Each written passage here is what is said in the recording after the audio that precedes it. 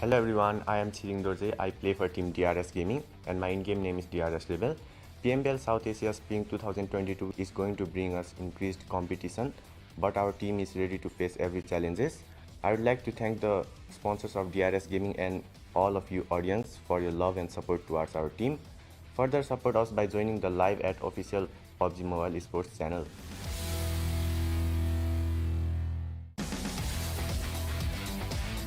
Hello everyone, I'm Majeshwar. My in-game name is Erangel. My team ElementriX.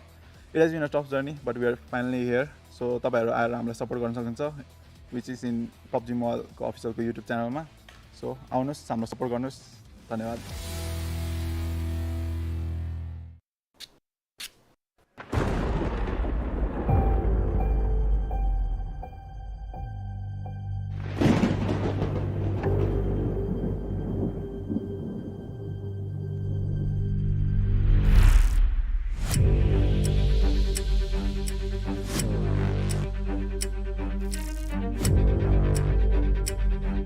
Each new era needs new champions. But to become one needs to rise to the challenges.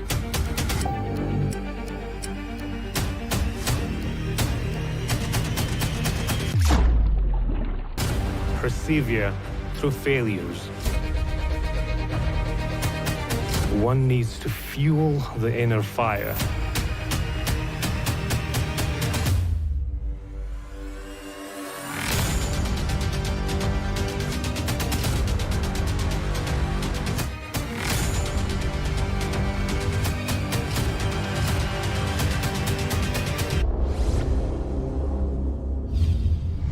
PMPL South Asia Spring 2022.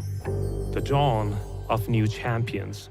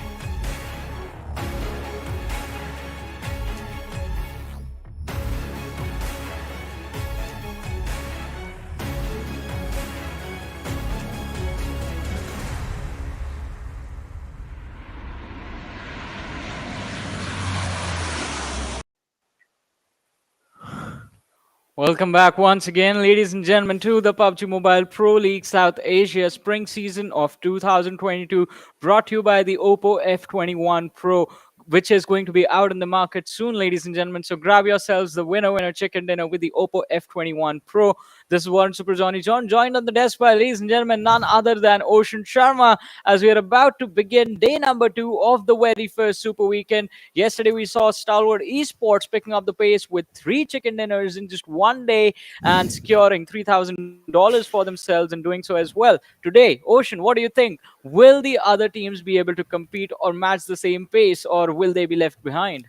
I don't know if they will or if they won't, because I want to see them just compete Yeah. at the same pace as what Stalwart is doing. See, yesterday it was the day of Stalwart, because in the previous PMPLs, in fact in the PMGC league, we have had this conversation that Stalwart does really good in their league days, but they Yeah. lag behind in the super weekends. And well, this year, right from the beginning, the Stalwart is something different, something out of the world, that is just they're not bluffing with their gameplays. They're just Yeah. showcasing everything that there is. Their main goal, it is to be in top 16. They be in top 16 now. When it comes down to league, super weekends, their main goal is to just have as much amount of money as they can.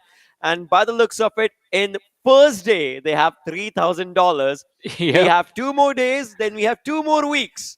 Imagine what they can just achieve in that feat.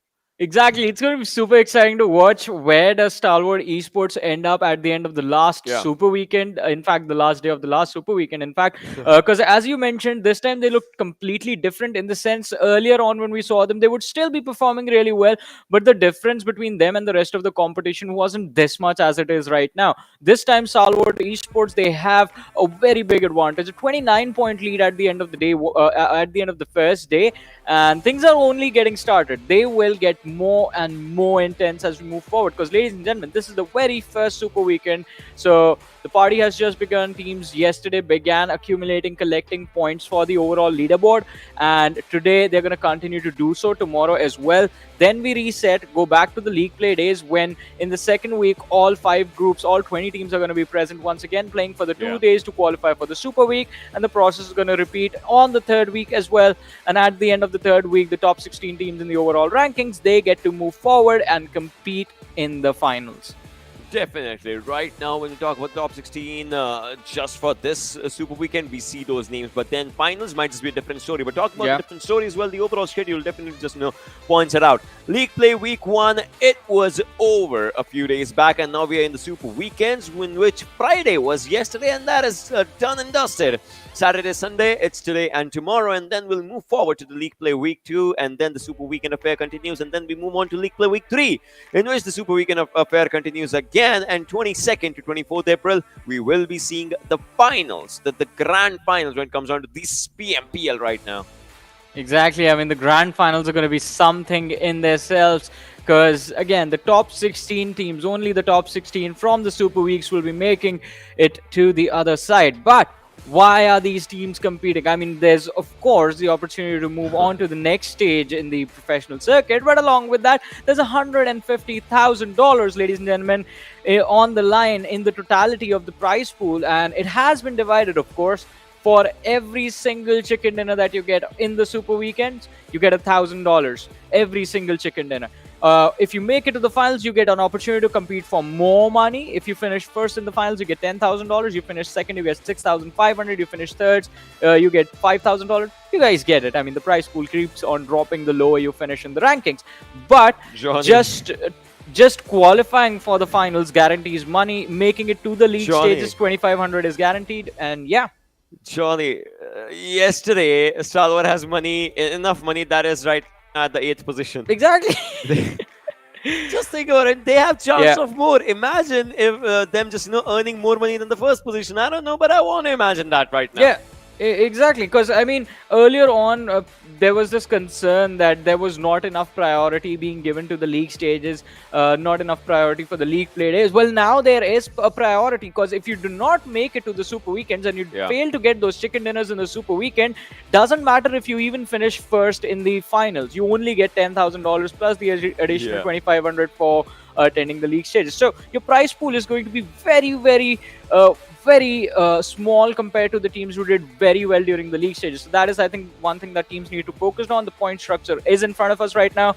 Everyone knows about this. Finish first, you get 15. Finish second, you get 12. Finish third, you get 10, and so on. 13 to 16, you get none, and every single elimination, you get 1 point extra. But now let's talk about the team. Steel Esports is the team that's closest to Stalwart Esports, but even they are 29 points behind. As of now, yes. Seal, IHC, Phantom, guys. These are the a few names that we are just seeing right now in the Super Weekend. As you'll see, the Super Weekend names are just out here, and just like you said, there is a point difference definitely in the first and second position.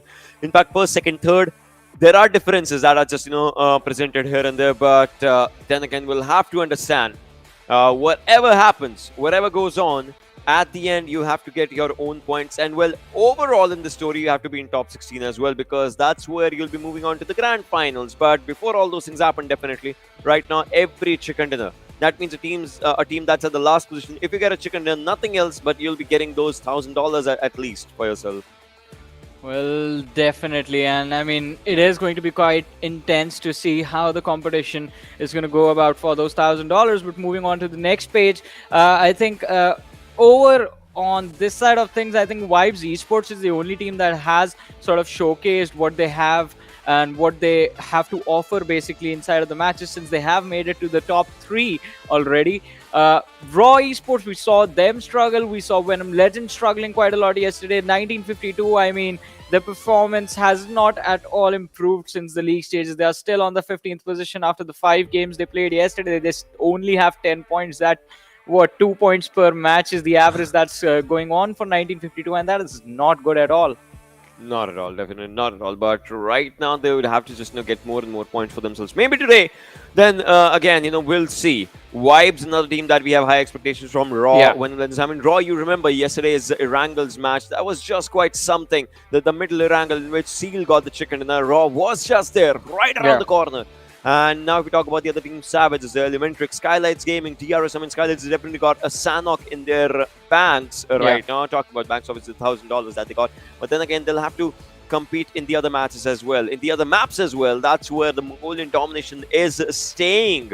I don't know what is happening with Stalwart. Wherever they sit, the circle comes to them. It looks like they have some sort of a magnet that just snatches the zone when it comes down to Erangel especially. I mean, you are the one who said you had a conversation with the coach and the support staff of Stalwart Esports. I think you might have given them way too many hints on how to predict the zones, Ocean. It's your fault now. You revealed your secrets, and Stalwart is using that to perfection. I think so as far as the matches are concerned, if I'm being very serious, I think they got extremely lucky with the circles yesterday, especially in the first 2 Erangels, because there is no way anyone would have predicted, all right, it's all going to be southern shifts, right? There is no way you could have anticipated that. And Stalwart Esports, they got extremely lucky. But along with being lucky, you have to give them credit that when the fates gave them the advantage, they utilized that advantage to its perfection. They did not allow the moment to slip out of their hands, and they seized it quite nicely. I think that is why Stalwart Esports, they deserve that first position that they have on the rankings. But we would like to see the competition get a little bit more heated up, and that is why I think Skylightz Gaming yesterday were a little bit quiet. They were trying to understand, especially on Erangels. I think they struggled quite a lot, because the 3 out of 3 Erangels, none of them really went well for them. The best performance on Erangel yesterday was finishing on the 7th place and getting 4 eliminations, which is not at all good considering it is Skylightz Gaming that we are talking about. So I think today, Skylightz Gaming, we're going to see them re-energized, revitalized, and a lot stronger than they were yesterday. That is what I hope for them. Otherwise, I think IHC Esports, they are in the similar boat. I think IHC, they need to understand it's high time that they stop playing for those elimination points and get some placement points along with those. It's always a thing with this team, right? They like to go more and more for those elimination points for themselves. Look at Seal as well. They like it. And Seal talking about them, 27-41 coming down for Seal. And it looks like there are not a lot of teams that have high elimination points as compared to their placement points. Not even the first team, that is Stalwart, they have less elimination points as compared to their placement points. But look at this. JyanMaara, they have high elimination points, but they have overall low points. And that's something they'll have to change. 1952 as well. I don't know. Savage, what happened to this team? Savage Esports is very savage. I mean, I know No, what's happening. you should to not them. be this savage. Yeah, so they need to learn to show a little bit respect to the competition. That is, I think, what I need to see from Savage Esports, because their entire game plan revolves around the same thing that we see IHC do in their past. We have seen Seal Esports is doing the same thing right now. That is basically just running into those fights and trying to get those elimination points as quickly as possible in every single team fight. But the problem arises in the fact with Savage Esports that every single time they try and take those 4v4s, they are always in a completely 4v4, while Seal Esports, they sort of prioritize the fact that, all right, if we are going to target a team, they need to be distracted. They need to be a part of an already ongoing fight. That way, Seal Esports has a much higher probability of converting more number of points in that fight. It's not a complete 50-50. It's not a coin flip. It's like a 70-30 fights that Seal Esports engages, while Savage Esports, they always run into those 50-50s. And to be fair, they always have a 50-50 sort of probability of coming out on top. Either we see them play like absolute gods and destroy the competition, or they get a whooping on themselves and they get eliminated. So I think today, if the Erangel specifically goes Savage Esports' way, I think we can definitely see the team climb up from the 13th position that they're on to somewhere inside the top 10 at least. Not even the top 10, somewhere easily inside the top 6 or the top 5. But they have to perform on those Erangels. Look at this. This is brilliant. I mean, you see Scry's low elimination numbers, but then you see his average survival time. It's just, it's like he's also the one who's getting those pointers for the team when it is needed in terms of, surviving and all those things. But then, Action, finally, at the end of the day, Action is getting more eliminations than Top. We know Top Action, they have a friendly thing going on in which they just, have their own competition, but then again, we all just, love to see all those things just coming down and out. Pika is a brilliant player when it comes down to the maps like Miramars and all, and they definitely just, like to perform. But then again, these players, these players are just, they are a new league right now. Yeah. These players are in a league of their own, and again, as you mentioned, we did see Scry and Pika, both of them sort of step up when the team needed them, but Action was the show stealer yesterday. Even though Top is not too far behind compared to his own teammate, his own colleague, Action was definitely a big show stealer yesterday for Stalwart Esports. The first Erangel, the Miramar after that, and the last Erangel of the day as well. We did see them take a dip on the second map when their hat-trick opportunity was there. But if one Mongolian team falls, the next one rises, and Seal Esports went on to secure a very big chicken dinner in that match, which was very impressive from their side as well. And I think, again, so as we said, Stalwart Esports and Seal Esports seem to be competing for the top right now. I think today we're going to see Skylightz Gaming and along with them IHC or Vibes step into the mix. This is good. If Skylightz competes, we know IHC will definitely compete because they have their own rivalry that just goes on forward. But then again, just like you said, right? They'll compete. Definitely, everyone wants to compete. But I want to see which would be that team, if there is any, that topples Stalwart for the first position. Even if it's for one match, I want to see a team's name just toppling Stalwart, because that will enrage Stalwart's player more and more to perform better, even better.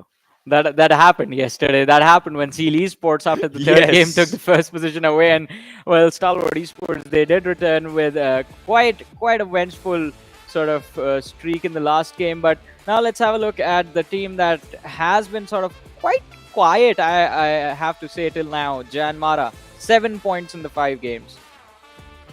Oh, JyanMaara, this team, look at this snipe. No Fear, they're definitely doing pretty good, for themselves.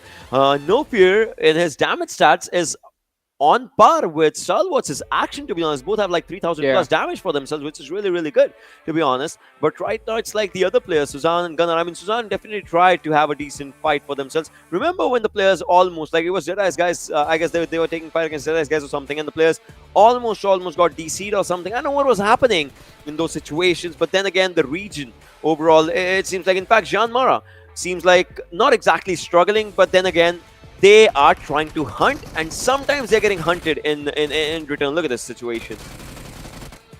Well, this was quite unfortunate for them. And again, I think even in that fight, a lot could have happened. A lot could have been converted from JyanMaara, but yesterday was not really their day.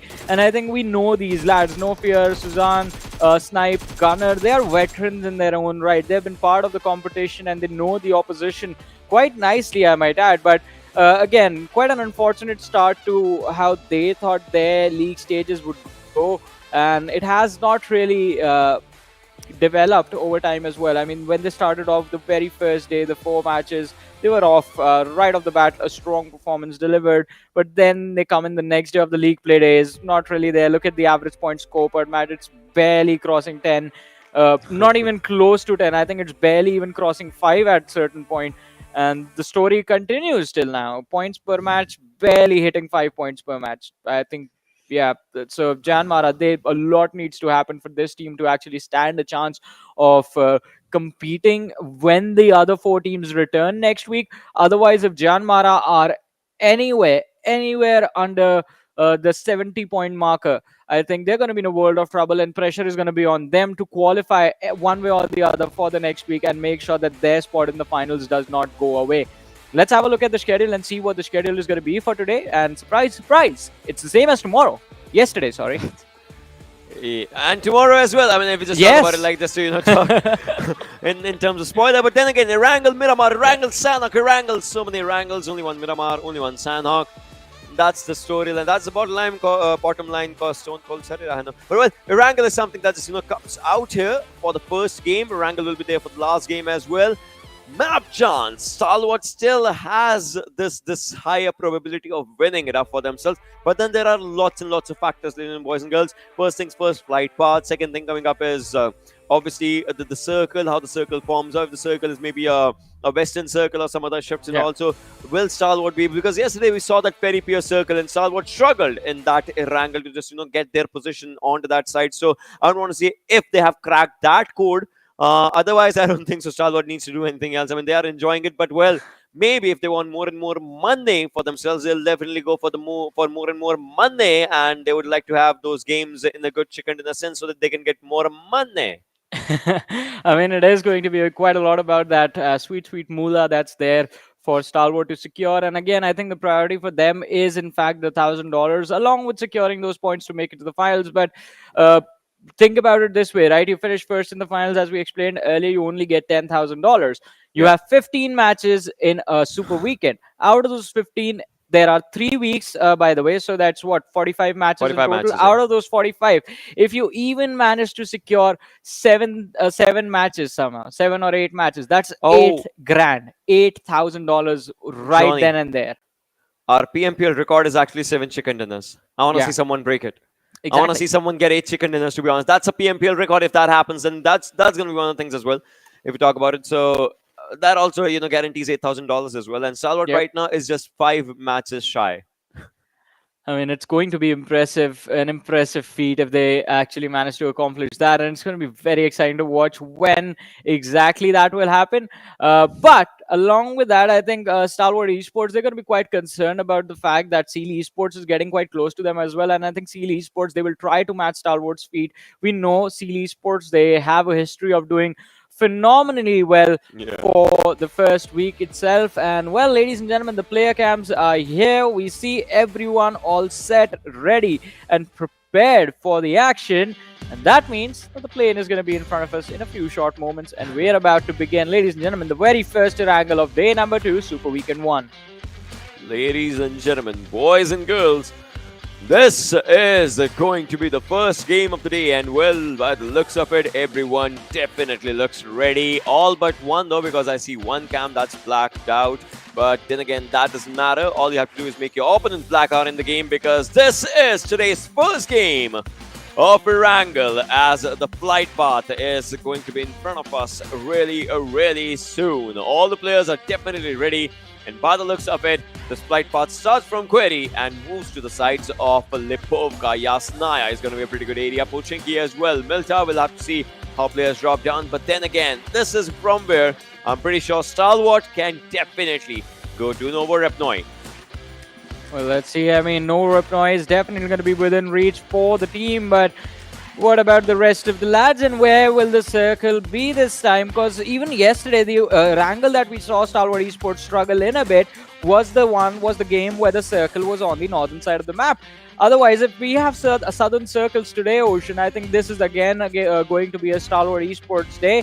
But let's talk about the other teams. Look at where Skylightz Gaming is headed. They're dropping along with the lads of IHC.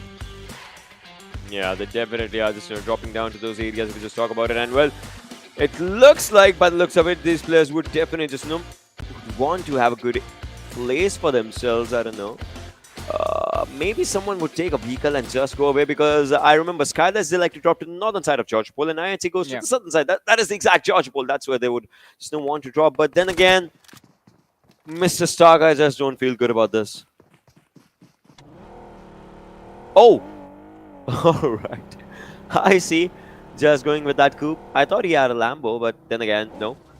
Just going with that coupe. Now to the side houses where he thinks he's gonna find a good loot maybe to start up. Alright, finding a few weapons here and there. Has an Uzi, which is good, but hey, the distance. Come on, using that Uzi as an auto bolt. Actually, I know what are you going for, but then again, they've taken down the Skjalson with that M16. Just response, and that too on something of a no scope or an ADS. That's all. I mean, so technically a no scope. I mean, there wasn't an attachment or anything on that M16. Yeah, technically you are correct. But yeah, he did in fact use the iron sight. Yeah, technically yes, but no. So many memes coming up to the minds right now. But well, again, IHC, the gods are falling down, and will Skylightz capitalize on that? That's the question, Johnny, as Nima is going to be an Uber driver right now. Right, this Uber driver just rams up. Not a good one. Now, not a good one. Now he's picking up Galson. All teammates are coming up with him as well, probably. Are they going to go for the finish? That's my question. Or are they going to move away? By the looks of it, I don't know, it looks like they're coming in the same direction right now, as the revival has happened on IC and he's just moving forward. But Skylight's players, they have dropped down. Do they have enough weapons? That's the question. Nima is moving away to the other side. Now they heard that Lambo. They know someone's moving away. They know about it. So they know the player has been revived. The player is going away. But then again, if they find someone or will take up the fight, no, it looks like they are not engaging anymore. A good decision. Wise decision from both the teams. Well, it is a wise decision to disengage in the early situation. And again, the moment Skylightz Gaming got that first knock, I think even they knew that the distance between the two lads was quite a lot compared to it's just the early game fight within the first 3 minutes, and you don't have enough utility to take on his teammates if they are going to be present there with extra weapons on themselves. Information which the lads from Skylightz Gaming did not have, so they did go in fact for a much safer, much smarter approach right now. But we know it is IHC that they have enraged now. And as soon as I think IC is back on his feet, maybe IHC Esports are going to start looking around for the lads of Stalwart and see if they can hunt them down. As we do see Godless and Alex on our screens in their beautiful green Lamborghini, just cruising around the map, have reached the hospital area, are still looking to loot. On Alex, we just see the helmet and the 5 bandages. That's it. They're gonna make another coupe into a green Lambo, but then I love it. I want to ask the audience though, which Lambo do they love the most? If they can just talk about it in the comment sections, because there's this thing, right? The green Lambo, it's a good one, but it's a basic one, and then there is another Lambo that just comes up with once you just go for it in the coupe, and that's kind of a greenish blue tint Lambo. And if you have that, trust me, I've tried everything. I'm not getting that as of now, but if you have that, you can even just get the animation of your jumps, just like we see people just jumping up with the Koenigsegg and all. That Lambo is just a brilliant Lambo, to be honest. I love it, but then I don't know, I've spent like too much. Rich guy, huh? At what point, Ocean, will you just start calling yourself Bruce Wayne now? Till I'll go into a restaurant and then I'll just have that thing. I own the place, something like that. Yeah, just buy a bank at this point, I guess. I own the bank. What is it like? I mean, what is it? Wait. No, I own the bank. How is that? How is that? I think we just need to roughen up the voice a little bit more. We'll work on that. We'll work on that. We have the entire month basically to do that. But yeah. just try to incorporate in the Guys, don't commentating as worry. No well. one Yeah. else was casting. That was just my Bruce Wayne impression. That was a terrible Bruce Wayne impression, to be honest. But then, I own quite a lot of things, just like my place in your heart, guys. Thank you. Apart So, from let's talk about everything this apart from a bat suit, I guess. Technically, I have 2 Batmobiles. I'm not even kidding. I own 2 Batmobiles. I can But show not a you. bat suit. We're talking about a bat suit right Yeah, now. but I have two proper working Batmobiles in my home. Do you not own a utility belt? I have a belt. It's only utilities to keep my pants together. I guess that's the most utility that you can just get out of a belt. Well, alrighty. I mean, we are gonna stop having this conversation now because I We're going mean, too deep in conversations. Yeah, guys. I mean, come on. Let's just talk about the game that is in front of us. Really this- sorry. I apologize to all the DC fans. I mean, really sorry about that, but still, Marvel's better. So yeah, let's talk about the game that's in front of us. You know, the players are moving up from the sidelines of Miltaz. They have to get inside the circle, and obviously that's important as well. DRS, this team is trying to get pretty good positions for themselves. I love this DRS as well. I mean, we have seen this team under a different name previously, Johnny. They have just, they have surprised us with us with the brilliant gameplays in the previous seasons. And to be honest, I love it. But this DRS, I don't know, it's not like they're feeling pressure, but it's like everyone in the lobby is adapting really good. Yeah, I mean, definitely. Everyone has adapted because yesterday, one of the most common mistake that teams were making was getting caught out in the open, getting caught out rotating super early when they did not need to at all. Yeah. Not assessing whether they have incentives to rotate or pick fights and just doing so for the sake of it, rotating for the sake of it. So that is something that I think a priority check is definitely needed for the teams to assess exactly what they need to do and what can be left, what is not a priority and can be delayed a little bit further.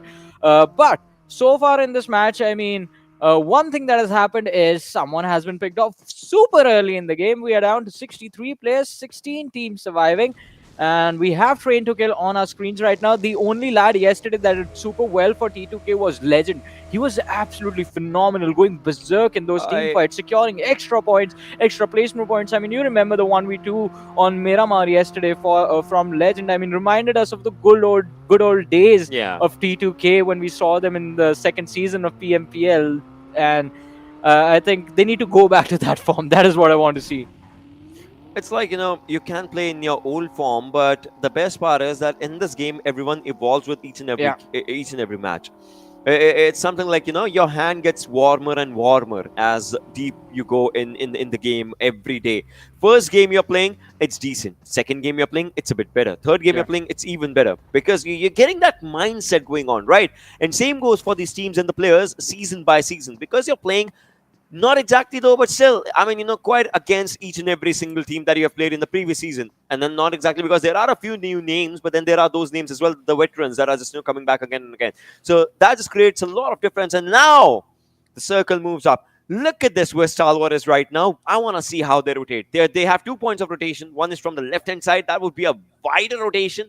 The other one is a right-hand side rotation. And that just, comes onto my mind. And look at this, Johnny. No casualties happen as of now. Savage is with 3 players. Alrighty, so there are no casualties. No one was picked up early. It's just Savage. one team with 3 lads. And So again, savage. you and I were having this conversation before even the show went live. This was an off-camera, off-the-air conversation as to what was happening with the lads from Savage Esports. I mean, these lads were very good a few years ago, and I think from the competitive circuit of the Mongolian scene for a little while, but now they have returned. So I think they are going to take their sweet time to adjust again to the level of competition, because now every single team is very good.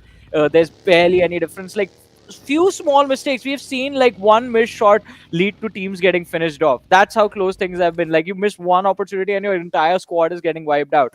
That's, I think, the level of competition that is there right now. And look at that, 7C Esports in a world of hurt. Seal Esports have found their first target, and JyanMaara and DRS, that's an interesting fight that's about to begin.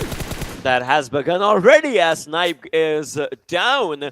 by rules. And look at that buggy. It's done as well as one of the tires. The Sanhok got burst down. Now JyanMaara has 3 players onto the back lines, and DRS, well, they're trying to just, encircle the entire area. Although Gunnar has a place from where he can just, move out if he wants to.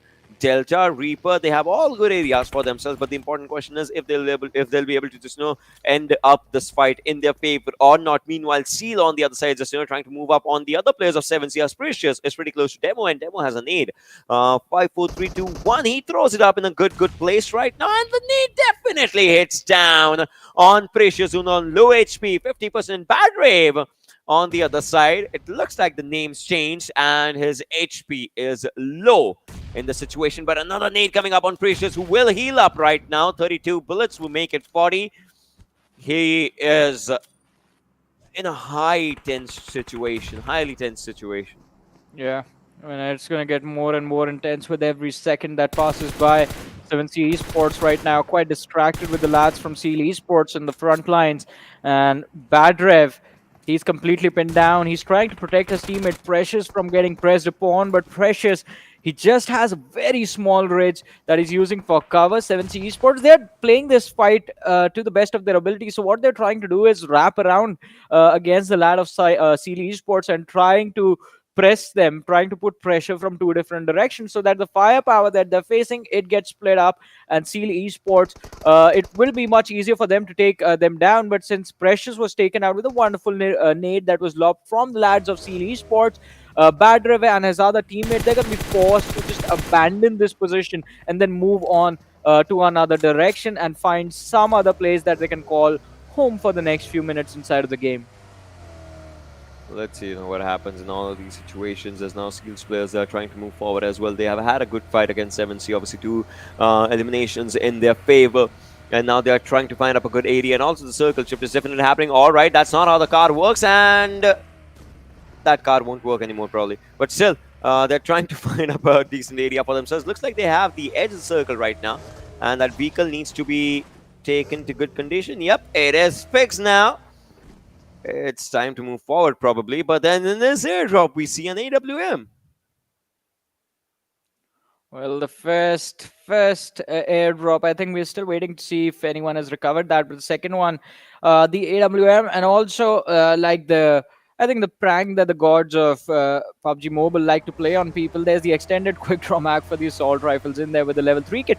And oh, look at this, Raw. I mean, we saw them in a bit of a pickle against 1952, but it looks like they're trying to slow things down. They've already secured 1 elimination point for themselves, but they do not want to press this against the remaining lads of 1952 as they have left them behind. They are on towards solid cover now in this squad house. But since they know the position of the opposite team, they can, in fact, try and go for the fight. But look at IHC. They are here. How dare you run away, 7C Esports? How dare you walk away from the fight? Aku and Badrev, IHC are here to secure the points that were left behind, the 2 extra elimination points that are going to be theirs eventually. Alex, Azriol, Godless, look at the lads lining up the utility. Aku got barely dodging the Molotov that was tossed right in front of him, but the nade is going to dish out a lot of damage. Utility being exchanged from every single direction, and Aku barely managing to survive. But what was that? Was that a shot? And yes, it was, in fact, from the lads of Vibes, who are looking to third party on this fight. They have a good place for themselves, and they'll definitely just, want to get all those confirmations. Badrev on the other side is all alone. We'll see him. Please, somebody see him. All right, now they do an IHC. They eliminate the first squad, that is 7C Esports. Not a good start for the team, but then again, we'll be hoping that the other games that will be coming, they should be good for them. But then again, right now, ElementriX is trying to find up a good area for themselves. Meanwhile, all right, ElementriX is moving on to the players of Raw, who are in a trouble situation now, as Sus is pretty close. He has spotted on Kazi, and Kazi will be taken down by some other player from ElementriX though onto the back lines, and Sus would be on the finishes. And now Assault is moving forward as well. It seems like Raw will have to move out of this fight, but will they be able to be safe? That's the question. I think it's definitely not going to be easy for them. And Assault, look at him. The blue is going to take him out. Mama God trying to run away, trying to see if he can find an escape option for himself and his teammate to survive this situation. But the blue is going to dish out a lot of damage. Plus, I think the next one as well is going to keep them in a bit of a pickle. How much healing utility do they have? That is the question that I have right now, because we see those 2 first aid, we see those bandages right there, but will they be enough? Because they are in the shooting range, and you have to sort of take into account the fact that even if you get to this the edge of the circle, you will not have a say entry. You will be delayed. You have to take that into account, and if you're not planned for it, I think then raw we will see them getting eliminated early on in this game. Yeah, probably that might just happen. But then again, we'll see. We'll see. We'll talk about it, obviously, when we'll see how the fights are going to be just, happening and moving forward. But right now, DE is looking pretty good as they are facing the Goliaths. Top was taken down by the Deadeyes Guys. That just, leaves Stalwart in a bit of a troubling situation, although action was just out there as well. Look at this, as the Deadeyes Guys' players were taking different fights. 1952, they are trying to move forward, but then again, this was not a good way to mark up a superhero landing for yourself. Yeah, quite an unfortunate start for 1952, but at least they're not going to take an exit. The first exit out of the game. They still have individuals surviving for themselves, but Killer YT, oh, he's going to be thanking his graces. He's still alive, just out in the open like that. But Stalwart Esports, we see them in a world of hurt, as Pika is going to be taken out by the lad of Phantoms, and IHC are stuck out in the open, taking the firefight against the lads of Vibes, who have a high ground advantage and are barely on the edge of the circle. While IC and Zeus, they try to push forward. Zeol and his teammate, Alex, they were left behind to provide some additional cover fire for their teammates' rotation. But now, Godless, as he tried to find his way in, will be in fact knocked out on his knees now. So quite a struggle for IHC as well in this game. Quite a lot. DE on the other side, just still trying to put down lots and lots of pressure as it comes on. Look at where 7C was in the overall rankings, right? Obviously, they might just, feel the wrath of Raw, DRS, the teams that are just behind them, as they would want to just, move forward in all of these situations. But then again, will they be able to? That's the question. Obviously, they would want to get more and more placement points for themselves by the end of the day. And right now, Stal was taking a fight against DRS. That looks like a good fight as a good nade comes down. Pikas on half of that HP bar that he had, and Stry is the last one surviving, so obviously he cannot be saved. This is not looking like a good start for Stalwart, as Stry is just trying to move forward. He has spot down Rules. Will he be able to take down Rules already? Yes, he does, but Killer has full HP. Killer is moving from the other side, although Rules is done, but Killer, he goes down as well from the other side. Lots and lots of fights happening as Savage, only they have 3 players, but still they want to fight. Well, this is not looking good for them. Venom Legends, they do find a few good pickups for themselves as well.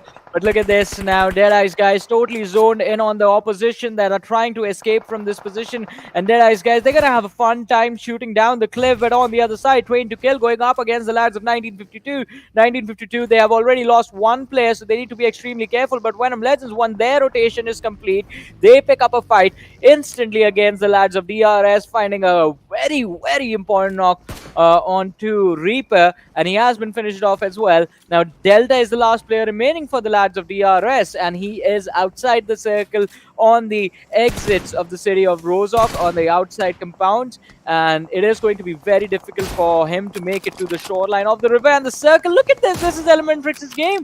This has to be their chicken dinner. Well, we'll see. We will see, definitely, as for how they have that position, but will they be able to have the game? I mean, there are so many teams. Look at Skylightz on from the back lines, can actually take these players down. Vibes, they can just move from the sidelines of Phantom. They can try and take up that fight, and then they try to move forward. We'll have to see what happens. And meanwhile, whilst all these things are happening, you see where Raw is, right? You saw their positioning. I mean, only 1 player surviving still is trying to just find up a good area for himself. Mama God, as you can just see him. Venom Legends players, they're also trying to move forward from around the circle. We'll have to see if that just gets to a good affairs. As first things first, DE is trying to take down Legendo, who barely manages to survive. But what happened? All right, Seal from the other side takes down Suyog. Well, Seal on the other side, I think it is going to be quite interesting, as T2K has started to pick them apart. Jane from the side of T2K going on a domination right now. So 4 eliminations have been secured as Seo gets knocked out. Legend and Jane are all that remains for a few moments for the side of Train to Kill. And well, the buggy, they have gone for a temporary cover that has been created with the buggy being exploded right there. But how long will that be enough? That is the question right now. IHC, an unfortunate elimination on the 12th position. Definitely not what they were hoping for. But look at Mama God has taken down Dictator. Now is super low. Steel Shot will have an easy pickup right here. And he secures it. But now Venom Legends, they have been pinned down. Wexy from Phantom Esports has found an opening. Rafat is going to be knocked and finished. There's one lad knocked quite close to the shack. So if one good grenade gets lobbed in that direction, that's going to be it to finish off Venom Legends. Vibes on the other side. Look at them going at it against the players of Skylightz Gaming and managing to finish off two of those lads will definitely give Vibes a massive advantage in those team fights. And Ocean, what a start to this day. The teams that were not looking so hot yesterday are doing a phenomenal job right now. Joker, even though he is knocked out, if he manages to make it close to his teammate, we will be back on his feet. And Vibes, they're going to be 4-man strong right now. Look at him getting carried. His teammates. Now that is some brotherly love right there from the lads of Vibe, not willing to leave their teammates behind at any cost. Getting him to safety and giving him the revive is going to be a priority. So Vibes making sure that the 4-man remains strong, but will that be so easy to pull off now? That is the question. Well, survival of the fittest. That's the name of the game right now, and that's what players are trying to do. Meanwhile, DE, they have been eliminated on 8th position. 7 teams remaining, 20 players alive. T2K, SG, with just one player, well, in the situation. Gyalzen is the last one surviving. The team has no eliminations, and Gyalzen is barely surviving as well. His second last first aid. Then he has 6 energy drinks. We'll definitely want to go for those. But then again, his entry inside the circle, that's questionable right now. He has to spot down a few players. If he can. Legend on the other side, 90 degree. Might as well just change down a few things. You're jumping. That just, my friend, just diminishes your footsteps. But, well, you are seen. And 90 degree, where are you shooting? You had the chance, but then you gave it away. One. In this situation now, Gyalzen is trying to do something. Look at this, though. Malik is, I mean, players are down one by one. This nade might as well just change quite a lot of things, but well, it's pushing out Gyalzen right now. Malik is on the revive. Ryu is just out there. Gyalzen, if he just peeks, he can take down 2 players in this situation. Although that zone damage, he'll have to understand that the circle is going to damage him a lot. Evil Eye on the other side taking down fight against T2K's Legend, who's just, taking down one player from 90 to 52. That was 90 degree. Now he's moving back to his own teammates. This game might as well just be T2K's. We'll have to see what happens. Meanwhile, while all these things are happening, Gyalzen is trying to find his way around the zone, 40 meters. Well, at least he's still surviving, right? If Gyalzen somehow managed to find a way within the top 3, I think that's the best case scenario for Skylightz Gaming right now. And since the lads of Phantoms and 1952 are also getting picked upon, I think it's not going to be that difficult for Gyalzen to actually make it into the top 4 at least, a bare minimum. Look at Vibes. Jiggle has been taken down. Mr. Yozu doing a phenomenal job with the Mini 14 in his hands. Switches over to the Scar right now, stepping outside the house, but Gyalzen, he has been spotted out, down to 50% HP. And Skylightz Gaming, it looks like they're going to be the world of trouble, but one extra point being secured by Gyalzen before he's shown the exit. And, well, still no one has gone for that final pick on the lads of Skylightz Gaming. Train to Kill on the other side will be destroyed with the nades coming in from the lads of ElementriX. An important elimination for them. 5 teams, 12 players still surviving. Skylightz Gaming still holding strong, but ElementriX with a proper man advantage. All 4 players present in the lobby. Gyalzen finally shut down by Vibes after such a long struggle against him. But they do manage the exit. Vibes, they have been eliminated as well. And Ocean, look at the top 3. Look at the top 3 ones. It's ElementriX, it's Phantom, and it is 1952. I want to see the zone. As ElementriX, they have 1 player. I want to see the zone. If the zone is not on them, oh, it's troubling. It's tricky. It's terrifying for ElementriX. How will they mark their place inside the circle? Although the nades are going to the back sides. Obviously, they want to cook those nades in its perfection. But ElementriX's movement inside the circle, it is still questionable right now. They have given up the revive to the teammate, but then will they be able to move? I mean, they have 1 team. In fact, a few players behind them, a few players in front of them. It might just be really tricky. They are trying to go for Evil Eye, but then Evil Eye is not in that position. Although he's been spotted down, he's been taken down, but Mad Max is trying to go for that elimination. He gets it. 1952 is done for, and we are down to a 4v3 in which ElementriX, well, they have to cover the distance for the circle. Well, let's see. I mean, Slipknot, his position is compromised. Insus can definitely go for the pickup. Shots fired on the buggy. Slipknot on solo HP will be able to make it behind the cover. And now, since he has the Ridge, he should be able to heal up the teammates in the backlines. They need to provide proper cover fire. This nade being lobbed will secure the knock for ElementriX.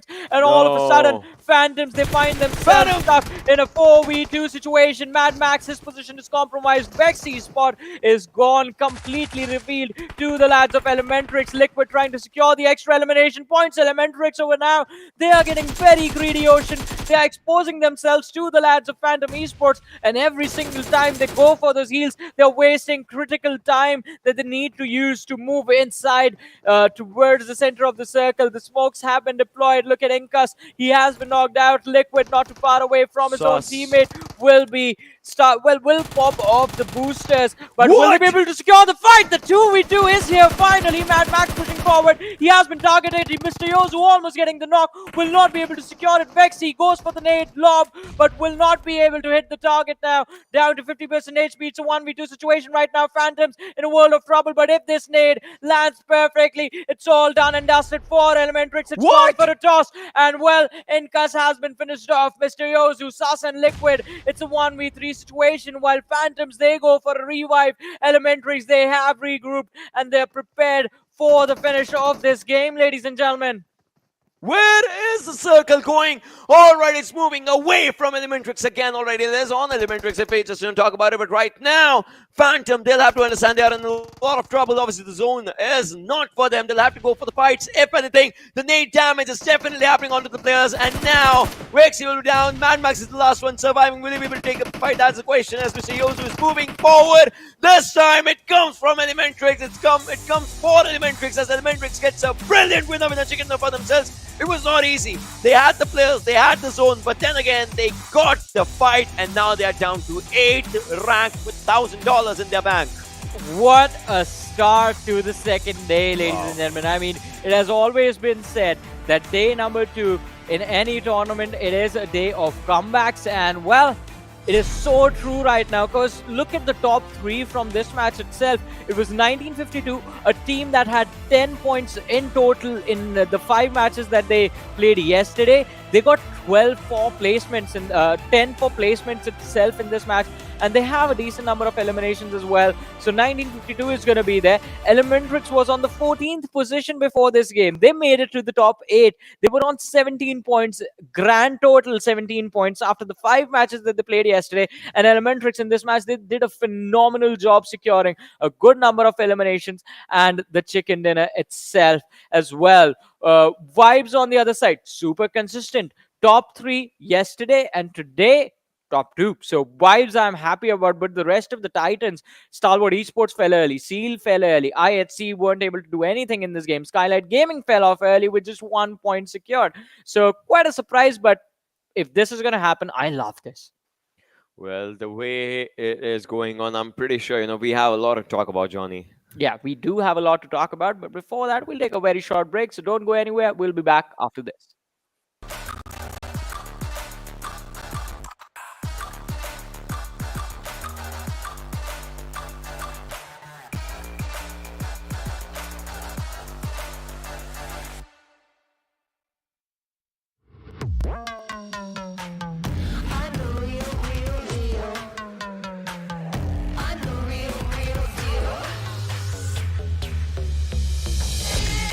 It's a bang, even though my name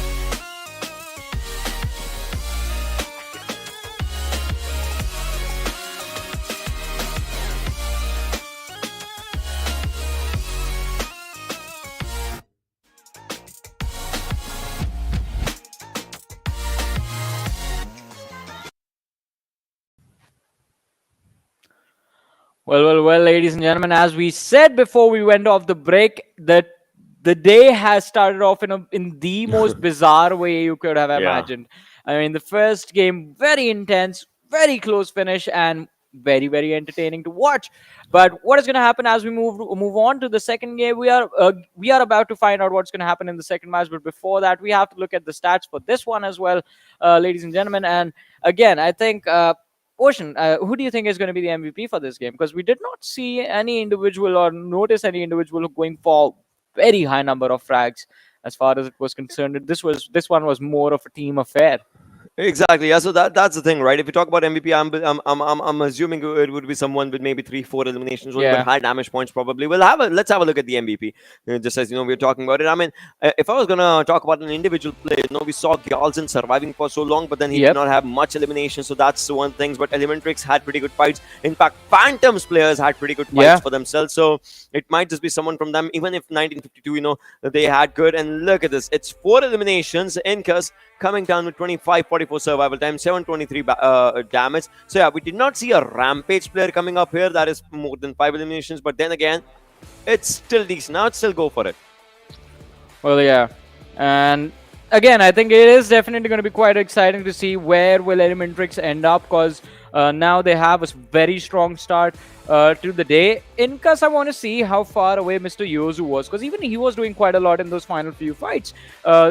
I mean, getting a lot of knocks, dishing out a lot of damage. I don't know how many eliminations he had in total, but I believe it was quite a decent number over there as well. And as you said, not a high number of eliminations, but still 723 damage being dished out. That is quite decent, I might add. But in the list of top players, we have Vexy from Phantoms. We have 2RGR from Phantom Esports as well, with 5 eliminations secured, but only 386 damage.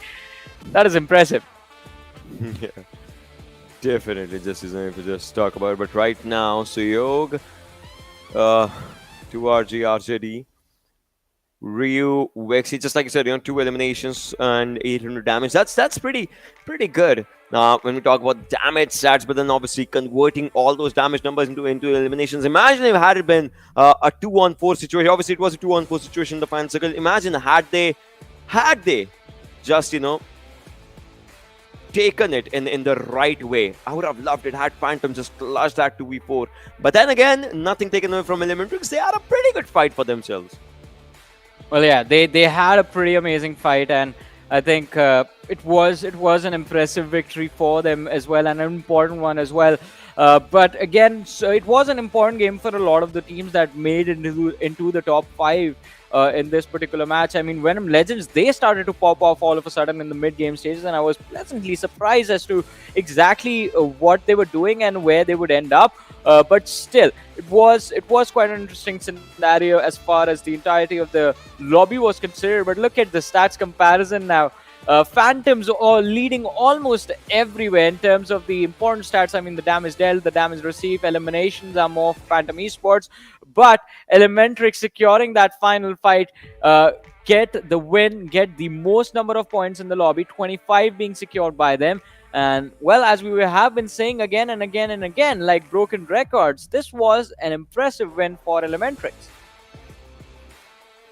Well, yeah, this one definitely just came up for ElementriX for themselves, just like we said. But then again, 976 damage received coming down. So damage received and damage dealt stats were less on the ElementriX side as compared to Phantom, because the Phantom was trying to make up their way, right? That shows in their lesser average survival time as well for Phantom, because they lost their players a bit early. Still, they managed to get to the second position in this game. That's just brilliant. And the match summary also shows the contribution that these players have had. I mean, you see 2RG coming up with 5 eliminations, Vexy with 807 highest damage, highest knocks coming up with Mad Max as well.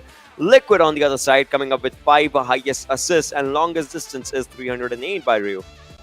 Well, I mean, the players did in fact give it their all, but this game was filled with so much chaos that it is going to be quite interesting. Not interesting, but quite close, the stats comparison. Because look at the highest eliminations as well. I mean, we do have one lad with 5, but the next 2 sitting on 4. Then it's Dictator on 3. So not a lot of difference. I think even in the damage numbers, almost all at all positions. I mean, this was a very close game. Could have gone any team's way had they been able to secure that early compound cover that ElementriX had for themselves. I think that's the advantage that won them the game, because they did not have to forcefully engage in those fights to survive to the late game stages. They had the priority on the cover, and that's why they had their option to pick up any fight that they wanted. But looking at the match rankings right now, so 25 points for ElementriX. It does bring them to the 8th position. Phantom Esports, I want to see, because they were on the 10th spot before this game with 23 additional points. I think they might easily be inside of the top 5 or the top 6 at least, considering IHC took an exit with just 2 points. We had 7C take an exit with nothing being secured from this match. Raw took a very early exit with just 2 points as well. Seal was out early. So majority of the top 5 teams took an early exit in this game with barely 2 to 3 points to their name, and that is going to give a very, very big jump to the lads of Phantom Esports. So once we get to the overall rankings, I think that information is also going to be revealed. Definitely. Obviously, we'll be looking at those things in a while for sure when we're just, talking about. But before that, let's have a look at the Oppo moments as well. Just, when we're talking about these amazing fights, amazing action that just, came in front of us. So we're going to be looking on to Oppo F21 Pro movements in this situation. This is how the game started. Those ADS shots, they were just amazing, to be honest, from both the sides. I mean, definitely. They were very, very amazing from both the sides. But I think I have to say, I see his decision right there to try and go for a spray with the Uzi in his hands. I think that distance is quite a lot. You won't be able to hit a wall at that distance, which was like, I know it's a hyperbole. You will be able to hit a wall, but the shots are going to be everywhere. So that was a moment that was sort of created out of desperation, I guess. But IHC survived even after the first sort of blunder that they made, but not for long though. They were taking those hits out in the open. Just like we see all these teams getting exposed, getting caught off guard. A lot of mid-rotation fights in the mid-game stages. Quite close to the 20-minute marker is when we saw Vibe sort of absolutely thrash the lads from Skylightz Gaming. And even though Gyalzin was able to survive for so long, I think the points that he secured, they won't really do anything for Skylightz Gaming except keep them a little bit more stable in comparison to IHC and 7C and Raw, 3 teams that were right underneath Skylightz Gaming in the overall rankings. Right now, when we talk about the rankings, right, we'll definitely have that look in as for what was happening, because you saw 7C, that elimination that just happened early for them. Definitely they'll be going down from 7th position to quite a significant amount, definitely, just coming up around it. But then again, we'll see as per what happens. But then this was the final fight, the final kerfuffle that happened. Obviously, Phantoms players, they were shown their way out, and ElementriX, because everyone was definitely happy. Mr. Hughes jumped out of his seat to just celebrate with his teammates, just went out. But look at this now. Every team definitely wanted to be a part of the fight that they were given an opportunity for, but only a few could just make it, whilst the other ones, they were still trying. As you see, JyanMaara, you see 7C, no elimination points, 1952 Skylightz. Skylightz, the thing for them was, only Gyalzin succeeded to get that elimination point in the final moments, obviously, but then Gyalzin, he was spotted on from all the sides, so it was not exactly the right place to be. Yeah, it was the wrong place at the wrong time, basically, for Gyalzin, the situation that he was stuck in. And Vibes were putting so much pressure on him, but still, I mean, that one extra point, I think it is going to be quite worth it for Skylightz Gaming, because at least they walk away with something as you compare to the other big teams who we see on the wrong side of the histogram, ladies and gentlemen. Towards the right, you see some of the biggest names, DRS, Esports, Stalwart is going to be there, Raw is there as well. And IHC, how can we forget them with just their 374 damage and 1 elimination in this match? But kudos to 1952, Phantom and ElementriX, that this is the momentum establishing match that they needed. And if they do not lose this momentum that they've so desperately managed to gain for themselves, I think these 3 teams in particular can in fact have a very good day today. Because look at Phantom Esports, they are on the 4th position right now. Wow. 6 position jump for them, 54 points. All of a sudden, Phantom is there with the big dogs. You see Stalwart's there, Seal is there, Vibes is there, and then there's Phantom Esports. This is your moment. You gotta live it, at its finest. 7C, a team that was in the first page, is now down to the red zone as they're at the 12th position. Venom Legends on 13, Savage on 14th. 1952 and JyanMaara. Still, it's like 1952 has 3 times more points than what JyanMaara has. But then again, both of these teams, they need to get more and more for them. Yeah, definitely. I mean, they will be looking to get a lot more of those points for themselves, but they will have to do that on the other Erangels too that we have left later in the day. And the next map is going to be another opportunity for them, ladies and gentlemen. The next game is going to be played on Miramar before we move on to the third game. That is Erangel match number 4 today. As you can see, is Sanhok, and then we always end the day on those Erangels because I think, again, we are quite superstitious and everything needs to be balanced. So we start on Erangel, we end on Erangel. That's how it goes. But on Miramar, Ocean, yesterday again we saw dominating performance from Stalwart Esports, but today they are not up to the same start as yesterday. So do you think in the next map they're going to be trying their level best, not really going for those exposed fights, for those open fights, and the next game for Stalwart, for Seal, for Vibes, for IHC, for DRS, for all these teams is going to be all about survival? Do you think that's going It's to happen? like today for Stalwart, yesterday Stalwart versus today Stalwart. Today Stalwart in the first game has been struggling a bit. Yeah. Struggling a bit for the zone, to be honest, for the starters. And they're not getting the circle that they wanted, right? And that's a huge bummer for them because that team likes to snatch the circle.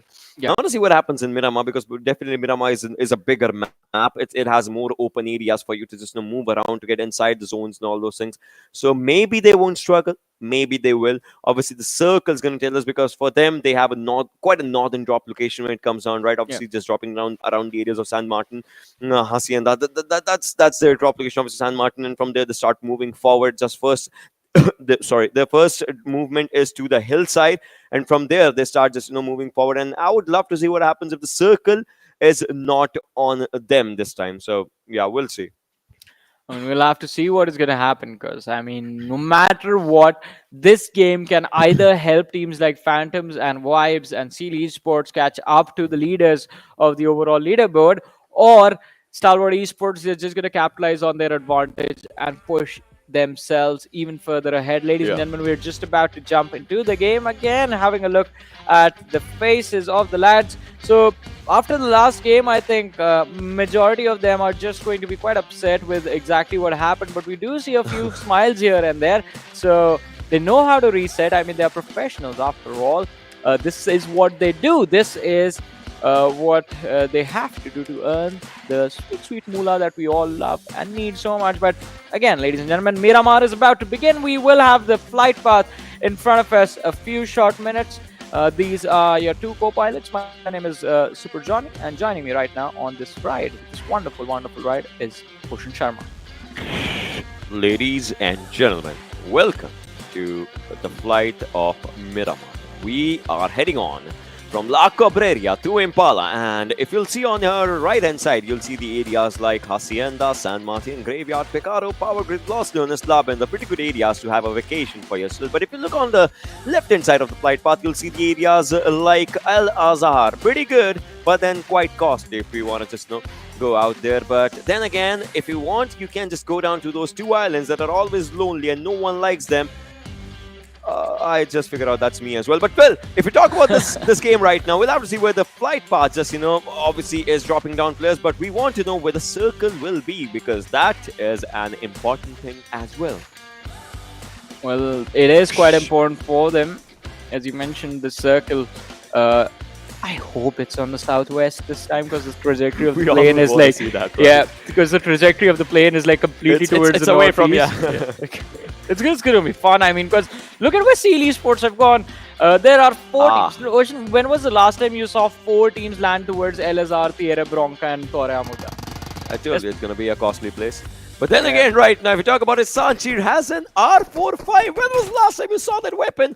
But still, he uses an Uzi. Come on, I mean, come on. Still, he uses an Uzi. And now we have all the 4 players from Savage, and it definitely looks pretty good as all the players are ready. Sanchir has a VSS to start it off right now. Hustler has a Winchester. Definitely spots another weapon and will be switching on to M416. Yeah, Raw, they are not looking good. At this point, Mama God, he's trying to hide, but Savage Esports, I think they know exactly that, yeah, we do have one lad quite close to us. We are going to go for the finish on this one as well. Sanchir with the Uzi and his teammate is there to back him up as well with the M4. I think this is going to be a very brutal finish for the lads of Raw that they will have to face, but an easy one for Savage to secure. And Mama God, look at him giving away all this noise, trying to run away, No. hiding behind the boxes right now with nothing but a pistol in his hands. Will try and go for the shots, instant knockout, and well, there will be an instant finish as well. Raw Esports, not a start that they wanted, not a start that they imagined would, or that this game would give Johnny, them. Yeah. that VSS hit. That VSS hit on Kazi. Although it did not do enough damage, but that VSS hit. And now look at this. Look at this. Players are going. They're moving. They're like, all right, we'll wipe one out for us. They are moving forward. They have Thompsons. They have Win 94, I guess. They have bolt actions here and there. Hershey has a Vector as well. They would just want to move forward with that and obviously try to take a fight for themselves. But then we'll see if the fight actually just comes to them because Raw's 2 players that are surviving are on the other side of this hill now. Well, let's see the last 2 players. They're trying to get away. But Savage Esports, they need to be careful because on the radar, we do see the lads from ElementriX in the near vicinity as well.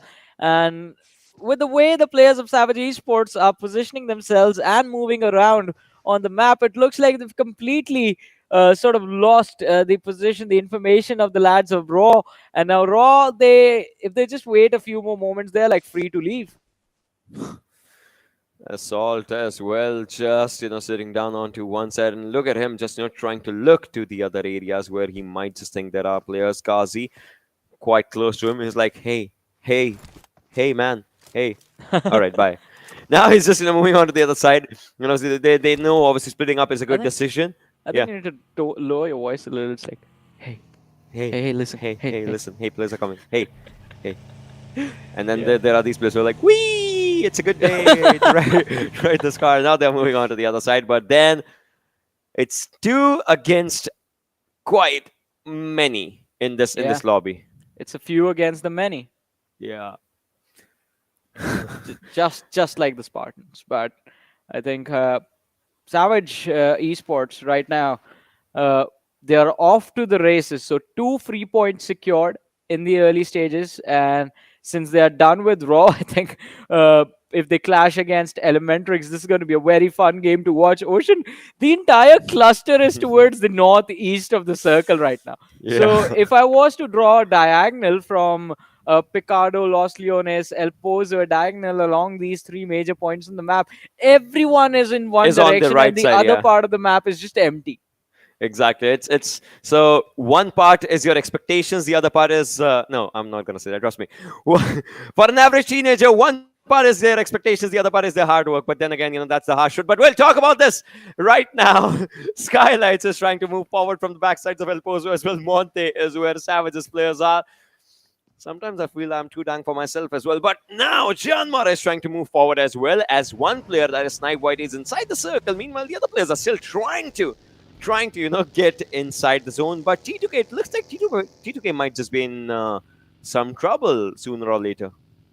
Well, I think they are going to be in a world of trouble because 1952 have pretty much surrounded them, not intentionally though. And well, all right, so they are not in trouble. 1952, all right, T2K, they are in trouble. I thought 1952 would look to disengage and try and prioritize position, but hey, I mean, since they got there early, might as well just turn around and fire a few shots, taking Sandesh down. And I think Evil Eye, his intentions are pretty clear. His name is Evil Eye. He's going to do evil things, trying to go to secure the finish on the lads of T2K, but they need to be extremely careful because you may have knocked down one, but there are the rest of them that still remain, and they will try and secure those finishes. What just happened? Another big blunder from T2K, and this is going to be the 3rd one now, as Legend is quite exposed out in the open. Does find the knock, but needs to know there's one more man behind him running in his direction. And Legend, is he prepared to take on the fight against T2K? Looks like he is, as he definitely dishes out quite a lot of damage. Now switches on to the UMP and now to the nades. Obviously, he needs to throw that nade onto the backside of that rock.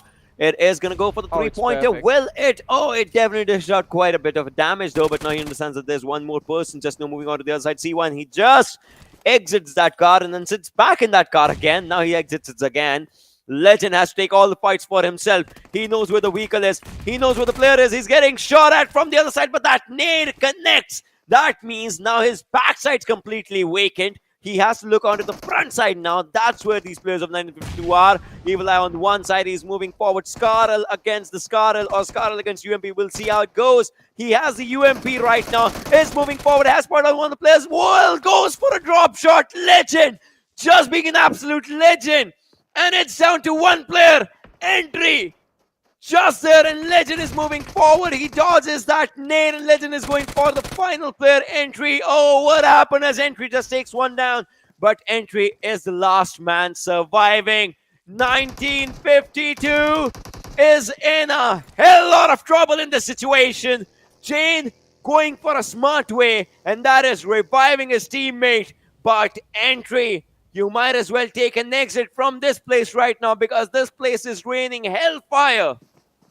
Well, definitely. And even though the fight started with 1952 being in a very big advantageous position, they blundered so badly that there is no recovering from this. And it wasn't like mechanical mistakes. There were no mechanical misplays right there. It was a mistake in the decision making of the team.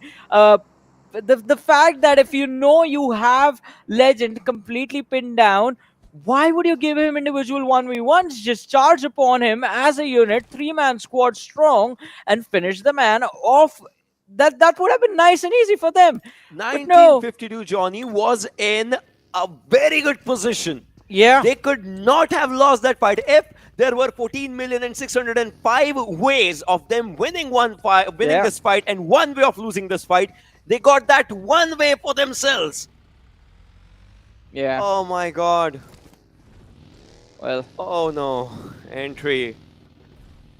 Entry has 99 damage, and that's the amount of damage in which he took down one player only. That's the only thing. Wow. That's the only thing. And I think, again, since he has lost all his teammates now, he has been surrounded from every single direction. Maybe T2K are going to finish him off, or maybe he will survive.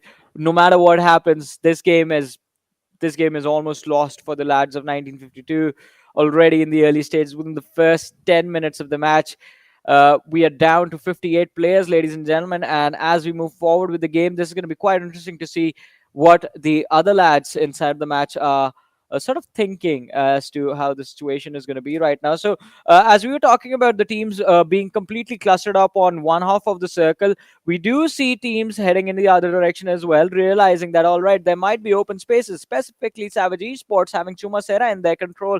I think will be quite comfortable in this match for at least the next 5 minutes.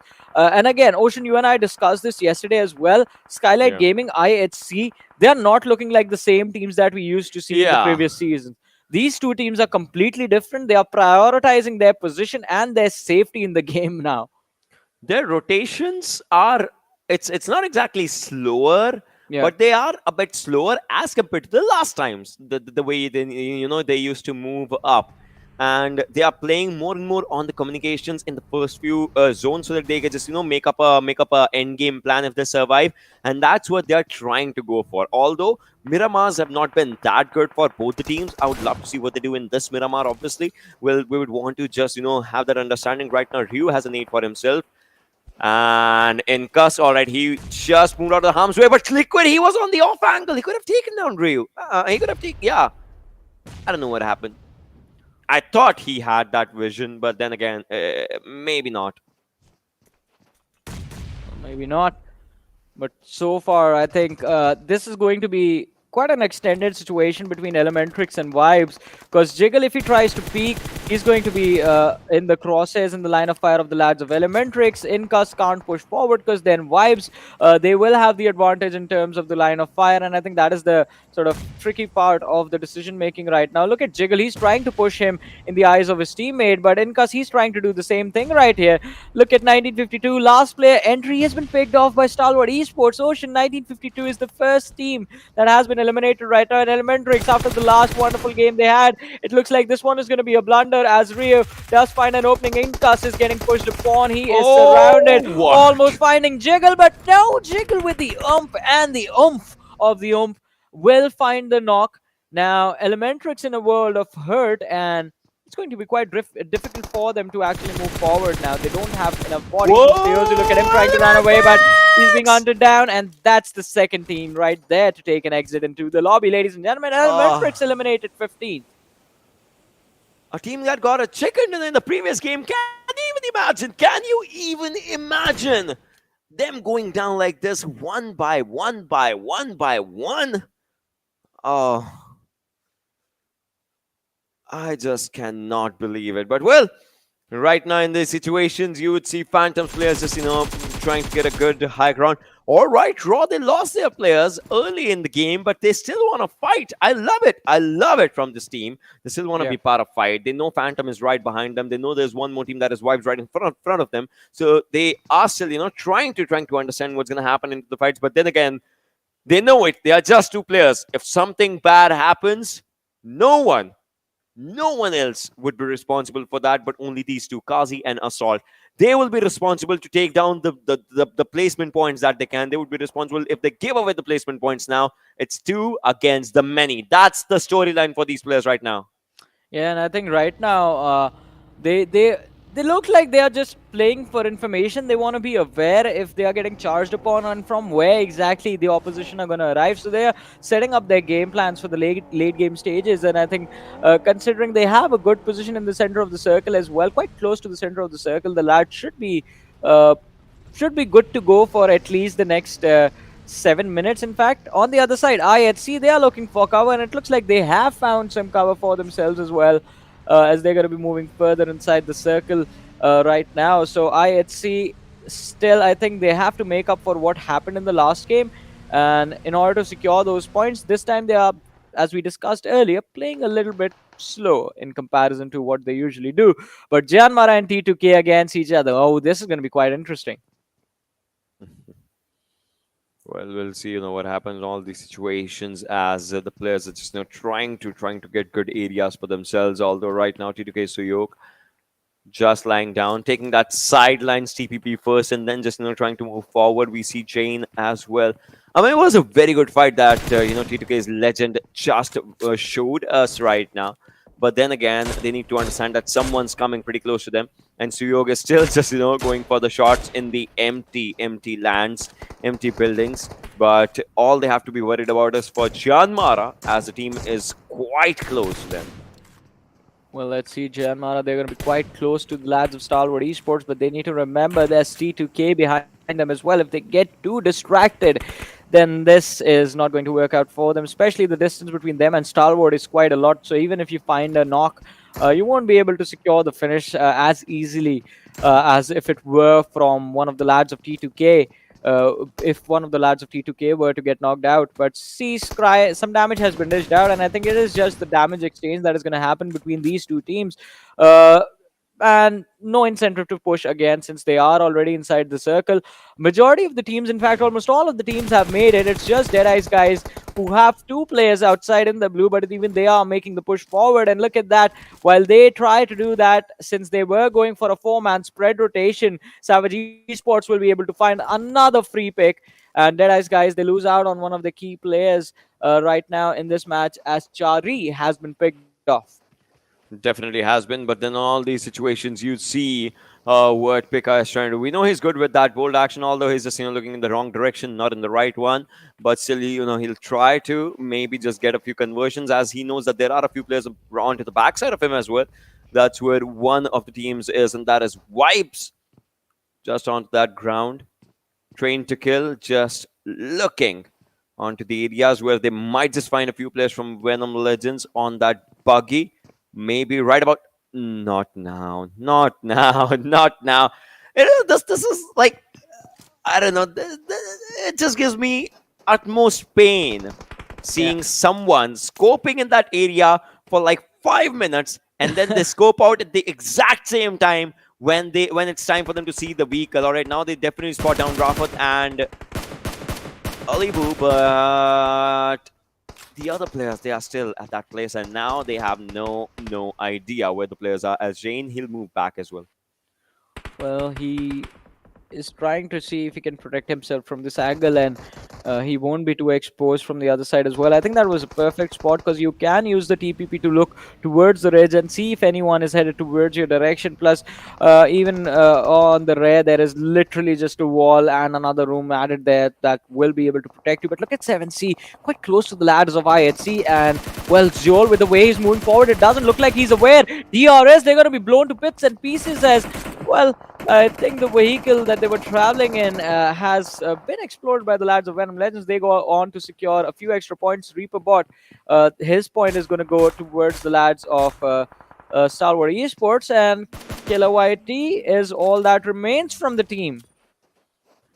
Let's see what happens in this situation as 7C just, onto the front grounds of the players of IHC as well right now. This is going for a few nades here and there, but it looks like Ripson was spotted, but Alex gets a shot on his head. In fact, he gets two. One just takes down his helmet to a 50% HP, as well as the other one just hitting him down as well. Now, Dictator on the other side is still trying to find on a few players from the back lines, but then he's finding none in all of these situations. But Akujor, I want to see what he does. I want to see what he does in this situation as the players are quite close to him. Well, let's see. It is again Ripson right now leading the charge, but Zeol finding an opening. I think this is going to be quite impressive.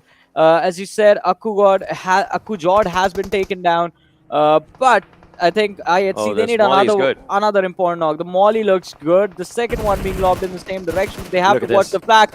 Look at that. The first pick is going to be secured. It is IHC going for the finish right there, for the finish point, but the Molotov has been negated now.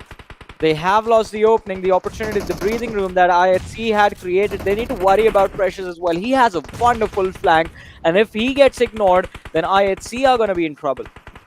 Let's see what happens in all these situations right now, as I see, in fact, from IHC is just trying to find a good area for himself as he's just dropping down. Is going to go for first hit, I guess. I don't think so. There's a need of it. Meanwhile, Deadeyes Guys get eliminated on the other side, and Stalwart still taking a fight against JyanMaara. No fear, and look at that. Play Zone took down the last player. That was Frag Boy from Deadeyes Guys. Wipes follows up as well with the Play Zone only. Play Zone again in Miramar is just doing bad things. Raw follows up on the other side as Assault goes down. And in less than 10 seconds, ladies and boys and girls, we saw 3 teams marking an exit. There might be more. There might be more that are coming up. As 7C, they might just not know what hit them, as Yol is cooking up a good grenade. And he throws it out. The grenade definitely did not go for the splash damage, but Ripson will be ripped into pieces by Alex. Well, let's see. I mean, Ripson is going to be ripped apart, and IHC, they're looking quite strong now, but they still have to pick a few more. Bad Riff is going to be finally put out of his misery, as Precious is going to try and see if he can secure those points that are so precious to him now. Skylightz Esports against Savage. Oh, this is going to be fun to watch. Hershey pushing forward with the M4 hipfire. Will not be able to find a knock. Eisenberg is low. Hustler in the back lines is going to be taking a lot of damage, and Skylightz Esports, they have a massive advantage in this fight. Wally, look at him go. And Hustler is going to be finished off. And whoa, Savage Esports, they were looking so savage with the way they were going, charging forward into the fight against Seal. But Skylightz Esports just instructing them that this is not how we deal with things over here. Get out, reassess, come back in the next game. Well, they will have to reassess everything that they were doing. JyanMaara just following up as well, and now we're down to 9 teams, 26 players surviving. Rafath is on domination for a change right now, going with that GC Scarrel. Zeol trying to take down a few players from Skylightz Gaming, you see. Gyalzen has been spotted. Oh, one more shot just onto the player though. Still just surviving. AJ was taken down on the other side. 24 and 9. Nima might just follow. What's happening to his buggy though? Godless did everything. Still, the player is surviving. Well, let's see.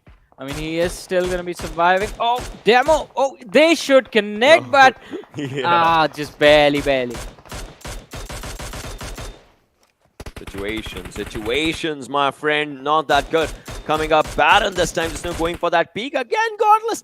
How? What is this? What is this? Godless is missing all his shots. I don't believe it. Come on, somebody just give me an eye checkup right now. I think we have never seen him do that. And finally, I think we've found the reason why IHC is not performing, and this All right, is he connects all the shots that are in the smoke, but he misses all the shots that he sees. I mean, what is happening? So, all right, so not in this particular esport, but I've seen this elsewhere in other titles that the best players usually miss the easiest shots, and the most difficult shots they're going to connect like it's an everyday The thing that they impossible practice. shots, yeah. They'll connect the impossible shots, but then again, 24 players still alive, 9 teams surviving as Dictator is trying to spot on a few players. Venom Legends, they have, in fact, they are in the close vicinity to the circle. They are not exactly inside the circle, but still in the close vicinity right now. Stalwart is trying on the backlines. Already, he was spotted. 22 damage done onto him. Not much. Still surviving in all these situations. So, yeah. Stalwart Esports stopped getting taken out and finished off by Rafat, I think, is going to create a world of hurt for them. And Godless, look at him go. Just one clip after the other, just goes to the spray, reloads, goes back, targeting the players of Esports. And I think what Godless is doing right now is just handing the team fight win to the lads of Skylightz Gaming, because he has dropped the lads quite low. And now all Skylightz Gaming they need to do is push forward and secure the finish. But Godless, he's completely fair in this fight, going for the lads of Skylightz Gaming and Esports at the same time. Will be able to secure a few extra points. Esports Baron is going to be the last player surviving, and I don't think he's going to be surviving for long, because Phantom Esports, well, they are in the neighborhood looking for those extra points. Skylightz Gaming, they've taken an exit on the 8th, but ladies and gentlemen, we're down to the top 5, so that means 2 more teams were out. One is DRS, and the next one, it is going to be Stalwart Esports. Venom Legends still just trying to find up their own ways. Godless on the other side, all right. Vex is on low HP.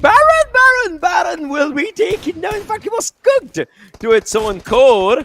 And now Vexy still surviving on the other side. 4 teams, 11 players surviving. Alex goes down with that 1 pixel that Elibu was just, looking at. He just, took down. Oh. Now Zol's just trying to move forward with this Lambo that we were talking about in the previous game right now. Godless is, giving up revive and is moving with that MG3 in his hands. And this weapon is just a brilliant one. But we'll have to see if he can just make up the most out of it. I see still trying to spot down this one. Will it come down to IHC, the Mongolian domination? Will it stay? Or will Venom Legends just steal it? Or Phantom? Last time they had 2 players. This time they have 2 players. Will it be a redemption game? That's the question to find out. Well, that is definitely going to be quite an important question right there, because IHC, they were not looking so good yesterday. And it's important. It's a redemption game for the lads of Venom Legends as well, because while IHC, they did end up in the top 6 at the end of yesterday's matches, Venom Legends were outside the top 10. So this match becomes very critical for them. Phantom Esports on the other side, they blundered up the last game in the final 3v4. This time, they don't even have 3 players in total. They have just 2 players remaining. 2 RGRJD and Vexy are the 2 lads that are left in the game for Phantom Esports right now. So their entire game plan is revolving around the fact that Venoms and IHC are going to collide. Their fight is going to happen. And then Phantom Esports, they're going to come in the end, make sure they're part of the top 2 and secure those extra points if they can, if it is going to be possible for them to do that. But IHC and Venom Legends right now being very patient. They are holding on to their positions. They do not want to engage unless absolutely necessary. Phantoms yet are just onto the backlines. Vexy is there as well. Alex would want to move on to him, but look at that. Vexy goes down from the other side as Venom Legends is just, out here. 9 eliminations on this team. The momentum is strong with this one. IHC on the other side.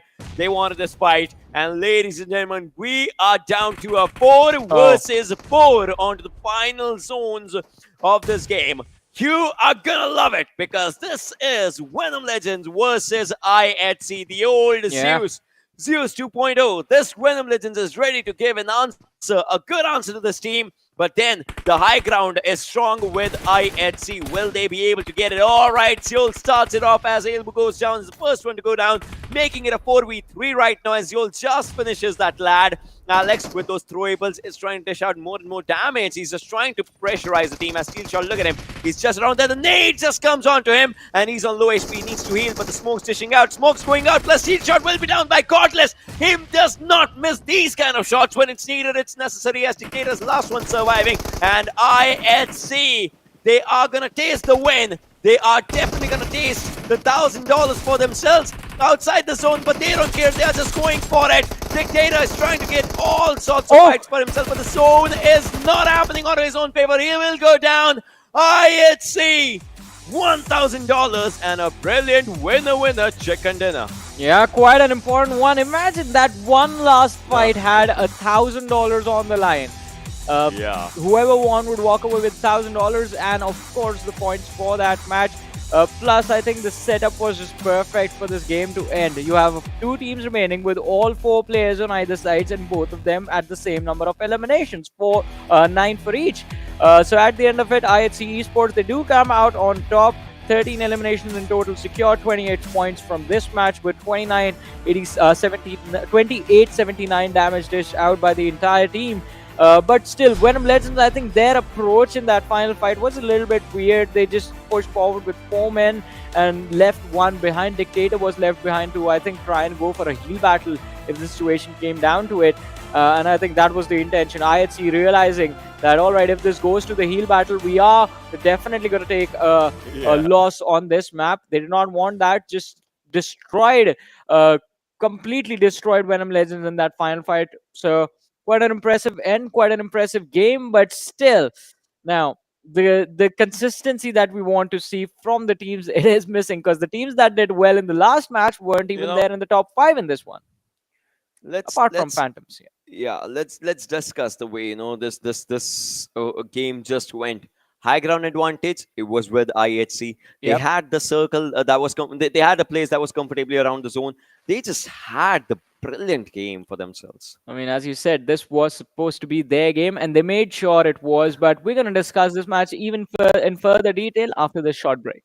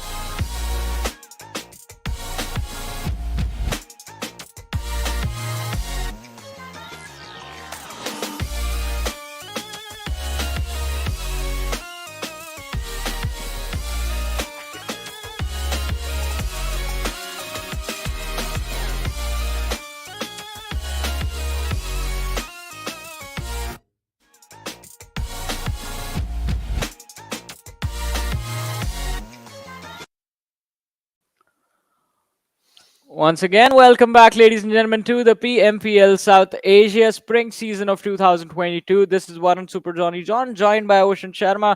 And this event, ladies and gentlemen, is brought to you by the Oppo F21 Pro, which will be out in the markets quite soon, if I might add. So grab yourselves a winner chicken dinner with the Oppo F21 Pro.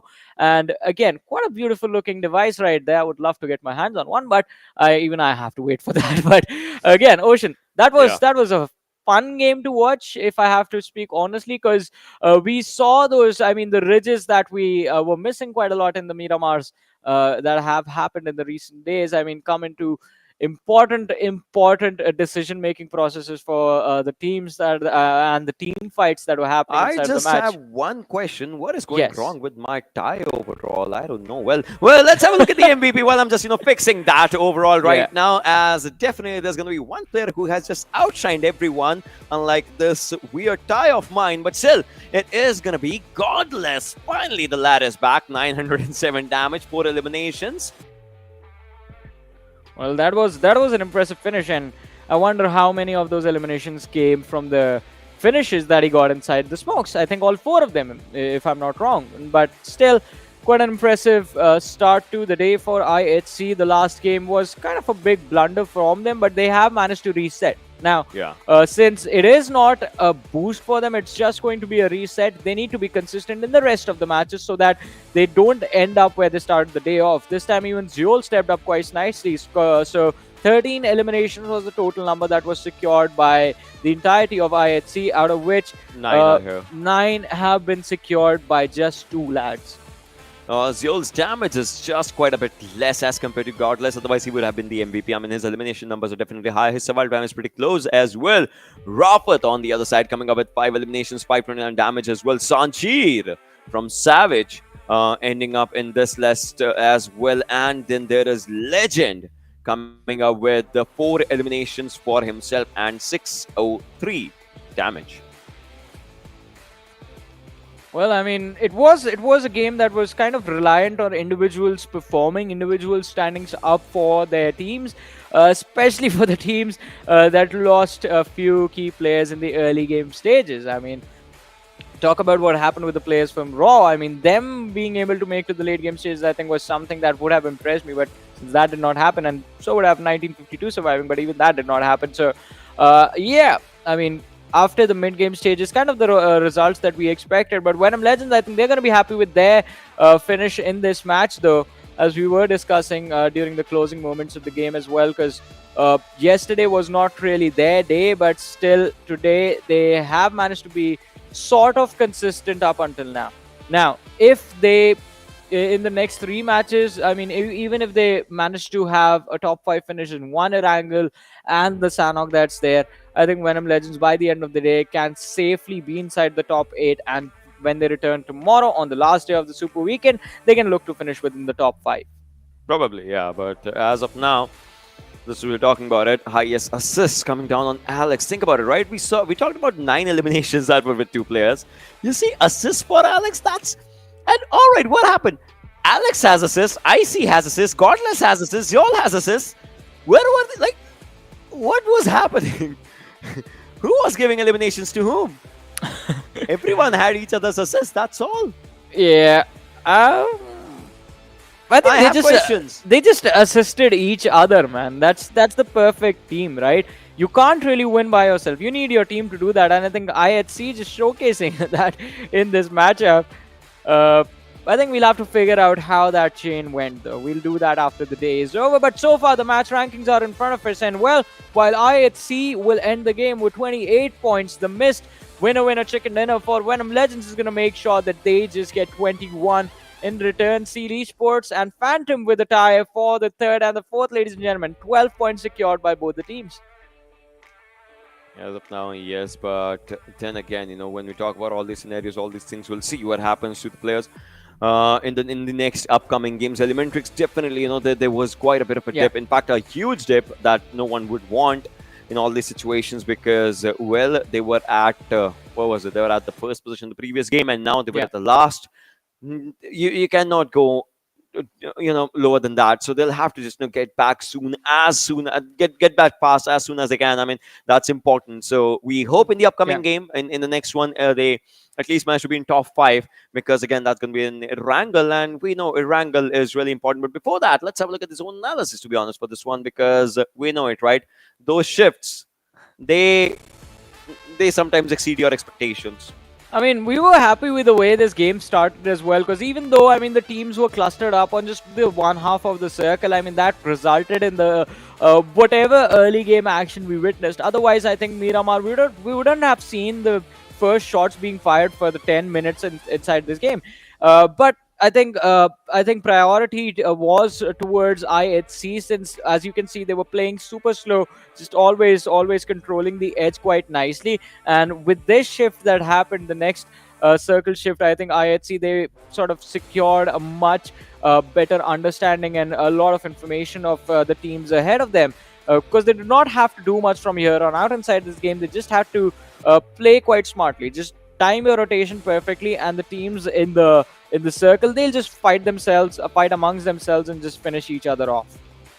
Definitely, they would just, you know, want to do that for themselves. And right now, you'll see this is where IHC is, that the backside that we were talking about. They had that for them in these kind of circles. They were trying to move around that zone. You'll see where the other teams are. I mean, right now, Seal had a pretty good spot, but then the circle shifts, and Venom Legends has the prime position.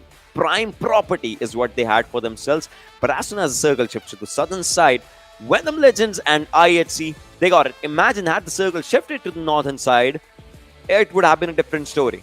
Yeah. I'm pretty sure some other team would have just tried to get that chicken dinner for themselves. But then, right now, these final shifts is where circle just came in the favor of IHC and Venom Legends, and well, they had it for themselves. Venom Legends was doing phenomenal. They had the momentum going on for themselves, but then that momentum was shut down by IHC overall. Yeah, I mean, IHC, they were very, very impressive in this game. But for now, ladies and gentlemen, let's move forward, have a look at the open moments of this match and see and relive the action once again. The early stages, again, as we talked about, Savage Esports, they did in fact capitalize quite nicely on the fact that Raw Esports first of all went for a split drop, and second, the unfortunate series of events that happened, that the split drop clashed with the lads from Savage. This again was a fight that 1952 should not have lost at any cost, but they did. They definitely did. If we just talk about it now in all these situations, Stalwart, they tried to have a good fight. Obviously, they did manage to have decent fights for themselves. But look at this one. I mean, ElementriX's players, one by one. And it's not just ElementriX, right? 1952, just like you said, both these teams, they had a strong suit for themselves, and then they just lost it somehow. Yeah, they just completely lost it. And talk about losing it, so did 7Cs, because again, this was quite similar a situation to what happened with 1952. As IHC, since the early distance was there, I think 7C Esports could have done a much better job just delaying this push. And this is where Godless just went absolutely berserk on two teams at the same time, Seal Esports and Skylightz Gaming. They were too busy amongst themselves and ignored the fact that there's a third team that is targeting them. There's a third team that has their crosshairs set upon them and is looking to finish them off. So quite a nice capitalization right there by the lads of IHC. And in the end, as we talked about it and as we witnessed it, Venom Legends, they got finished off. No reaction from the lads of IHC. They are like, all right, one game done, over to the next. Over to the next. Like, it's like, the job is not done, only the game is done. We need to finish the job, and that obviously is going to be a long-term affair for them. But look at this right now. 2879 was the damage start coming up for IHC. We talked about it. When Legends 1741. Then there are other teams that are struggling around 1,000 marker. Not more than that. So these two teams had the higher damage as compared to the other teams, while DRS, but 7C, 814 damage and 0 eliminations done. Well, I mean, that is something that you do not see that often. You not want to see. Yeah, you don't want to see it, and you hardly get to see it as well. I think both things are quite true over here. But one thing that we do want to see quite badly, in fact, it is the overall ranking. Stalwart Esports, the first team to cross the 100, the marker for the 100 points secured.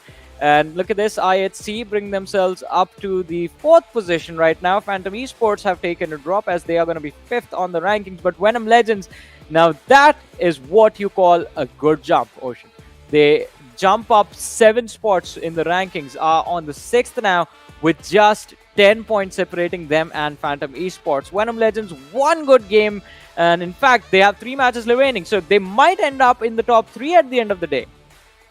They might. They definitely might just, end up around those areas for themselves. But then we'll see, what happens in all these situations. So right now, IHC's this jump is pretty decent. They obviously would want to go more and more, but then 1952. Previous game, 21 points. JyanMaara, previous game, 7 points. This game, 1952, 22 points. That is only 1 point. JyanMaara got only 2 points in this game. These two teams, they need to get everything back together. Whatever is just falling apart, and they have to just fight back, because again, it's just the second day. But then again, if they don't qualify in the next Super Weekend, there might just be some other team that will come up, and that team would want to just surpass these teams first. So either they make sure that they qualify next Super Weekend as well, or they make sure they get more and more points in this Super Weekend as well. Yeah, I mean, definitely. It's going to be important to secure points in this Super Weekend, because you never know if things go wrong in week 2 and you do not make it, then you are well, you're going to be basically screwed. But right now, match number 8 is about to begin. We once again head towards the map of Erangel, and even though the last time ElementriX did sort of break the flow of the Mongolian Titans, just making sure that the chicken dinner was not going to go their way, this time I think the teams are going to be back with a vengeance, especially Stalwart Esports, because first game was not good for them. Second game was not good for them. Maybe third time's the charm. Maybe the third game works out. I don't know. Just like I said, I to be honest don't know, because you said I get it, but it's all about the zones. If the zone is not favoring them, that's like the first pillar down. I want to see them win a game in which the circle's not favoring them, because they always tend to have that one area in which the zone is there, and they just sit around that area. They just snatch it away from their opponents. But what if the circle's not there? They always struggle in that. If Stalwart gets a chicken, I want to see them getting it whilst they are struggling with the circle. That would be the utmost respect. As of now, if we do simple maths, Mongolians have had $5,000 in their bank overall. Be it Seal, be it Stalwart, or be it IHC right now.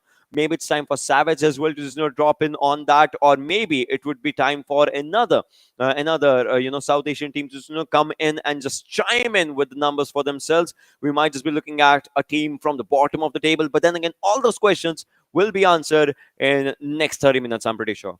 Yeah, I mean, definitely. All the questions are going to be answered. But for now, we're going to move forward, have a look at the players, which means the match is about to begin in a few short moments, ladies and gentlemen. And everyone all set up, because that's what they have to do before the game. As we step into the Erangel Ocean, today I haven't asked you yet, but now I will bring the question up.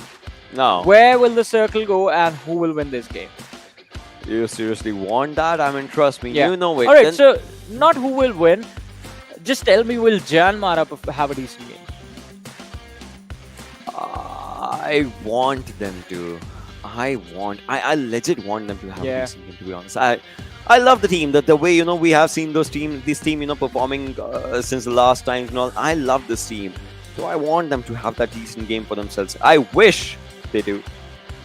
I just don't know if they will, because again, it all just comes down to their own composure, the way they just, are performing. I don't know if it's good or bad. It's just, I would say, if I think it's a bad phase, maybe. But then I want them to have that good phase. But look at this right now. Gyaltsen is pretty close to action in terms of the overall eliminations. Demo is there. Wally is there. Top is there. Gyaltsen from South Asia. Yeah. He just, getting that competition between the Mongolians. I mean, definitely. He is the man right there that I think they also need to worry about. But Skylightz Gaming, they can't just rely on the individual skill of just one lad. I think the whole team, the rest of the players also need to start stepping up if they want to make sure that the reputation that they have, the lineup has all put together, I think it doesn't get tainted. But look at this! Alrighty, Ocean. So now we have a little bit of a mix-up as Train to Kill have decided, alrighty, enough is enough. Seal Esports, you're coming with us, and Venom Legends taking an exit towards Nova Repnoy as well. Alright, no, Venom Legends, they're going to glide towards Milta. Stalwart Esports are going to go towards Nova Repnoy. Train to Kill heading towards the southern edge of the military island, while the circle is towards the north, centered between Rozhok and Yasnaya, so quite close to the small little ravine that's there close to Yasnaya Poliana. And that just means that I think all in all, Deadeyes guys are going to have a fun game now. The zone, the circle is going to be Deadeyes guys. They will go to the Water City. From Water City, Rozhok's area, they would just want to move more north and north, but then again, the zone. Oh, talk about the zone, talk about the fights. Jiggle with the shotgun is going to make sure Hershey is going to be out and finished. So it's JyanMaara, it vibes, and just one lad from Savage Esports that was involved and is out already. Savage is playing a three-man squad again in Erangel now. You can call it that, because they've lost their one player already. But right now, this is the moment of truth for Snipe. He's just moving forward. He needs to understand that there's someone. 24 bullets now, make it 18. He is spotting that player out and will take him down. Yes, he does. An easy takedown. Another one was just coming up, but then again, Snipe will be taken down.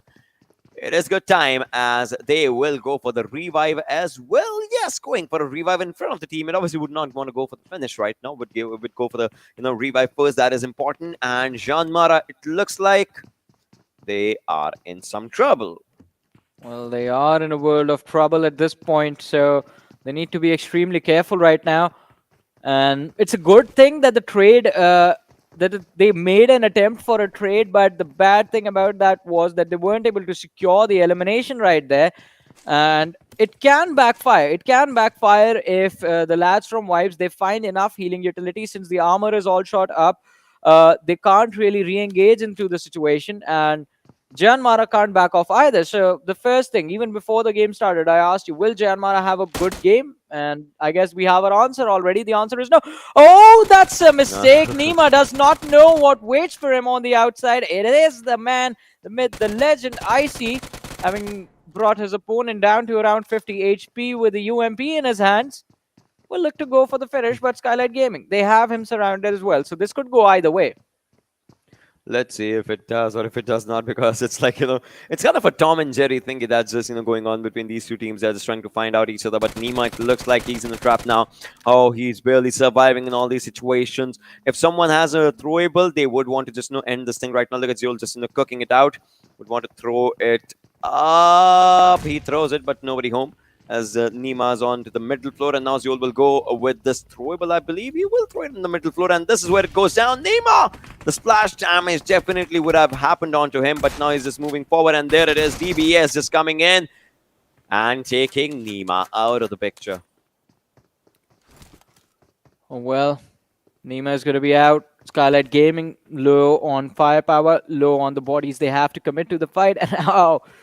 Had he made that jump, I think just gone onto the other window on the first floor. On either of the floors, it would have been cool, but he just wanted to break the fall right there. And IHC just regrouped all together, trying to go for the exit. Mafia Ninja, you do not need to shoot. Don't shoot. If you shoot, they're going to come back and they're going to shoot you in retaliation. So, yeah. It's still the first circle, ladies and boys. Girls, let us just, remind you that it's not the final circle fights that are happening in these situations, but then the first circle is really, really, really troublesome. No fear, he has to change his position because the throwable just arrived onto him, but then again, he just changes his position. Suzanne on the other side just, still struggling as well. Jiggle, that smoke definitely just covered his vision, and he's moving on to the other side now, trying to get inside that room for himself. No fear takes down one from Vibes, but then again, the favor is returned from Vibes' side as well. Suzanne, as he just, is one of the two players that are surviving, and one onto the side. Suzanne needs to understand what he can do in this situation. Has a shotgun, has an M16, only 3 bullets at one time. Will go for the burst, and well, he actually connects that burst though. Wanted to go for the finish, but that finish is not happening as of now. Now he goes for this one again. Oh! Suzanne needs to understand that 2 directions is where he had to see, but then again, nice try. Yeah, it was a valiant effort, a fight till the death. And well, Suzanne fought like an absolute warrior, almost bringing down all 3 of the lads, especially the Denk on Jiggle was pretty impressive. But again, I mean, now I wish that the other lads from JyanMaara were there. So, I mean, we could have seen the fight sort of go in their favor. But now I think Vibes, they're going to be happy about the fact that they did not lose even a single player to that 1v4, and they came out on top. Otherwise, I think they would have been a little bit embarrassed of that. But still, 59 players surviving, 16 teams remaining. Phantom Esports, Mad Max is a little bit low on HP, but I think they have found the ridge to use as cover, and they will be on their rotations on the merry way. T2K, are they setting up a blockade to stop Seal Esports on the military bridge? Let's what happens in all these situations. The players are just trying to find up good places, good areas for themselves. We just talk about it right now, in all of its certainty.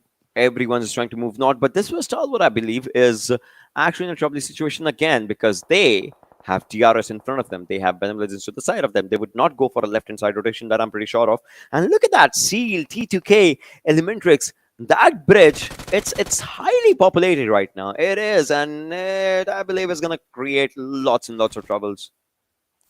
Well, it is definitely going to create a lot of trouble. And 1952, a wonderful opportunity for them in the last game to secure a few extra points, but after the blunder that was there, I think this time they will try and be as slow as possible in order to make sure that they are surviving. They are not making the same mistakes. They're not giving individual 1v1s when they are charging forward to secure those critical elimination points that are so important for them right now.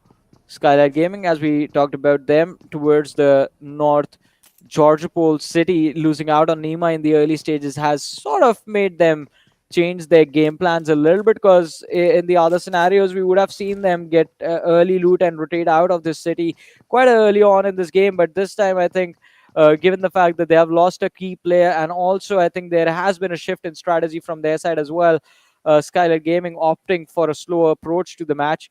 Deadeyes Guys, Chari Akugod in the watchtower has been spotted out by him, but I think he's just waiting for more information before they Precious? engage in the fight. And Precious, oh, this is going to be such a tough moment for him.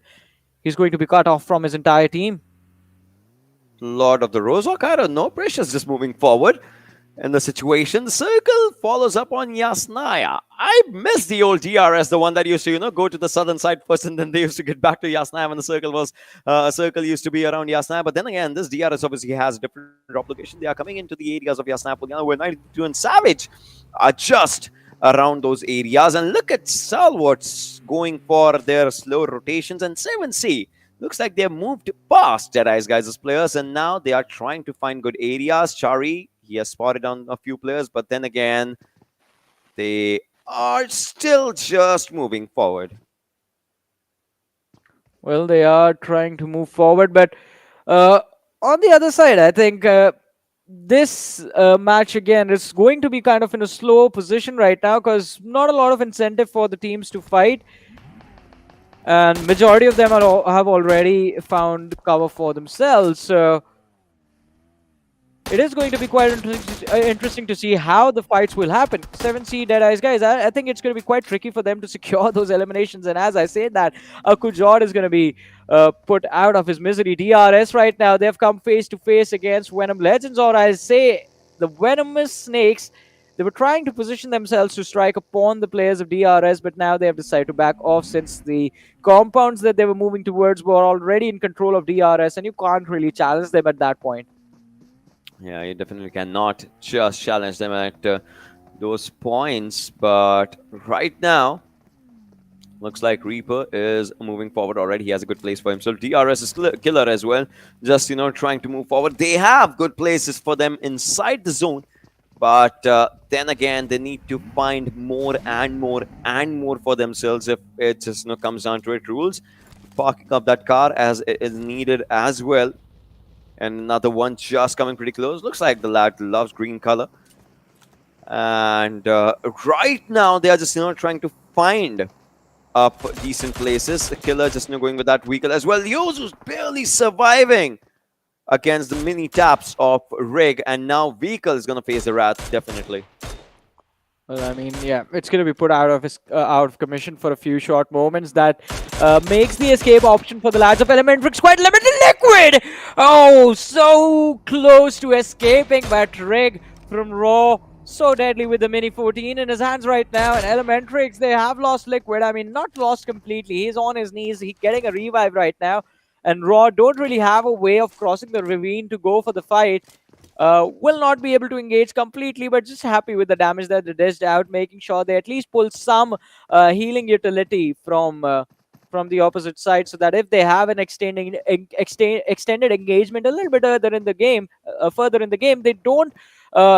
they won't be at 100% in that fight. Or maybe ElementriX get taken out by someone else, who knows. But Raw have basically sort of put a dink in the armor of ElementriX. Now it's up to ElementriX to find how they recover. If they get more heals, I think they're going to be happy, but not a major impact from this one knock. So apart from Raw giving away their position and the information to the lads of ElementriX as well, I think that's the most important thing that's happened right now. Wally from Stalwart Esports picking up an airdrop. I wonder what was in it. I'm pretty sure might be having a pretty good weapon, right? And that had MK14. And well, it is a good weapon. I'm pretty sure he would be just making the most out of it. Yeah. So that would just definitely just come in handy if you want to go for those DMR shots, and if you want to go for those close range AR shots. I mean, both. It is a demon with two faces, and you would want to just showcase both of them. Right now, ElementriX is Liquid, just moving forward with his own teammates, towards his own teammates, in fact, as Yasnaya. I'm pretty sure this place is going to be crowded as hell pretty soon. Yeah, I mean, it's definitely going to be quite crowded, but let's talk about this now. I mean, the circle is not really creating the same havoc that we expected from these teams. Everyone wants to take the control of Yasnaya Poliana at this point. IHC, they have positioned themselves on the slope of the Stalwart Hill, trying to move from the north to the south towards the city, while the other teams are just trying to see if they can survive in the southern farm area. But Ocean, you and I both know we've seen the similar circle, similar fights happen in the past, which was the previous season of the PMPL. And even back then, it was quite easy to figure out that the only way you will have priority in a circle like this is if you are inside the Yasnaya city. Either the apartments or the smaller houses, doesn't matter. Even if you have the big compound towards the extreme eastern edge, I think even that gives you a solid advantage right now in this game. Because either way the circle shifts, you will have some cover to take those fights before you rotate. But if you are outside the city and the circle is not in your favor, the next shift does not go your way, you are in a very bad position. You are not going to make it. Exactly. I mean, that's just how it just, happens at the end. But now, right now, in fact, we can see a few players outside the city, outside those areas that are just, trying to find pretty good good place for themselves. But then again, we'll see by the end as for what happens. But slowly and steadily, though, Sus still trying to find out a few players, but they should not be worried about those players that are quite far away. Instead, they should be worried about the players that are quite close to them. In fact, right in the next building, because we know how important it is gonna get for these players overall if they just get on taking down these fights. 7C, on the other hand, they have a good compound for themselves, but all the players are split apart. They are trying to get most vision for themselves. I mean, and with vision, you get a lot more extra information, and I think that information can be key in the decisions that are made in the later stages of the matches. But let's have a look at this. 7C Esports, quite a good formation by the three lads. They're holding individual compounds, so if one of them goes down, I think a fuel utility can be tossed. The lad can back off, come closer to his teammates. Easy revives are going to be there. Quite difficult to pick the entire team off in one go. Dictator, it looks like he has engaged against the lads of ElementriX. Did take, in fact, quite a massive hit as he was barely surviving with 2 or 3 HP on him. But look at this, Stalwart Esports. Oh, that is not a good position right now in the line of fire. Quite clear line of fire, I might add, for Venom Legends to go on those hunts. Stalwart Esports, their vehicles are going to take so much damage in this position. And if the circle does not shift upon them, they will have a very hard time moving out. Definitely, they will have a very, very hard time just knowing how to move out in all these situations. 7C Ripson just onto the other side, though bad drive as well. Precious right now trying to find his own areas. Top has 14 bullets in that mini, has spotted on a few players, but well, Rafa takes one down, and Top would like to get that confirmation for himself. Rafa, on the other hand, he just confirms with the last bullet, otherwise it was going for Top.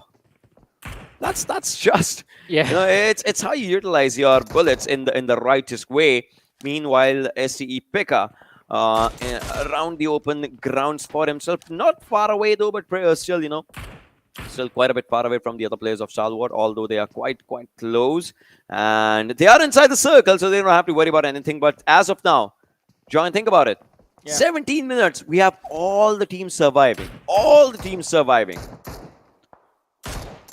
Exactly, and I think we expected the game to be like this, since the terrain around the Yasnaya city, it's not quite easy to engage those fights and to go for those eliminations. We are seeing those individuals getting picked off mid-rotation, but not 4v4 squad wipes happen. T2K Jane has been picked off right now by the lads from Vibes, and Jiggle and Joker, they are quite close to each other, so they will be able to back each other up as one goes to secure the elimination point and the other one is just going to be providing a little bit of suppressing fire, making sure there aren't any other oppositions that can sort of create trouble for them. But hey, 17 minutes and we have the first squad wipe. Ocean Savage Esports are shown the exit to the game. Finally, it just comes up. We just talk about it, but then again, it's just it's like slowly and steadily teams are now gonna go down as Sandesh takes down one from Vibes as well. Gelson takes down one from Raw as Rick just follows up. Legend, he is quite close to Jiggle. He needs to understand now. He spots him, is trying to take him down and will manage. Legend has a different form altogether today. Yeah, Legend, I mean, he's playing like an absolute legend right now. And it is quite an impressive run that he's showcased up until this point. But Shiog, oh, Joker, he almost had it. Ryu is going to be taken down by Sandesh on the other side. Sandesh is going to fall down to Malik. So trades coming in for both the teams. But Shiog, the tree is behind. It's quite exposed. Joker knows exactly where he is. He's going to step into the pre-fire. Takes a lot of damage. Legend pushing forward with the AK in his hands to protect his teammate. Will he be able to do that? That is a big question now. Backs off to safety with the nade being cooked. Lobbed towards Malik. Will try and see if he gets the knock. The nade missing its marker. The lads from Vibes, they are still alive and they're still fighting as the fight comes down to a 2v2. Situations again going bad. Legend needs to understand that he's kind of being surrounded from both directions. Oh, that nade was brilliant on him. And now it's down to Suyog. What can he do in this situation? Obviously, if someone has to finish down Legend, they might have to throw up a nade, because if they just, move forward, Suyog would be ready to take that confirmation. But then the clock is ticking on Legend as well. He might not survive this one. Suyog just puts down a smoke on his right, and from that side only, Joker just finishing him up, and Train to Kill as well bites the dust. Yeah, down to 13 teams. Sealy Esports, Leo, Demo, what are you doing? Yeah, should not have done that. Just straight up trying to drag race against the bullets. Will be destroyed, but Joker, he might be the next man to fall down. And maybe not. Does manage to survive. DRS, they're going to be blown to smithereens yet again. Happened in the last game, happens in this one as well. I think DRS should just start avoiding vehicles altogether just for today, though. Yeah. But, well, what a brilliant, game just coming down for the players as Mafia Ninja as well. He would want to go for the hunt, I believe. He can go for the hunt if he wants to. I mean, there are plenty of fish in the sea in the situation. And it looks like he might as well just go for it. But situations again. Seal onto the back lines. The players are down and out. And airdrop, the next one getting taken up by Alex. Dictator, look at him. He is in a bit of a pickle situation. He's still alive. He's still surviving, but maybe not anymore. Oh, he's still surviving on a sliver of HP. How? That's the question. Also, that's the second time that's happened to him. Even before, we saw him take massive amounts of damage from the lads of ElementriX and still stay alive on like 3 HP. But talking about ElementriX, they're not going to be standing for long. Delta with a very, very clinical spray will be able to find an opening. But now DRS! Oh! What just happened? Where did DRS get destroyed from? How did they get eliminated? Oh, well, it just is happening in all these situations when we talk about the fighting stances and the fighting scenarios, as this is where the zone is. Every single place you're not looking, you will be getting shot from those sides, and well, that is happening overall. But then again, IHC, I'm pretty sure IHC might not survive in all these situations as they are being hunted down. Zeol follows up. I see. Does he see? That's the question. Does he see his fate? Raw. If he comes up, Raw is there. Raw is ready. Take him down. And Phantom on the backlines as well. I mean, I don't know. I don't know what is happening. I don't know what is happening. Because it's like a few fights are happening onto the grounds, whilst the other ones are getting taken down onto the water side. But then Stalwart, finally, they are getting good areas around the zone. Still, they are not inside the circle. I told you, Johnny, we want to see a game in which Stalwart is struggling to get the circle, and it looks like this is the game. Well, yeah, as you said, this could be the match that Stalwart returns in with a vengeance as well. And, well, very important for them to secure those extra elimination points. They have secured 6 already. 4 more, and I think they can try to break their own record inside the matches today. It's going to be quite important that they manage to survive to the late game stages, because 10 teams still remain, 28 players still alive in this match, and the circle still has a little bit of the river separating the two landmasses that are there inside the zone.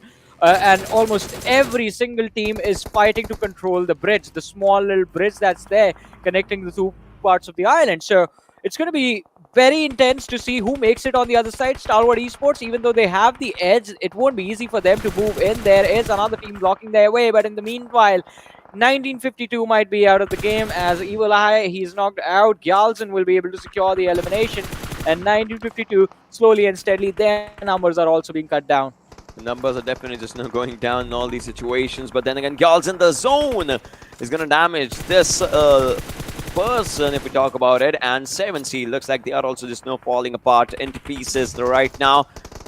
DE needs to understand that they'll have to get a hold of this area. It is really, really important. And Stalwart, they're trying to move forward. DE right in front of them. Stalwart, this is the most important fight of their life right now in that gas station. And look at them making those smoke pathings, moving forward. Stalwart, they are jumping and punching. They are trying to avoid any obstacle that there can be in front of them. But Scry goes down as Phantom's Vexy was on the other direction. That actually stops Pika as well, as he will need to revive his teammate Scry. But Top follows up as well. Action is surviving. Action's quite far ahead. And the revival's happening onto the backline. Stop is out there as well. Deadeyes Guys, can they stop Stalwart in that journey of them being really, really rich? That's the question. The nades are definitely just flying up here and there, and Scry follows up again as Vexy's nade gives another knock onto him. Pika, his only job right now. Wait, Action follows up with that Molotov, and this is where Vexy, he is confirming those numbers for himself. Now it's his turn to move forward. Pika still surviving in that position, in that place with that bus. But then again, Frag Boy just ends his misery. And now Vexy with that weapon, MG3, it's going ra-ta-ta-ta-ta, but no, it will be stopped down. Phantom, do they know? Do they have a plan B? That's the question, as Deadeyes Guys is stopping every team, and they are burning down the players.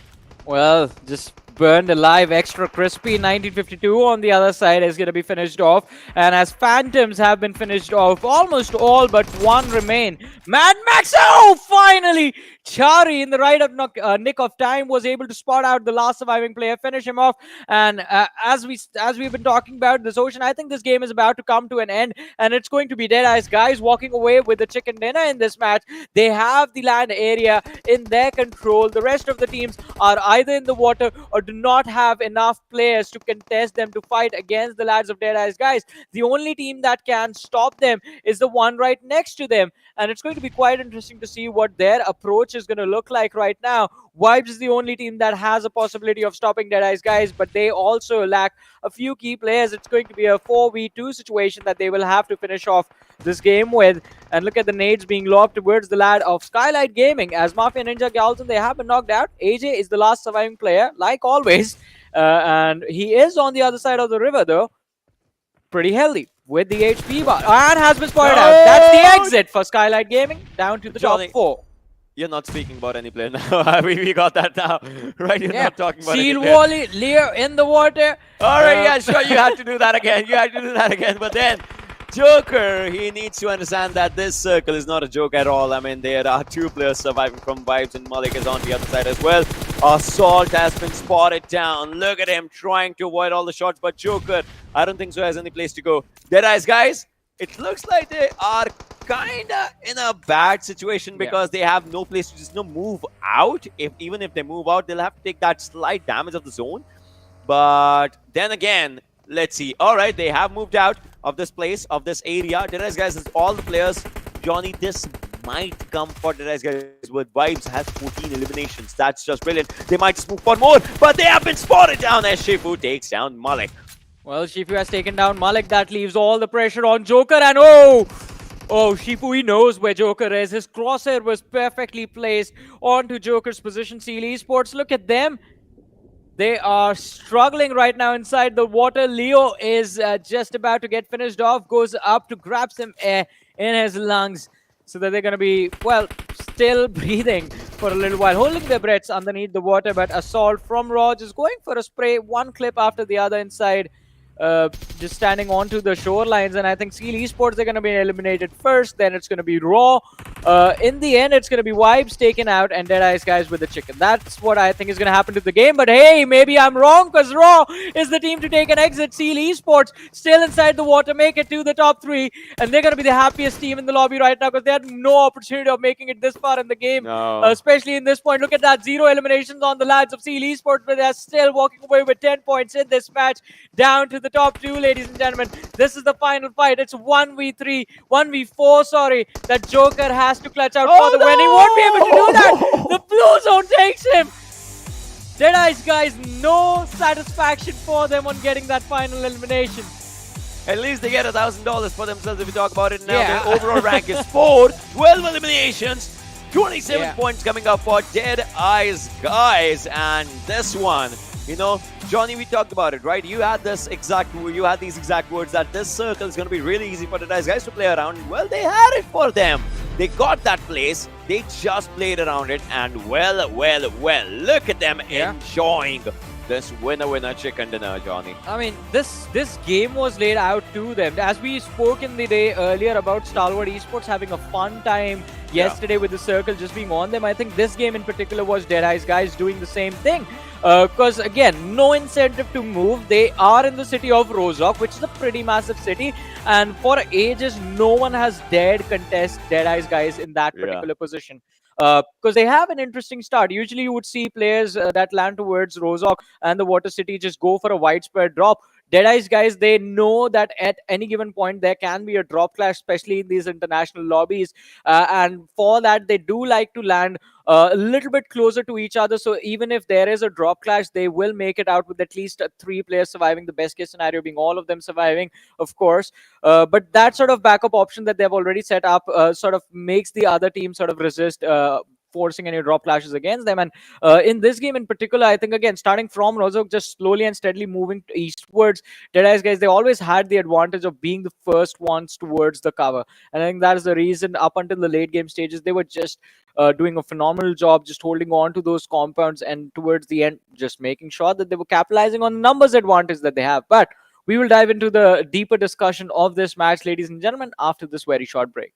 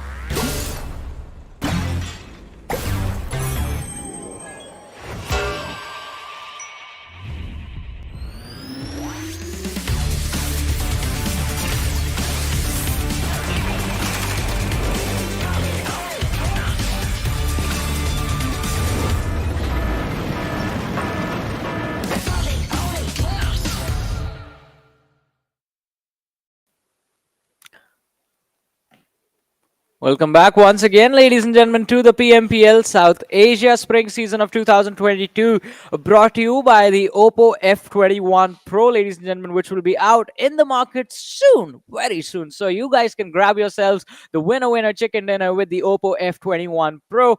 My name is Warren Super Johnny John, joined by Ocean Sharma. Ladies and gentlemen, 3 games for the day are over, and it has been quite an incredible start to how the situation has been laid out by the rest of the teams. I mean, first of all, the way we started the day, the top teams weren't performing very well.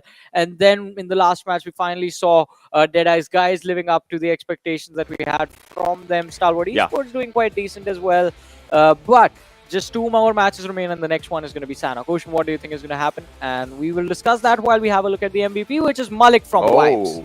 6 eliminations, 996 damage, 2506 survival time, 3 assists, which is half of 6, 5 knocks, which is 1 short of 6. But still, going pretty good. Malik coming up with those elimination numbers, and definitely the team, I believe, had Yeah. 14 eliminations. That's just incredible.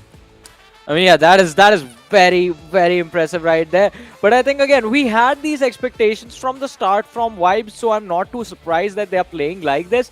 Vibes has always been one of the strongest teams Nepal had to offer. It's just the fact that the other teams from the same region had a little bit more experience in the scene and competing on the international stages, and that's why it was quite easy for the other squads and the other individuals to adapt. Vibes, I think, now they have sort of brought themselves up to the position where they have similar experience and they know what exactly they need to change in their play style in order to compete based on what the other teams are doing.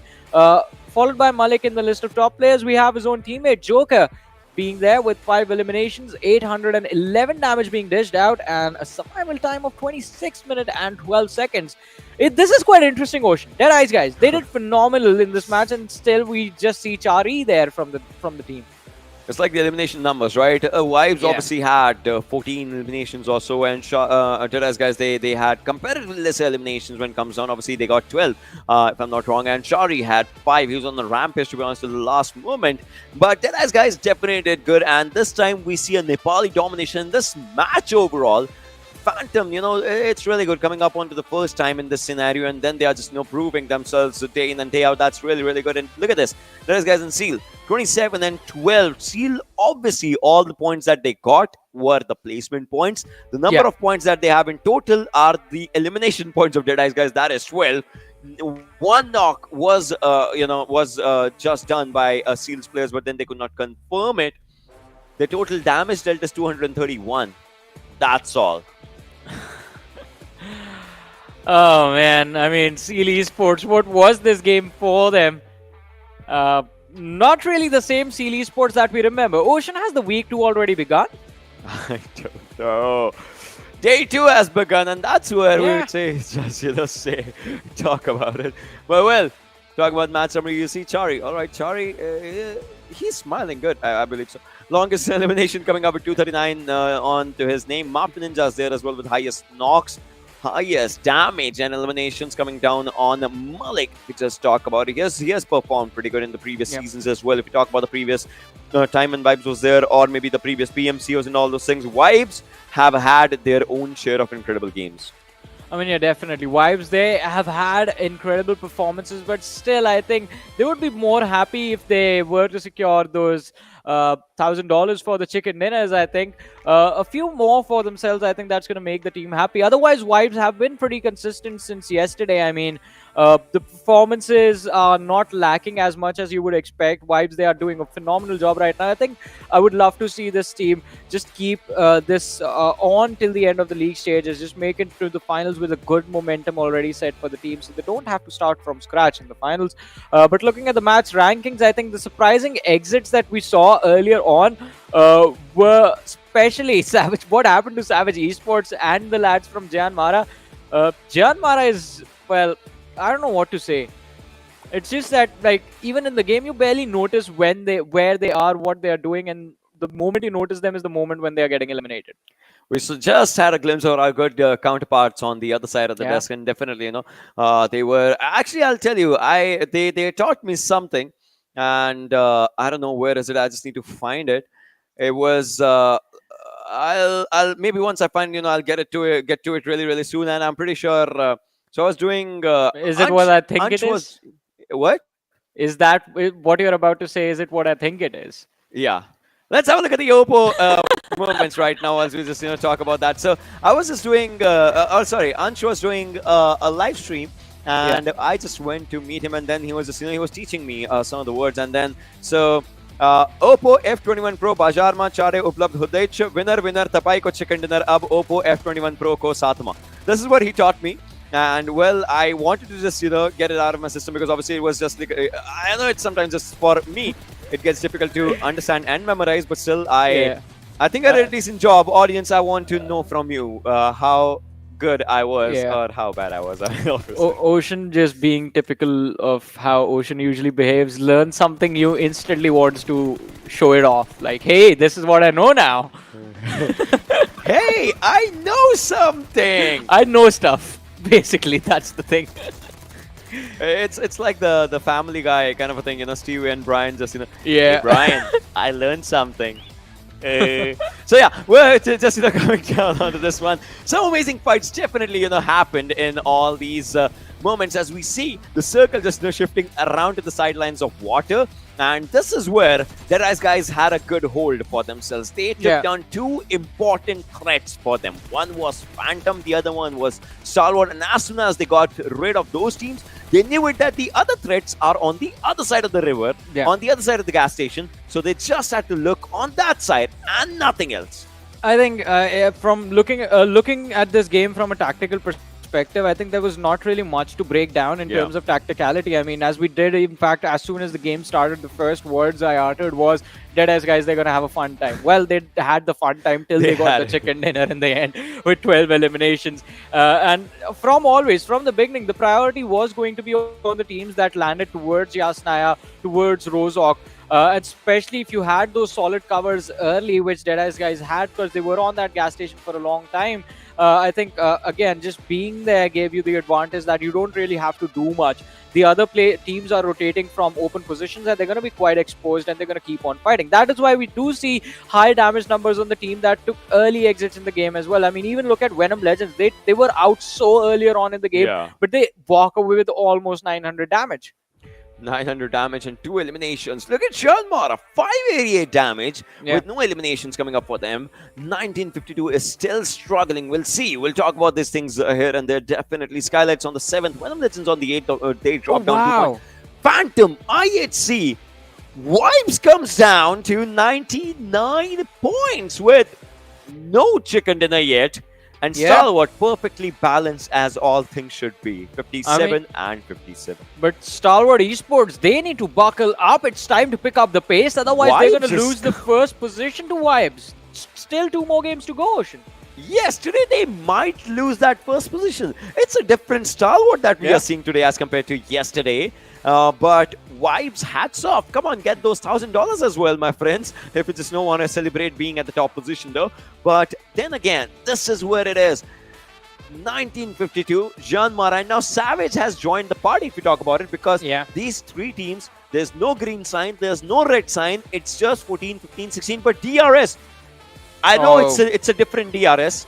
But what just happened? This different DRS, previously with a different name, has showcased incredible performances. Yeah, exactly. I mean, even though the lineup has changed, the lineup that is there playing for DRS is a team that is capable of easily making it to the top 3. So it's quite a surprise that we see these individuals struggling right now. But I think that also goes on to showcase, Ocean, that the competition now has evolved. The Titans, the old Titans that are there, they won't be able to protect their legacy so easily. And the new players, the new teams that have been sort of, not exactly new teams, but the rebuilds that have happened with the rosters have definitely made them stronger. And right now, what I want to see in the next match, especially since it is going to be Sanhok, is to see what Vibes and Stalwart Esports are going to do. Because at the end of the day, being on the first position will give you a confidence boost, will keep the morale in the lineup quite strong. And the players, I mean, are definitely going to be quite calm and composed, because I mean you are doing pretty well. You are on the first position, for crying out loud. You can't go further than this. So I think that is something Yeah. that is going to help out Stalwarts and Vibes. But Vibes, they're still, I think, they're going to be motivated in the next match, because just 15 points separating them and Stalwart Esports if they finish off not even with a chicken dinner but a top 3 finish in this game with 6 to And 7 eliminations, and Stalwart Esports take but an exit early, which has been happening quite a lot. but The first I, is gone. I want to cut you off in this one, in this Yeah. conversation, because yesterday Sanhok, it was the first Sanhok that we witnessed, right? It was quite a different Sanhok than we would just see. No one doing heal battle except two Yeah. players only, and that too because they were the last players surviving, and Yes. that too in the last circles they were trying to go for the heal battles. Otherwise, they were going for the fights. The first thing. Second thing is, every second team that we saw was fighting around Query was getting third partied by a different team. Yeah. You are team A, there is a team B, you're fighting, team C comes in, takes down team B. Then some other team D comes in, takes down team C.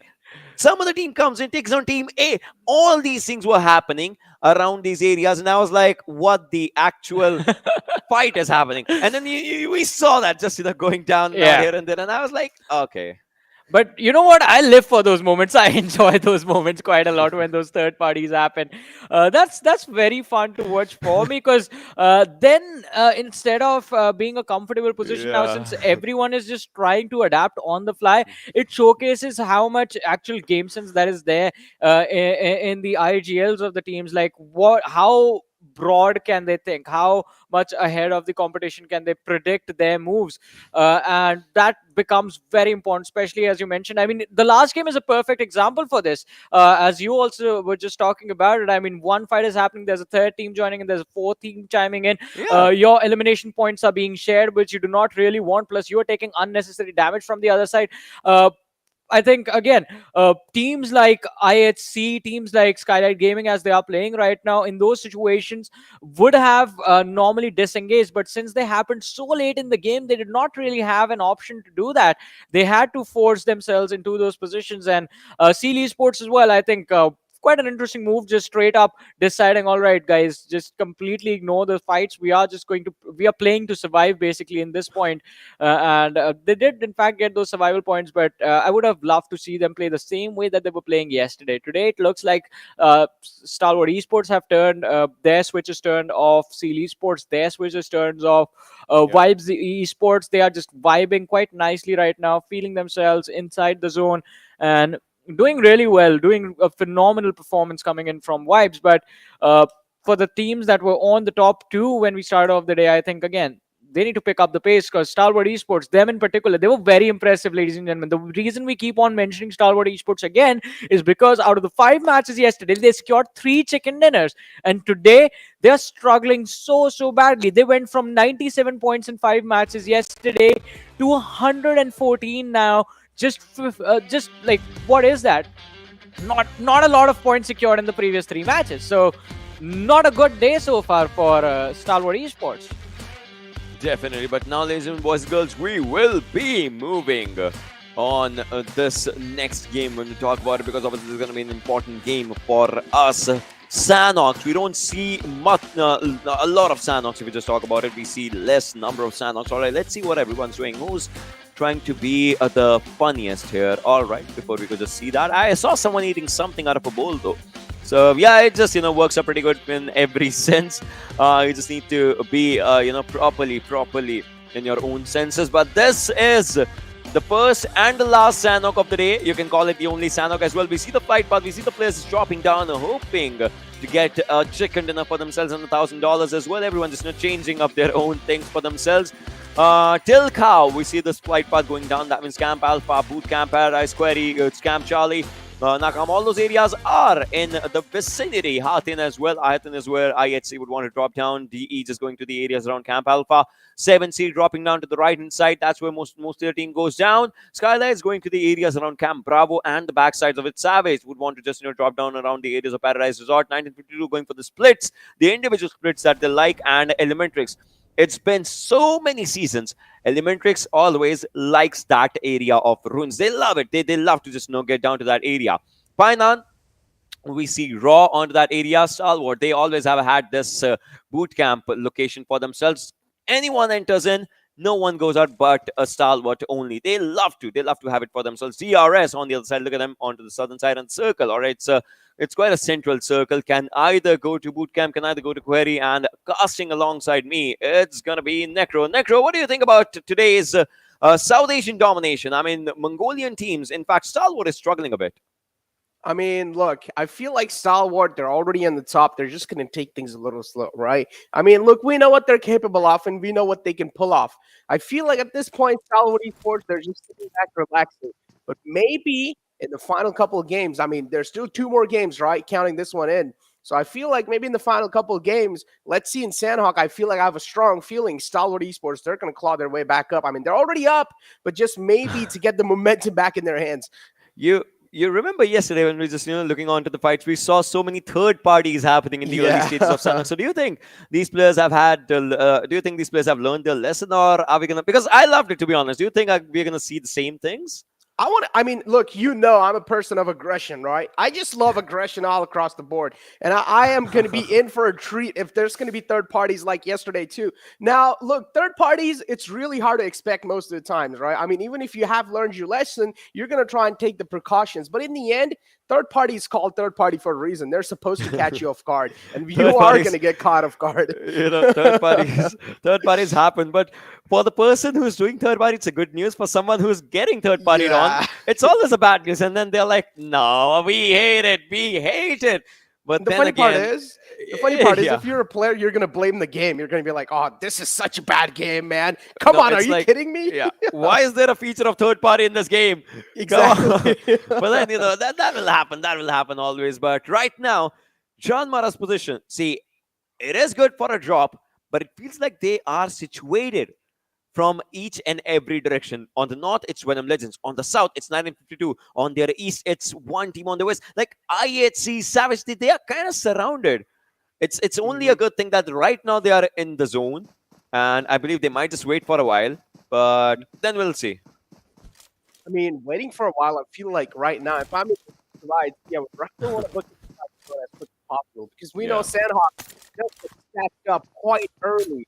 You want to make sure at least you have a better slot in the zone, or if you're like Stalwart Esports who are capable of fighting their way through, then okay, you can just do whatever the hell you guys want, because we know what they're capable of. They're fighting thousands of balls. But I'd see today it seems like things are going their way, so I'm gonna let it pass by. Let's see what happens in these situations though overall. But right now, just like you said, right, Seal's demo, all right, he's just trying to move towards his teammates. So necessarily, obviously, needs to go for those looting stances. This team is pretty good, but then again, history has had some other things in its own books for this team. We know this team's capabilities, and we know how they fall down. C-Wine on the other hand, all right, he's just changing his stances probably, but C-Wine needs to understand that it's not 1, 2, 3, but all the 4 players of JyanMaara pretty close to him. I want to see him doing a peekaboo situation for someone. I want to see what he does. He's just lying down.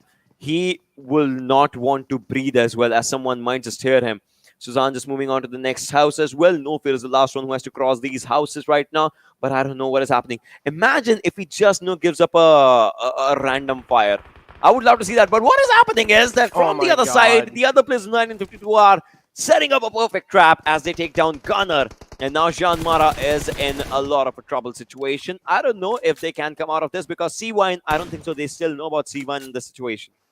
You think they can come out? I mean, so far in the lobby, they've just been free kills, and all the teams are able to rack them up easily. So now I feel like 19 Esports, at 1952, they've already got like the entire squad up, and this setup that they have against JyanMaara, it's like they're just pinning them down in that compound. It's going to be really tough for JyanMaara to even find an entry, because look how they're playing, right? They're playing really methodical. They're taking calculated risk. They're not really over-peaking themselves, because still the guy in the shack is still alive in the compound. And that's a big one too. Evil Eye's going to find Gunner. That's a big frag right there. The opening's being found, and now the opening's also going to be delivering with a lot of opportunities to try and capitalize on. 1952, though, still, they're taking things quite slow. They're not going to just push on.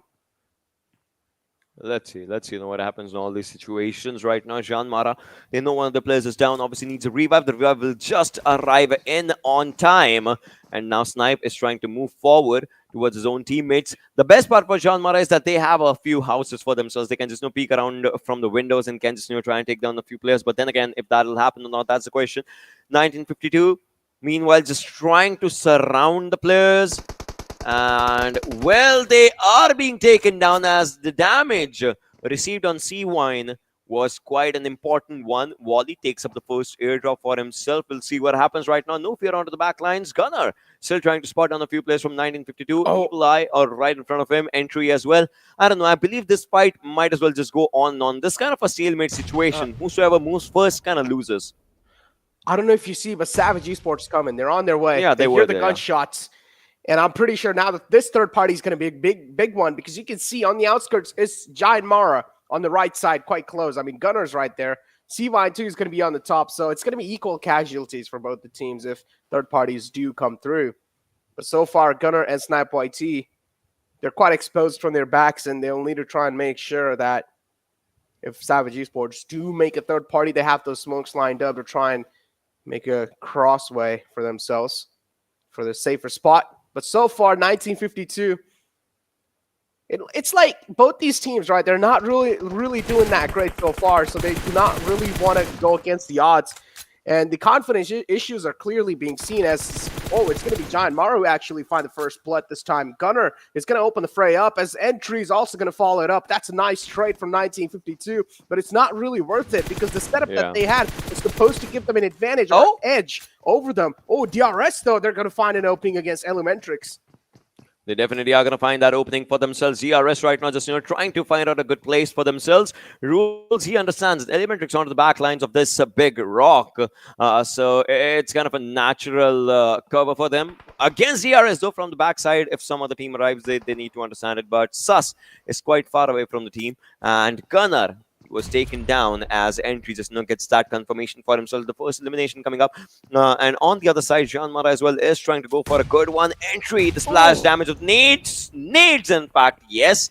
The plural is right, but the third nade, I don't think that's going to damage him anymore. Entry goes for that first aid, and now the Molotov is going to follow up.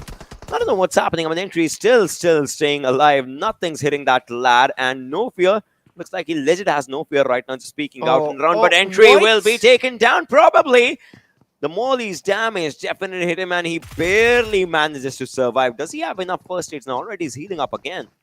Was Entry sleeping behind that cover? I mean, I do understand. There was a little tough to try and cross over on the other side, but still, he should have done that before. As soon as those two nades were locked in. But it's okay. At least so far he's alive. That's all that matters. JyanMaara too. So for now, it's a 3-on-3 stalemate situation. I do see on the kill feed too, it's Jane taking a dig against Skylightz Gaming. One of the big teams now already. One of the players getting hurt. Not really great news for that team for sure. But I had this little question, right, for you. Now, when you play the game and you get third party yourself, has there ever been a rage moment where you just feel like you want to just smash the device? No, I kill everyone, so nope. That's cap. That happens. So, yeah, no cap. But right now, 1952 Entry is going to be moving away. All right, that's a good move. He just survived, but then again, he was spotted on from the other side. So, Entry, he cannot do anything. Look at them using stuns as well. Entry cannot do anything in this situation, right? He kind of, it's either do or die for him. He might as well just die in the situation because it's quite difficult for him to just get out of that. The players are trying, but C1 is the one who just gets a few shots on him. Entry might just be the next one. 1952 again, a bit of a pickle situation, a troubling situation. Look at them taking down Entry as well. 1952, 90 Diggory is the last man surviving in all of these situations, and well, he might have to run away. How did this just happen? Oh my god! It's like JyanMaara is currently doing the worst, and now 1952 is doing way worse than them. It's like they're dropping down degrees right now.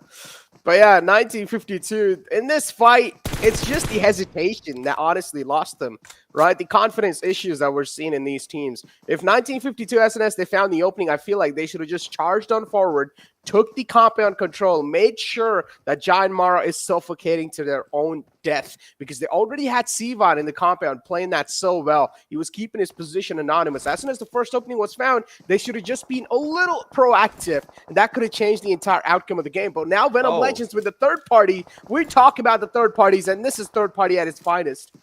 It happened. It happened today as well. As JyanMaara, they need to understand they are on the verge of losing one more player from their team. Venom Legends has just started off a pretty decent fight against these players, and well, with the man advantage that Venom Legends has, they would be looking on finishing it.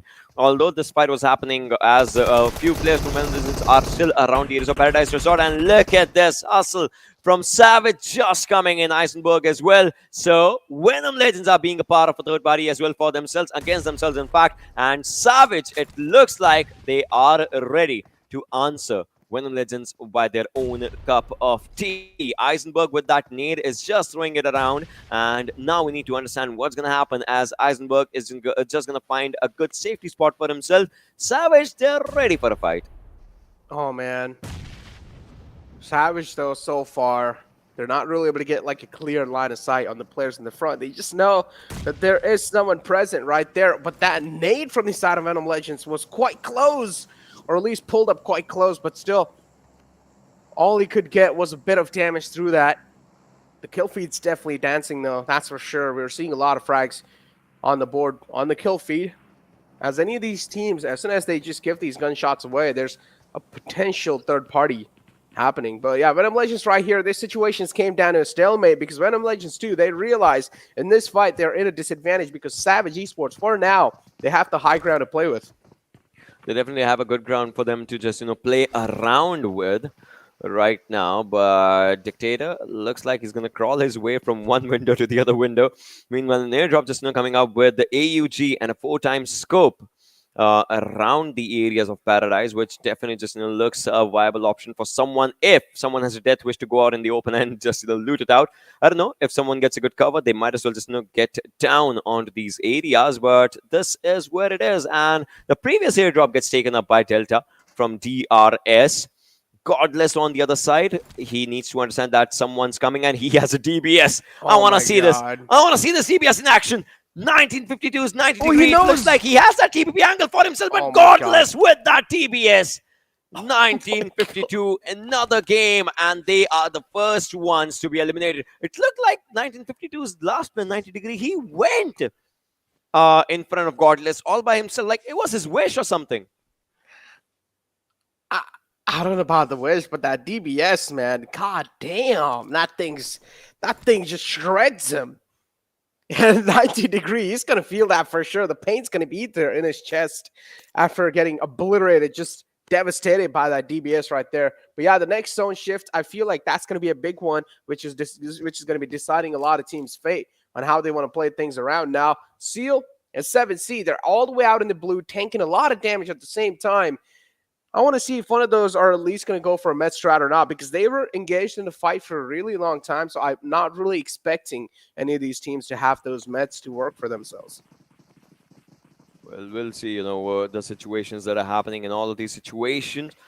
All right, that was quite a weird wordplay by me. But then again, Sanchir is trying to move forward. Savage, in fact, all these players, they had a good start for them. I don't know how far away they can just, move forward. I mean, I'm imagining a third party coming up again. I don't know why, but it's Sanhok, and this is kind of a new trend that is happening in the map of Sanhok, though. UMP, it's a weapon that everyone just loves to wield and loves to just use it around with the pretty good movement that they just go for, and also 0.45 ACP not. It's just getting much more space in our backpack, so it all just works up pretty good. Meanwhile, Savage's players looks like they are still trying to find up a good place for them. Oh man, they're definitely unsettled, right? And at this point in the game, it's going to be really tough to find yourself a compound that's still uncontested. Seal over here in the outskirts still need to make it in one of those teams. But now you have Venom Esports. Oh, JyanMaara, that's not great news. A Snipe YT goes down. One of the big mans eliminated now at the game. Venom Esports, just a little bit of sprinkle of salt in the front, and also they're going to start licking their lips after getting that frag, because that was pretty much a free one.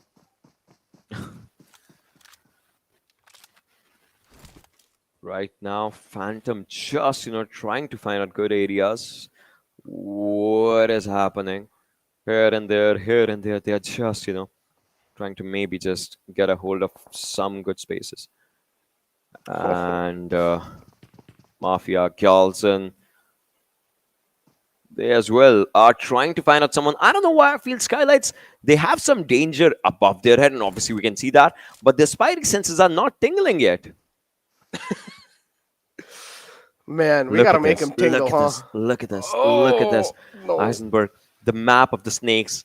The snake just coming pretty close. The snake, it's ready. It's ready with that nade. Mafia Ninja. Oh, that low toss. That's underhand toss. Oh, no! Nothing happened. But now they know, and Mafia Ninja's running away.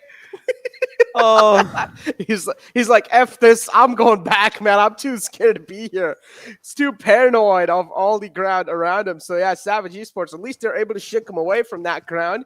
So now they can try and move around a little bit more freeway. But yeah, they have all their 4 players alive. Now, we talked about Savage Esports. The previous game was pretty rough on them. But hopefully they're able to at least get a decent game in this one. They only have 1 elimination point. That's not going to help them quite a lot to at least set the ground in the future. But you also need to understand, this is the region where things are taken really slow in the early game. So I'm pretty sure later on, things are going to it's just going to be a complete hell-breaking lose.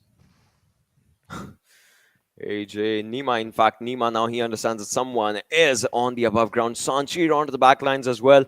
I mean, that nade, imagine had that nade just connected. It would have been a different story. But then, it's kind of a second life that was given. But then again, the circle moves to Query as well. We saw a Query circle yesterday. We saw a Query circle. We are seeing a Query circle today as well. Vibes is a good place inside the zone, and Venom Legends Savage is ready for it.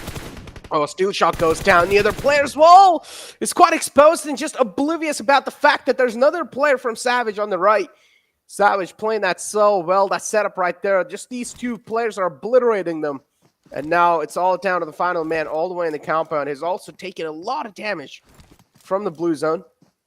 But they have no other choice. The play zone will probably just keep on taking that damage. And Venom Legends, they have no other option rather than to just tank it as much as possible. Savage Esports, though, so far, they're not really having any kind of line of sights again in the back.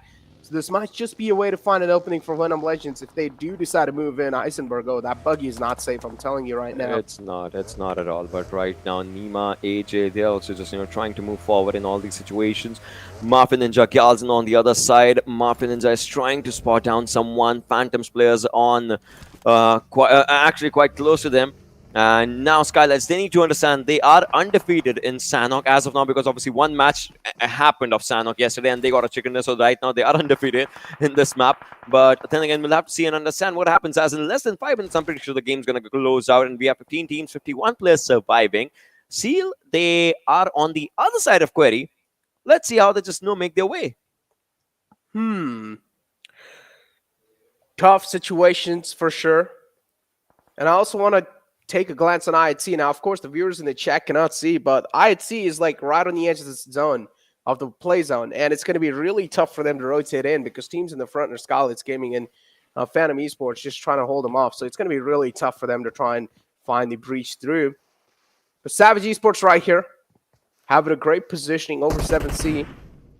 Also have this little high ground to play off of with, but 7C, I feel like they have no intentions of peeking out just yet because, of course, they're in the circle. They don't need to. Oh, let's see, what's going to happen as ElementriX is trying to find out good places as well. They're trying to spot on a few players, and Deadeyes Guys, looks like, they have spotted on a few players. They have been spotted on the other side. Look at the damage that was happening right around that tree. But then again, it was not exactly a thing. But ElementriX need to understand that Assault, in fact, Raw from the other side, they are trying to take down a few players. Kazi, he is doing good as he takes down 1 as well. And Deadeyes Guys from the other side, the ElementriX, it looks like they are stuck. They are stuck in a bad situation now. Oh, there's no way out from this. Yeah, you're right.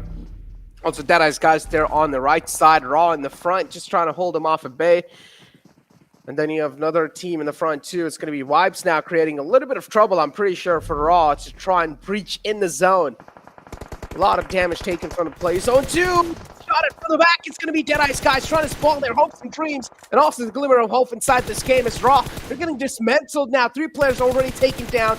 Kazi is waltzed in the front, quite exposed, and now it's all down to Rig. The final man alive, the final glimmer of hope. But look at the amount of damage that he's taken. It's going to be hard to sustain. Oh. I see. Still just, trying to move forward. We're down to 13 teams, 40 players surviving. True Love was taken down a while back, and obviously that was the exit that just, arrived out there. And looks like now Skylightz is in a bit of trouble as Savage's players are taking down the players one by one. Hustler, Hershey, they are doing pretty good. And IETC is in a bit of a trouble situation as well. They have to get inside the circle. 150 meters is the distance between them and the circle. Godless, he knows it's important. But look at Savage's position. Obviously, they took up a brilliant fight right now against Skylightz Gaming. And now they have that area around Query as a circle shifting on that side as well. And IETC will have to move from around the zone in the situation. And AJ, well, it looks like he's in a bad spot, bad situation, and I don't know what's gonna happen. Oh man, just look at the amount of teams. They have no other option than to just tank that plays on damage. Taking a lot of it for sure. Venom Esports right here, raining down bullets to Savage. Eisenberg, a little too exposed there, but wasn't really able to get back to safety. The smoke's just gonna provide visual blockage, not the bullets. But yeah, it gets taken down. A great find from the side of Venom Esports. Then we have Max 2 right here. Savage Esports doing such a great job so far of survival and also inflicting damage, but Venom Esports just spoiling their dreams. I had seen the dip too. From the back, it's going to be another player, Venom Esports, just raining down death and destruction, but they still fight back somehow. Look at Zol. He's barely alive on a sliver of health. Oh, that definitely is going to be concerning right now, but more concerning is that now Vexy needs to understand that there are players on the backside of him as well. Roy Sports, they mark an exit. Now Vexy is looking at that direction. He understands the players on the right and the left, but it looks like he is going to be taken down now in the situation. I mean, there are 4 players who are jumping and punching, obviously just, trying to not give up their footsteps, and he understands. Look at him. Look at his cam. He's just being patient. He's just being focused in all of these situations. And Mad Max on the other side, he knows he's inside the circle. He knows he has a central area for himself. Skylightz Gaming also marks an exit in the situation. Malik just, trying to find up a good place for himself as he will just stay on those grounds. Vexy, all right, goes down. From the backside, Alex, he needs to confirm that. Otherwise, Vibes will. He throws up a nade, but it looks like the confirmation will be done from the other side as Ryu from Vibes gets that. Oh man, things are looking so dicey for these teams, especially Savage Esports. Oh, one of the players separated out from the other. It's going to be tough to get the rest back up. Sanchir, I'm pretty sure, is being pinned down right there. Will expose his head, and he's actually making his way towards Hustler. So maybe Hustler is going to be safe to get back up so far. But Vibes right here, they still need to make their mark in the zone. Shouldn't really be that tough of a task, but look at the amount of players that's being knocked. It's Malik taken down, then you have Ryu as well taken down from that side. 2 RGR. Not really that great of a thing, but this nade right here from Icy might just change a lot of course, and yes, it does. That's the big man, Jiggle, taking care of Joker in the front, going for a bold res. Is he going to be able to do so, though? Icy's so oblivious of the fact that the man's quite close. Well, it definitely is, but right now, Zol, he has a DBS in the final zones. I want to see this. We all want to see this. What can he do with that DBS? Well, he is doing. He is doing stuff with that DBS. IETC is enjoying the Sanhok for themselves as the DBS just comes in handy. All right, we are down to 3 teams right now. That definitely, is not looking good as Zol is getting shot at from the other side. It looks like he does not understand where the players are. Ooh. Takes down Leo though, but Demo is quite close to him. He's using a first aid, although not a lot of HP lost on this lad. Alex on the other side is trying to move forward as well. T2K, quite close. Oh, man. IETC, though, still. The way they're playing this is just so well. IETC, they have a little bit of high ground dip to play around with, but they still need to leave the high ground and make it inside the zone. And Demo might just find himself a free opportunity to try and strike. IETC. Alex right there in the front. Seol from the back trying to wrap around. Seol! They decide to strike in. Demo is going to find the opening, but the confirmation still stolen away by Wally. Okay.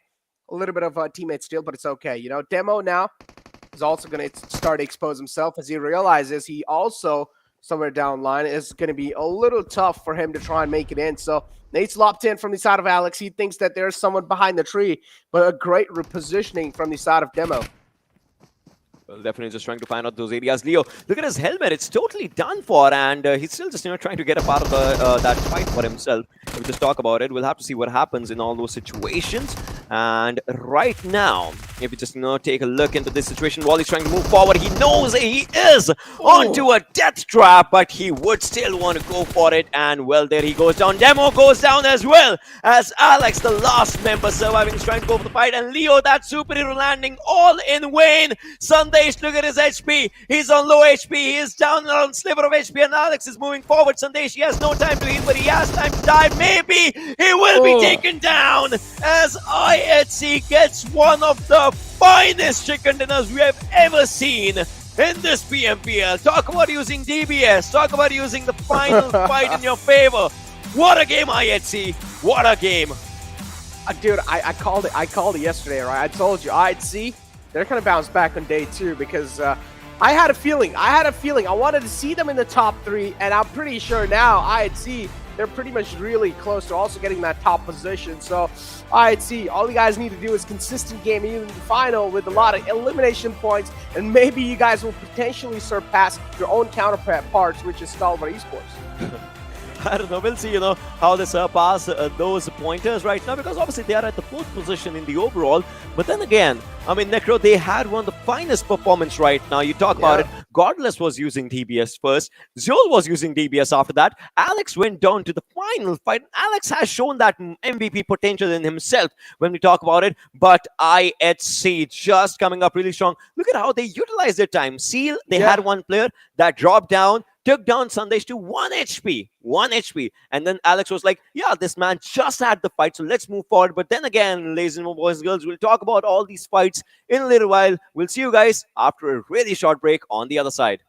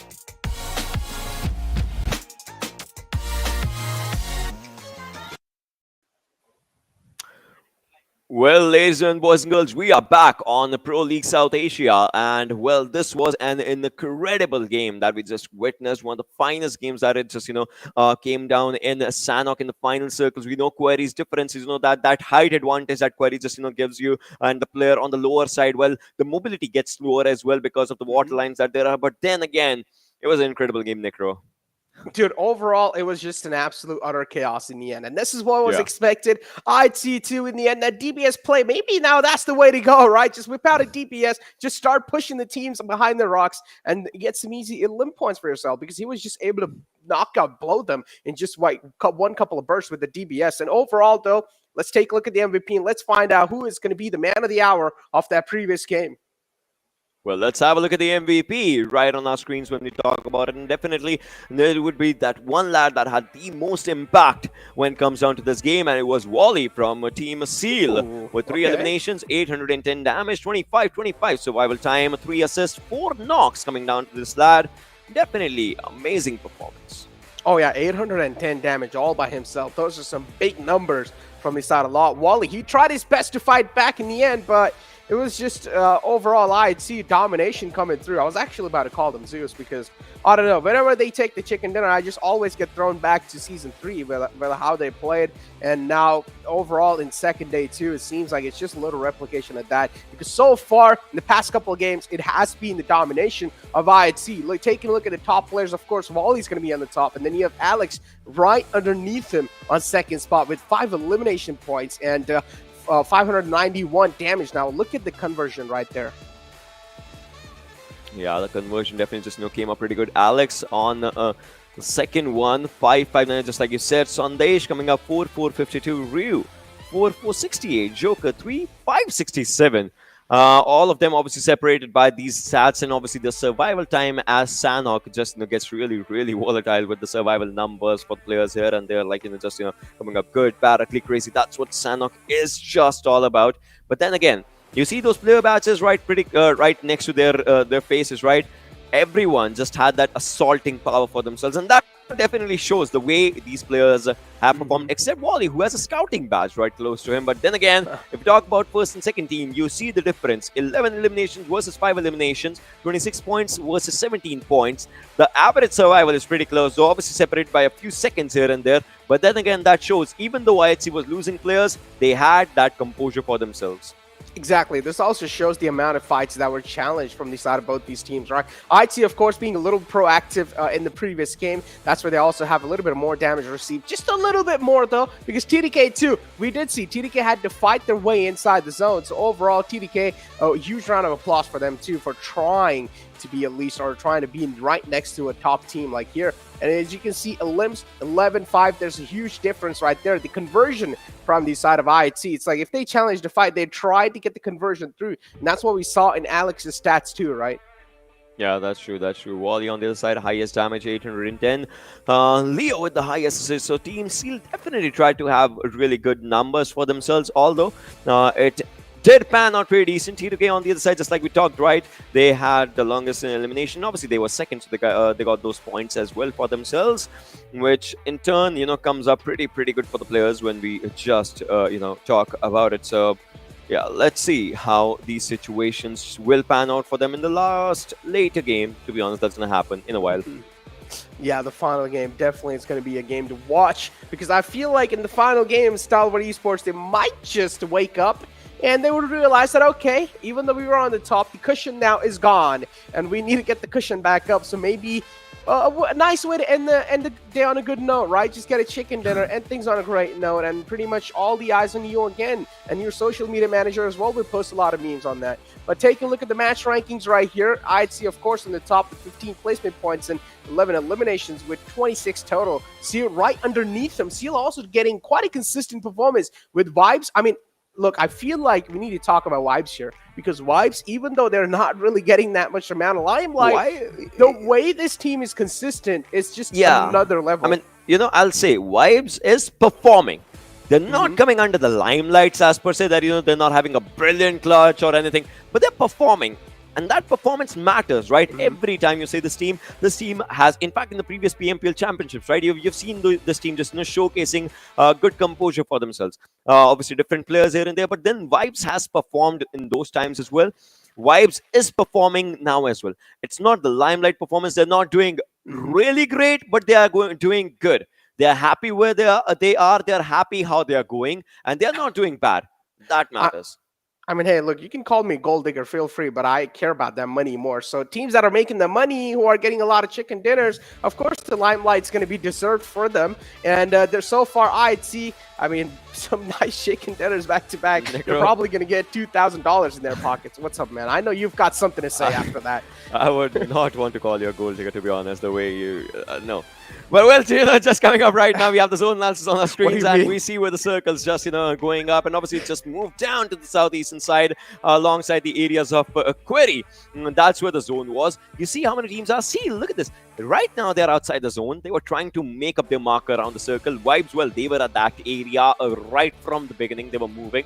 Stalwart, you see them. IHC, we know this team, likes to move quite a bit slow around the circles, and as soon as the circle shifts there, it's real, and IHC had to they had to make their way from around the zone for themselves.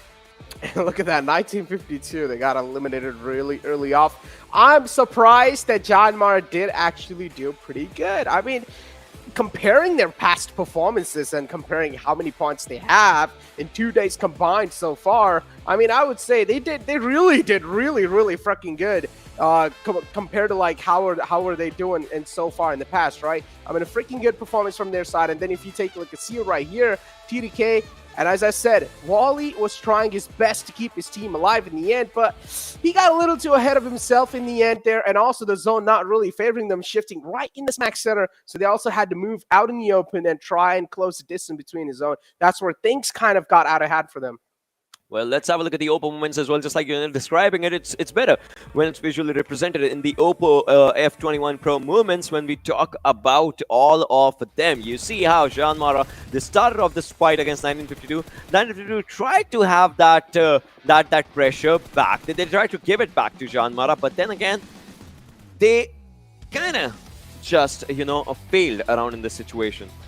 Exactly, and as you take a look at this Oppo F21 Pro moments, and right as you see Hustler too, right? Savage Esports, I'm not gonna lie, the survival game that they showed in that previous game was really on the mark right here. Godless, of course, just eliminating 1952 out the equation, and then JyanMaara too just fighting back in this one. Vibes right here, again a consistent performance in that previous game. So far, Vibes doing really great. Savage, as I said, they were just firing on all the cylinders. They were able to get those elim points for themselves as well. Oh, hopefully, this one. the consistency is kept moving on forward.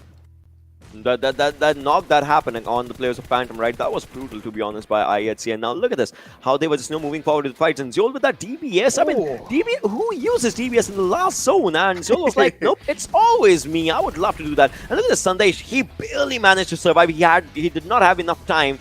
And that's where only one bullet was supposed to connect. It connected. Everyone was happy. And IHC was like, yeah, we're going to enjoy this one for ourselves. And look at the damage stats that Seal had to. Oh my god. 59.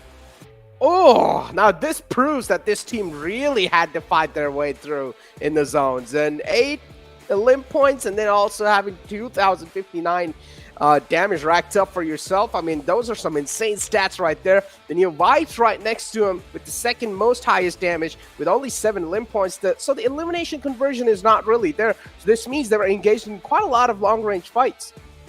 Yeah, I mean, they definitely got good fights, in fact, for themselves. Savage as well, just like we said, And JyanMaara on the backlines, obviously, they got 4 eliminations, but then 1,018 damage coming up for them. And this is where the points are changing paces and places. Vibes. Stalwart 117, Vibes 114, Seal 112. I want to see if any team topples up Stalwart. In fact, IHC is there at 104 points as well. 3 teams have their chance on toppling Stalwart Esports in the last game. Will they be able to do it? I mean, 2 games before, I remember Stalwart being at 114. They have not had enough points today. Oh my god. They started with what, 98 points in the start, and well, it's just not been that good of a deal for Stalwart today. Okay, look, I'm gonna call it right now. Stalwart's gonna win the final game. I know it's a big mouth move to go on, but I'm going to say Stalwart's going to take the final game. Now, I don't know why, I just have a huge feeling right there, because I feel like whatever has been so far, Stalwart, I don't know if that's a fluke or not, but I honestly feel like it's just more kind of like sometimes players trying to play with other players' mentality, right? We've seen, that in the past too. And then you have JyanMaara. This is why I said, right? JyanMaara did really freaking good in that past game, because so far the points they had for themselves, they pretty much almost had like 3 elimination points, and that's big, right? I mean, considering so far they only have 10 points. They're trying to, keep up with that momentum that they are trying to start, but obviously it's not happening. Tomorrow is going to be the last day of a Super Weekend, so if they want to collect more and more points, it should happen today and tomorrow. And today it's just 1 game remaining, that is Erangel. And after that, we'll see 5 games tomorrow. That means only 6 games are remaining right now. And it is going to be really, really important for all these players to just showcase their incredible gameplay. But then again, for the teams that are in the bottom half of the table, they need to understand if they fail to qualify, next in the next league play days, some other team will come and they would want to topple up those points for themselves, because for them the first obstacle is going to be those teams that are at the lower point bracket. So they would want to go for it, and I'm pretty sure a team. There might just be a few teams that are learning how these teams play in the league play days and how they play in the super weekends.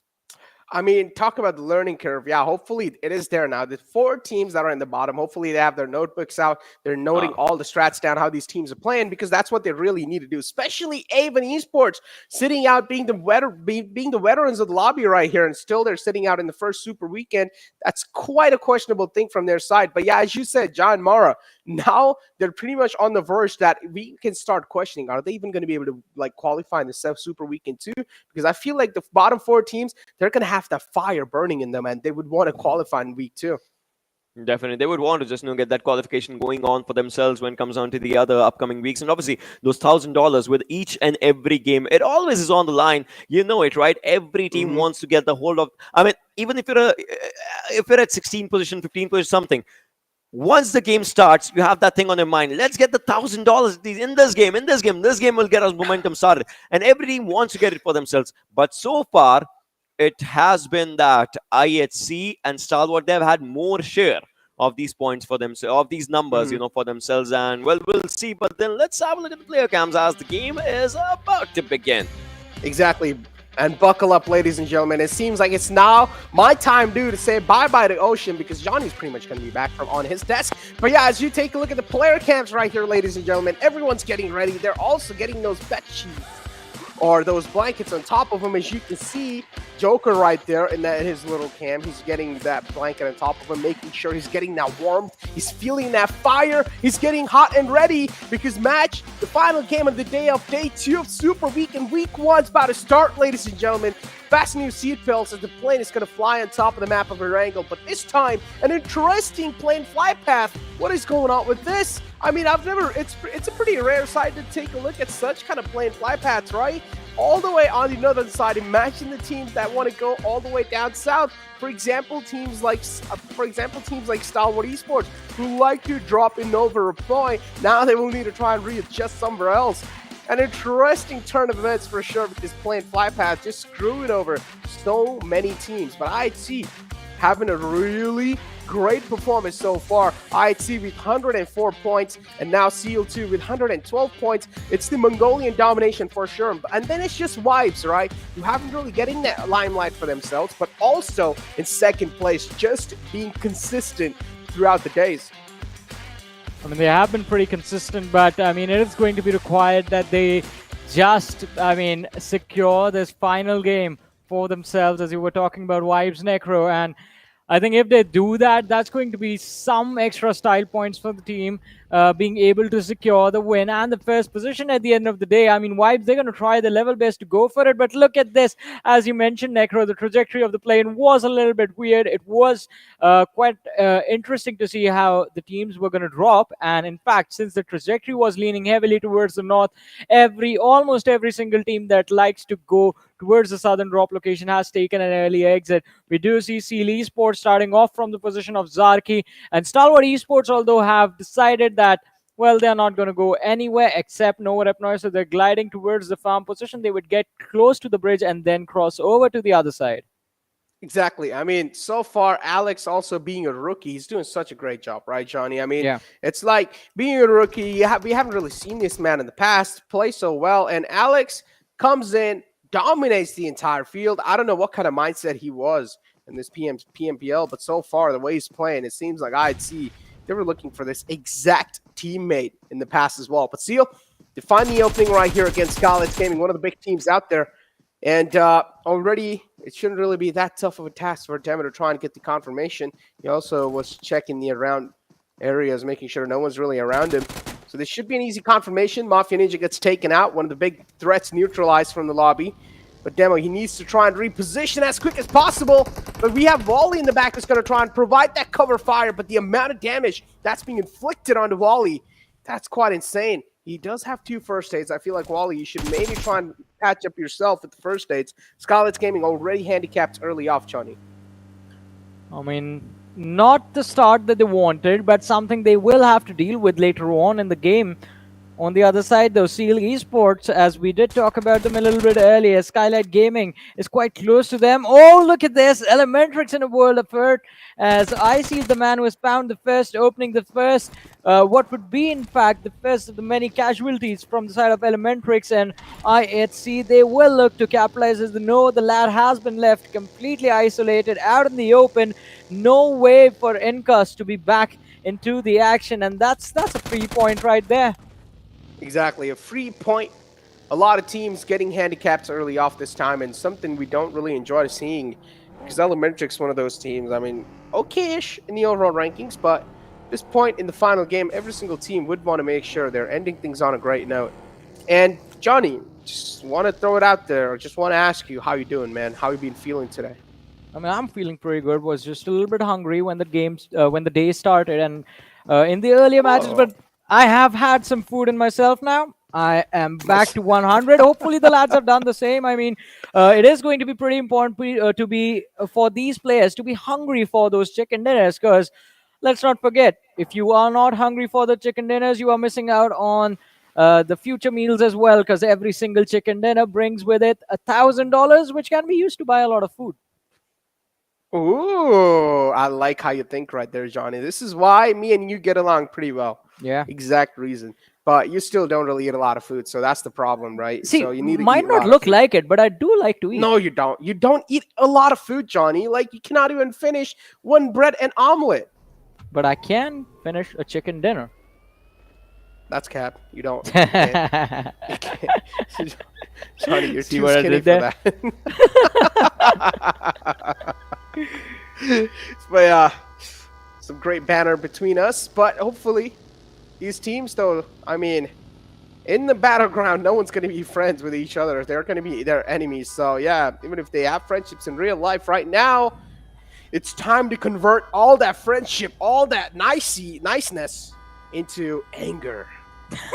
That's such a weird thing to say if you're not if you take it completely out of context and yeah, take the niceness, convert it into anger. But I do agree with you. I mean, that is what will be needed from these lads if they want to move forward and further into the tournament. For now, we do see the lads from Raw Esports just trying to regroup, I guess. That's their priority right now. What they want to do is just have all the 4 players in one spot and then make sure that they have priority in the circle as well, and they don't have to move around too much, because that is where Raw was struggling in the previous matches, and quite a lot, in fact, with their rotation. So if you don't have to rotate, if you're in the center of the circle, well, you're going to be safe for a long time. Venom Esports on a really quick rotation this time. Do realize the depths of the situation. They do realize they want to make it inside the zone as quick as possible. But you know what? I really want to see JyanMaara actually bounce all the way back from the bottom. Like, I feel like this team has it in them, right? We've seen in the past, Johnny, over the years, in the past. And now I do understand they went through a couple of changes here and there, but I still feel like this roster they have, the players they have enough amount of experience. They have the caliber to try and make it up top. I don't know what's the problem here. We do see a lot of times, right? Sometimes they try and get the communication through, but there's a lot of communication issues between the team. And I don't know what they can do to try and fix that, because every single team in here, they are here for a reason, right? They're here to prove something. They're here to represent their country. And I'm pretty sure in the end, if they do decide to, you know, try and experiment things a little bit, if something's not working out, that's always going to be a good choice. Yeah, I mean, as you said, it is definitely going to be quite a good choice, and it is going to be quite interesting to see what is going to happen with this fight, as well as Sandesh is trying to see if he can take down the lads of Savage Esports. Has a few of them pinned out, but Legend, as soon as the heel kicks in, he goes for it, dishes out a little bit of extra damage, but from the flank, Legend, he's taking those hits, and even though Eisenberg has been taken out, I mean, Train to Kill, they need to be extremely careful, because they will have to cross the river if they want to secure this finish early. Otherwise, they can just leave the lad, prevent his teammates from getting close, and then just deny the resurrection. But plans are different, as there is a charge, and Sandesh is going to find another important knock. Hustler will be down on his knees, and I believe Savage Esports, they will not be in this game for a long time. Oh my god, TDK too. Pulling up quite close. And look at Savage. Oh, they're also now. I mean, the split is there from the side of Savage, but unfortunately, a little too split up. As Sanjiro again is going to be on the front, and he's also going to lose that one-on-one right there. Sandesh now also getting the advantage for his team with that duel initially. TDK would need to try and reposition as Hustler is just crawling his way back to safety. And he's still knocked out. He's going to cross over from the waterways as Sandesh is just looking for an opening. A little opening found, and Archie's able to find the opening too. Nice equal trade right there, but Hustler is still knocked in the water. Savage Esports, there's going to be a lot of pressure. They need to finish this fight in time. Well, yeah. Oh my god, this flank. As you said, they need to finish this fight in time. Otherwise, there's going to be a world of trouble for these lads. And right now, they are struggling a little bit. T2K, they have lost one, but it's not going to matter. They still do find the final finishes in Savage Esports. Well, they end up getting taken out early. But on to the next fight, Necro. Venom Legends, it looks like, well, JyanMaara is finally here, finally online. 2 eliminations secured, going for the third one. But the lad will be able to get away rough with a little bit quicker in the vehicle, will be able to finally escape, but Run him he over. loses out on almost his entire team. I mean, 3 of the other 3 lads have been finished off. JyanMaara, okay, they're actually showing up to the occasion now, and I personally love this. 3 eliminations already for themselves, and they're also going to find the final man. No, it's going to be Deadeyes Guys and put the final nail in the coffin for that Venom Legends team right there.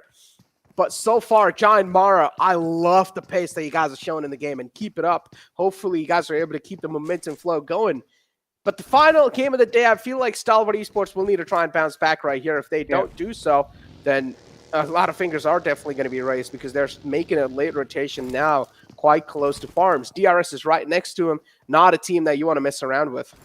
I mean, definitely, as you said, DRS is not one of those teams you want to mess around with. I mean, even though this first week has not really gone their way, there's always going to be the threat that the lads on an individual level are extremely, extremely skilled. So you would never want to take that risk, that possibility, no matter how small, that one individual will absolutely destroy you, costing 2 to 3 players from your side. So, I mean, it is a fight that you will have to be extremely careful of, but on the other side, JyanMaara, on the wrong side of things, they were doing so well in the previous fight, and now they find themselves with one of their lads being knocked out. I think they should be able to recover, though. Although on our screens right now are going to be the players from 7 Seas, and even though they have a squad right behind them, I don't believe they are aware of how this fight should be approached. So they are trying to see if they can clear the front lines first before they actually find some concrete covers and position themselves for the action. Talk about finding concrete covers, though. Let me tell you what, JyanMaara doesn't have one. Yeah. One of the players already knocked out. And now the struggle begins. The utility is being lobbed towards them by True Love. Oh, man, and the opening's already found, right? So now JyanMaara, they're going to start to sweat a little bit. Because Deadeyes Guys, now they're pulling back. It seems like Deadeyes Guys, they have another plan on the board for themselves. Maybe they're just trying to flank around. I don't know what's going on right here, but I feel like flanking in this situation has to be one of the best things you can do. And look at this opening that was found, right? We did miss this fight between JyanMaara and Venom Legends, but a really nice setup from the side of JyanMaara right here. Snipe YT, of course, playing a big hand in that fight. And now Deadeyes Guys, they know JyanMaara on the high ground. You want to take things as cautious as possible. Level 3 backpack, wow.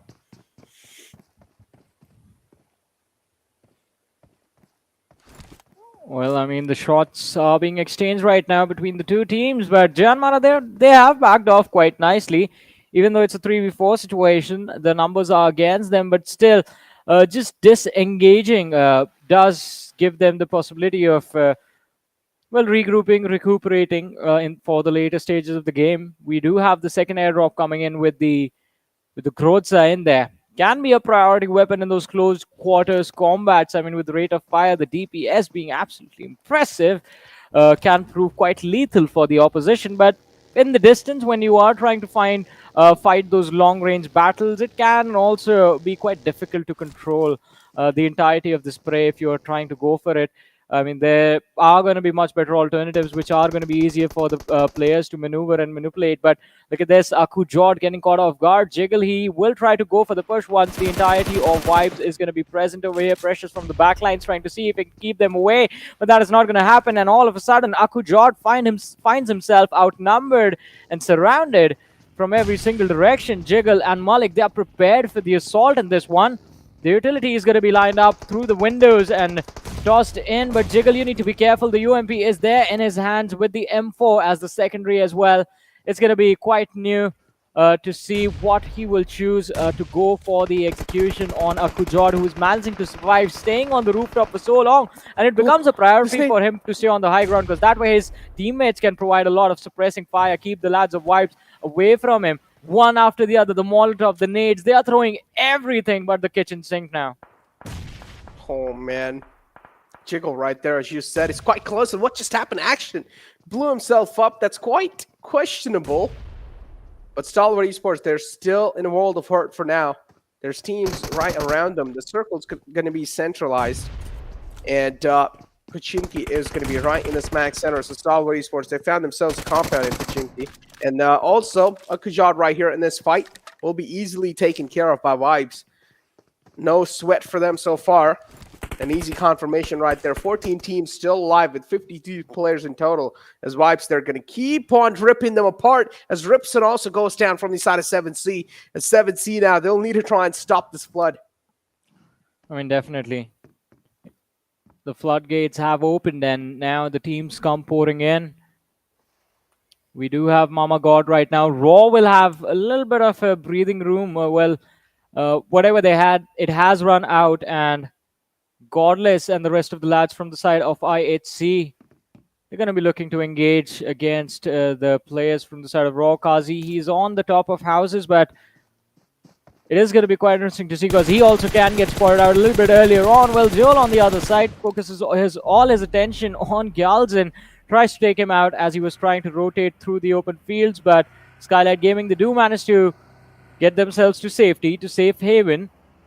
Godless in the meanwhile, just using the third-person perspective from behind the ridges to see if he can collect some extra information on the players from the Raw squad. And while he does that, the rest of the lads from the side of IHC Esports, they're trying to position themselves around the map to see if they can disengage from this fight, because this position was at the edge of the circle. Now, the circle has taken a shift towards Pochinki, so priority changes. Now, the priority is get into Pochinki as early as possible or try and fight for control of the church at least. I think that is going to be a very important position in this game.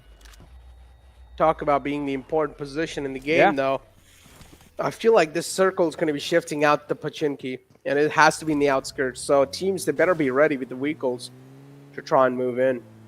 Stalwart Esports, there is a 3-1 split, if you can see on the map.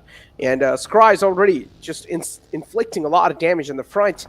One of the players from JyanMaara goes down. That's a big knockout right there. JyanMaara, it's going to be really hard for them to sustain or withstand the amount of damage that's being inflicted on top of them. 1952 right here. Not really that bad of a spot to be in, but still it's quite exposed. And there's still going to be a lot of paranoia that's going to be setting in with that. Well, let's see. 1952. I mean, today they had kind of a decent, what we thought was a decent start earlier on, but then they went on to blunder in the map of Miramar, which was supposed to be quite important for them. But I mean, it has become a tricky situation for 1952 inside this lobby. I mean, even the fight for survival is looking very dire from their perspective. But on the other side, Stalwart Esports back in action, trying to protect the first position on the overall rankings, have taken down 2 individuals from the side of JyanMaara, and I believe that leaves no fear as one of the last surviving players right now from the JyanMaara squad. Oh boy, I mean, the struggles that have not really gone their way. And again, it is not looking good. Oh, C-Wine, he took a massive hit. The damage exchange right there, but no knocks. Oh, that's a big punch right there, right on his head. Just to tap on the forehead. Look at the amount of confidence Stalwart Esports has in these final zones as well. The way they're playing, there's like a guy on the rooftop just jumping around like Spider-Man all across the board, and also not scared of taking those fights. He's challenging fights all across the board. And now Vibes 2 right here. They're showing themselves up in the kill feed. As ElementriX, they're going to pull up to this high ground right there. They don't really need to worry about teams in the front so far, because so far it seems like there's none of the teams in the front. As Seal, they have a 2-2 split. 2 players in the back with the high ground and 2 players in the front securing that compound, making sure if the circle does take a shift out in the open, there's going to be 2 players at least holding the high ground in the back and providing that cover fire, while the 2 players in the front are just going to book the ticket or book the slot in the zone. TDK right there in the front. 3 players are alive. A lot of smokes on the board to try and make sure that Deadeyes Guys, they don't get any visuals on them. Well, let's see. Even if they don't get any visual, it will be quite interesting to see how they will be approaching the fights once they are headed in that direction. But look at Train to Kill. Oh, just running into a brutal crossfire with the lads from Deadeyes Guys. And Deadeyes Guys capitalizing quite nicely on this. Sandesh in the back lines, Frankie on the front, Vibes also getting destroyed, DE doing a phenomenal job securing extra points for the cost of absolutely nothing. And with that Train to Kill, they are also going to be out of the game. Now Deadeyes Guys, having secured 4 extra elimination points for themselves, will look to control this particular position inside the circle, which seems to be away from a lot of the action unless someone is trying to enter into the zone. Otherwise, majority of the teams are going to be fighting on the inner compounds of this Pochinki city, and Deadeyes Guys, I think they will have a lot of breathing room available, but in order to utilize that perfectly, what they have to do is just make sure don't engage in unnecessary fights. Johnny, look at IT. They have the church control right there at the top. They're looking so great. Oh my god, they're already having a great day so far, and they might just pull off. They are on the verge of just pulling off back-to-back chicken dinners. Stalwart Esports, I feel like there's a little too big of a split this late in the game, but they need to try and get themselves back together. They need to try and reunite as another fight's breaking out. It's going to be between Vibes and Deadeyes Guys. As Deadeyes Guys, they've already taken down 2 players. 2 players silenced early off so far. Deadeyes Guys doing such a great job and stepping up themselves at the right time and at the right occasion. And a nice nade from the side of Frack Boys we did see was able to win, or was at least held to win that duel right there. Yeah. 1952 getting eliminated on 12th spot.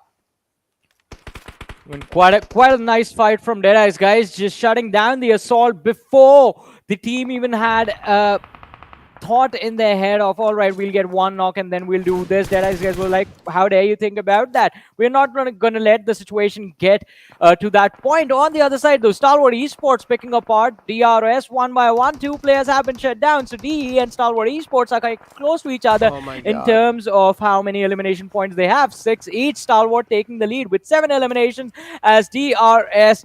They are so close to the exit. Just 1 lad remained, and it's Delta. Top runs into the compound, goes for the pickup on the ammo.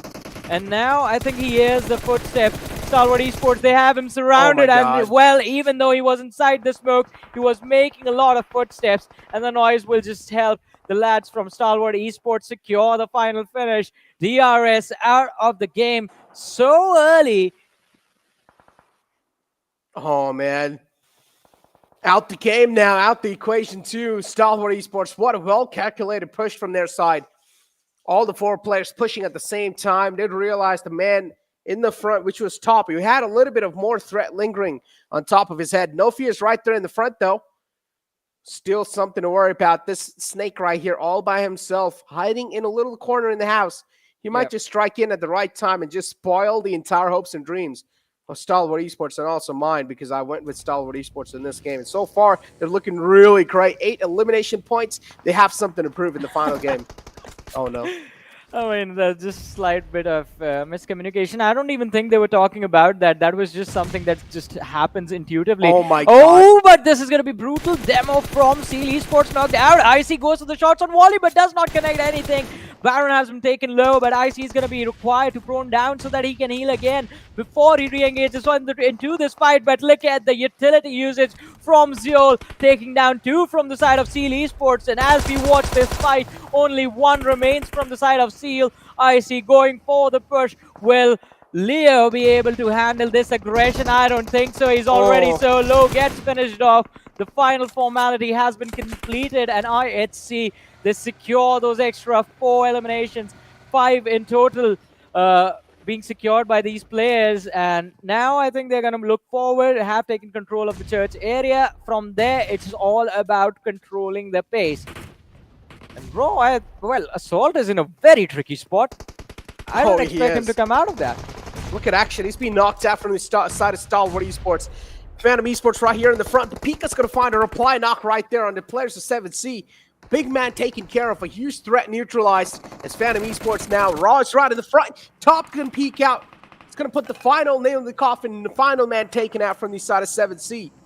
Now Venom right there. They do know there's a little bit of threat right in the front. And a nice find through the grass. Even though he did not really have a lot of eyes on him, he was still able to shut him down. Venom Esports, they should be able to get the rest back up on the fallen man right there. But for Raw, it's going to be a little bit more tougher. Vibes getting eliminated. And then this game, they aren't really able to do that well compared to the past games, but still decent amount of points to rack up for themselves. Now, Venom Esports, they don't really have the best of positions to work with. Vexy's quite damaged. Another player's taking quite a lot of damage as well, as I see right here from the side of IHC.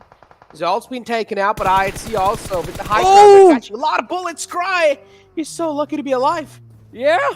I mean, that has to be a superpower right there, just surviving the spray. A moment out of some Hollywood feature film right there, but still, let's see. There are going to be plenty more of those because the game is just about to end, ladies and gentlemen. 17 remains, 19 players alive, and as we move forward to the 25-minute marker, there are just too many bodies in this lobby remaining for this to be, well, a normal closing moment of the match. Look at the nade being tossed towards the players of Deadeyes Guys top. He wants to make sure that DE are eliminated early. Deadeyes Guys right now are the only team, along with Phantoms, that can cause a lot of trouble for Stalwart Esports and IHC, of course, but they will worry about IHC a little bit later towards the closing moments, since there is still some distance between the two squads. Stalwart Esports right now are going to be totally zoned in towards DE, and the nade being lobbed on the street will not be able to dish out as much damage as they think. They have to go for the gun battles, and finally starting to spray inside the smoke, but it's a little too late. Deadeyes Guys have managed to cross over, and now they are inside the circle again. A wonderful movement, wonderful coordination from the squad of DE. That was a very tricky rotation, even though it was just like crossing one little street. That they had to deal with a lot of pressure. Oh, that they had to, for sure. Venom Esports right here, and the entire squad of Deadeyes Guys right in the front. And they're just not able to find an opening against Deadeyes Guys. I mean, even though one of the players has been taken out, they still have all 4 players in the same compound. And now IHC, they're going to crash into Pachinki as well. A nice circle to end things off on a great note, actually. A Pachinki circle end, but look at the amount of control that Stalwart Esports have. Look at the amount of visual info that this team's playing around with. Gunner might just fall on top of the flames, and yes, he does. What a Molotov from the side of action. Well, that is going to be a very important opening for the lads of Stalwart Esports, and as action, he is in the zone now. 11 eliminations secured by Stalwart, and they are not looking to stop anytime soon, but 2 players have been taken down, and it was Pika's nade that destroyed the momentum for Stalwart. This is a massive blunder. It's a disaster for the team, and can Deadeyes Guys capitalize upon this? All they have to do is run out in unison, guns blazing, and they will have eliminated the strongest team in the lobby right now. But Deadeyes Guys, they are playing their strong hands. They are not trying to force the advantage on the weaknesses of others. They want to play with the priority that they have. They're going to get the reset. They're going to get the reset. They actually do. They're back up on top, and now Stalwart Esports, if you do give another lifeline to any team, they're just going to have that emerging torch. They're going to have the fire in their hearts to try and conquer the entire map right here. The final zone in the area of Pachinki, one of the legendary moments out there, and one of the legendary endings out there, for sure, to try and end things off on the second day of week 1 of Super Weekend. And Stalwart Esports, they're looking to conquer right now because they're looking so good. Look at the amount of confidence this team's showing. They're taking a lot of damage for sure. Deadeyes Guys now, they're going to start to march on forward. Yeah, I mean, they are trying to push forward, but Deadeyes Guys, can they beat Stalwart Esports? That's going to be an important question. Action, he has been taken down. 4 players standing tall from the side of DE. Raw on the other side, they're going to be forced out of the game. Top 4 remain, 14 players still surviving. Action, he has not yet gotten the revive on him, but Stalwart Esports, they're still looking to push forward. DE, they are not getting out of this house. They do not want to leave. There is no way you can drag them out of that particular compound. And while my God, I think no. DE are just waiting for the action to progress, Phantom Esports, they got a little too restless, stepped in front of the lads from Stalwart, and well, they are getting destroyed now. Yo, they are getting destroyed. I mean, I've heard about Spider-Man No Way Home, but this is Stalwart No Way Home right now. They're not able to find themselves a safe spot to try and hide in because they're just being flushed out. But Deadeyes Guys, they're not going to let them be that comfortable in these final moments. But Top is right on top of this house, and he might just turn things around for both these players and for his team. Oh, indeed. Oh, he's also just trying to jiggle around the smoke, but the zone is closing in. Top will now need to try and take things a little bit more slow.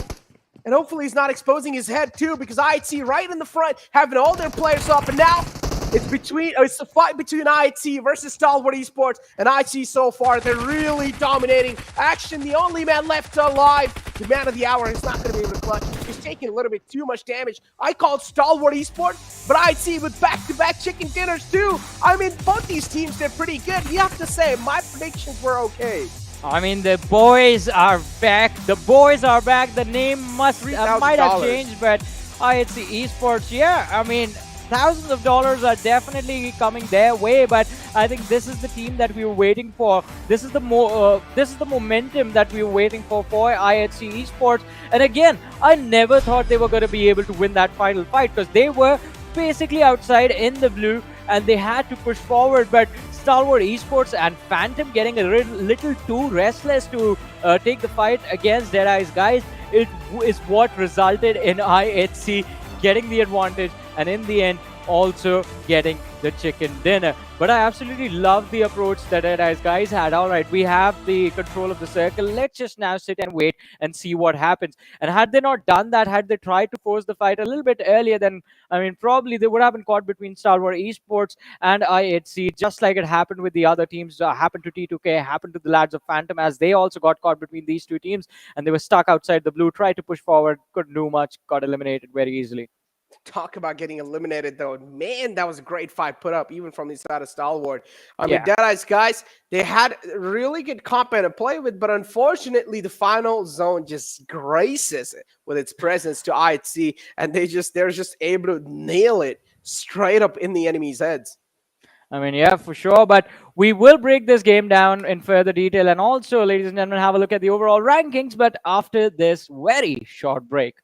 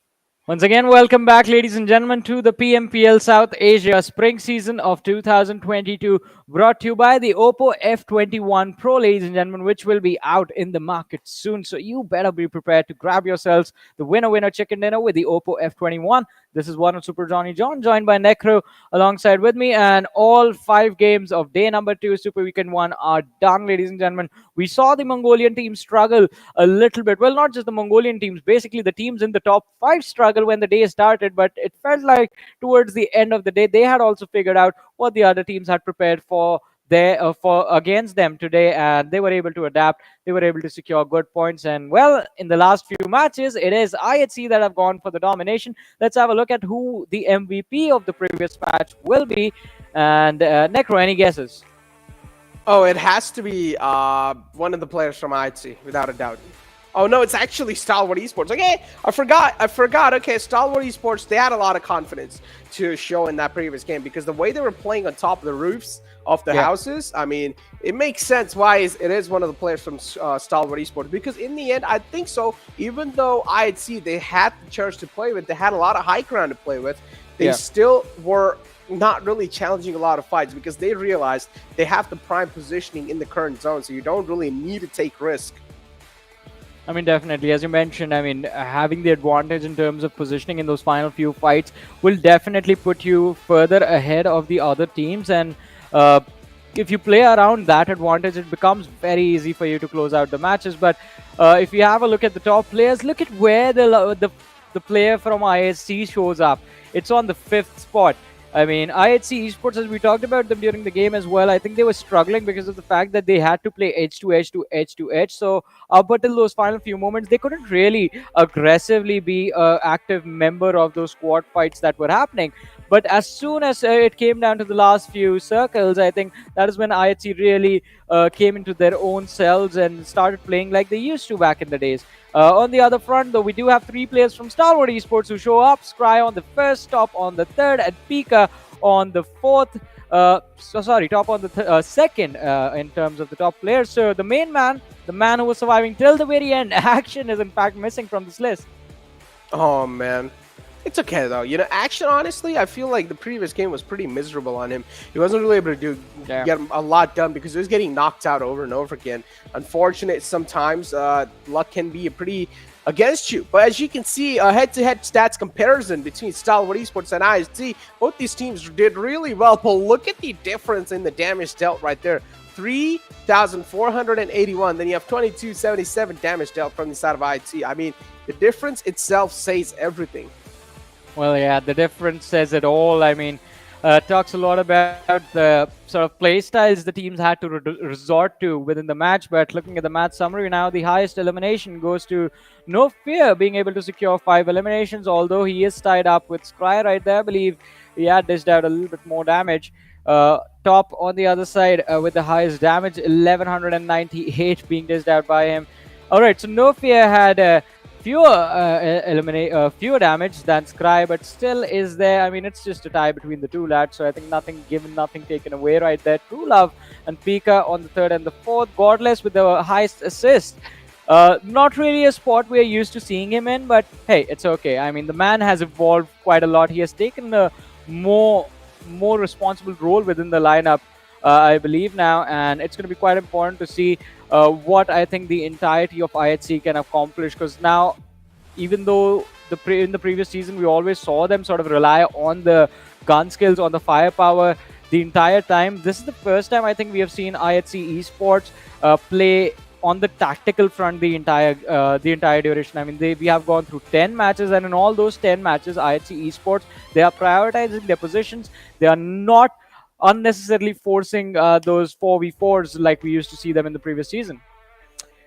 Dude, I mean, previous season, yeah, I mean, I'd see the way they're playing right now, it's reminding me of how they used to be in Season 3, and I'm personally loving the vibe right now from the side of IHC. Back-to-back domination. Today has to be the IHC day. We cannot even call it a Mongolian day at this point, because it's just this team single-handedly carrying the entire just baggage right there and carrying the entire region for success. In IHC so far, it has been their domination. It has been the IHC domination. $3,000 secured in their bags in day 1. That's huge. But let's take a look at the zone analysis, Johnny. Exactly. Let's have a look at the zone analysis, ladies and gentlemen, and see exactly how did IHC manage to secure this chicken dinner, because we know they like to land towards the Georgopol city, and from there on out, the journey to Pochinki, it was never going to be an easy one. I mean, look at the cluster of teams that are going to be waiting for them from Ruins to the Pochinki area, and IHC, they played this so slow. While everyone is already on the position surrounding Pochinki, IHC, they are all the way towards Everest. And I think this is the reason why they were so well, so healthy when they made it to the late game stages, because they weren't really taking those unnecessary fights in the early stages. And this is the moment this became their game. The circle shift gave them the priority. They had the church area, the church towards the northwest of Pochinki in their control. And with that high ground advantage, and knowing that the teams that are in the compounds in the actual city of Pochinki will be quite busy fighting amongst themselves, IHC, all they had to do is just wait. If the circle moved to the city, then they were in trouble. They will have to force a fight. But if the circle just stayed on the slope or quite close to the church, IHC, they could have secured this game quite easily. And that is exactly what happened. And, well, we know the result.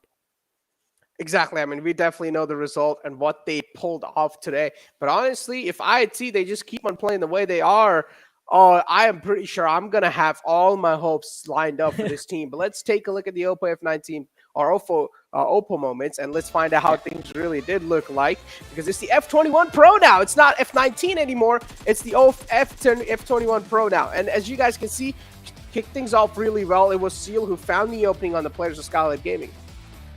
Well, I mean, it was quite an interesting start to the game, but I think even with the way the circle was laid out, this was quite similar to how the first game went. But the teams were a little bit too keen on just staying out in the open, not really realizing that, all right, mid-rotations, bad stuff can happen. And I think that is why majority of them did, in fact, get punished for that.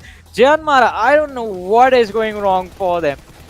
They played so well at this match. They were off to a decent start, but still failing to make it to the late game stages. Oh man, late game stages indeed. And then you have Stalwart Esports right here.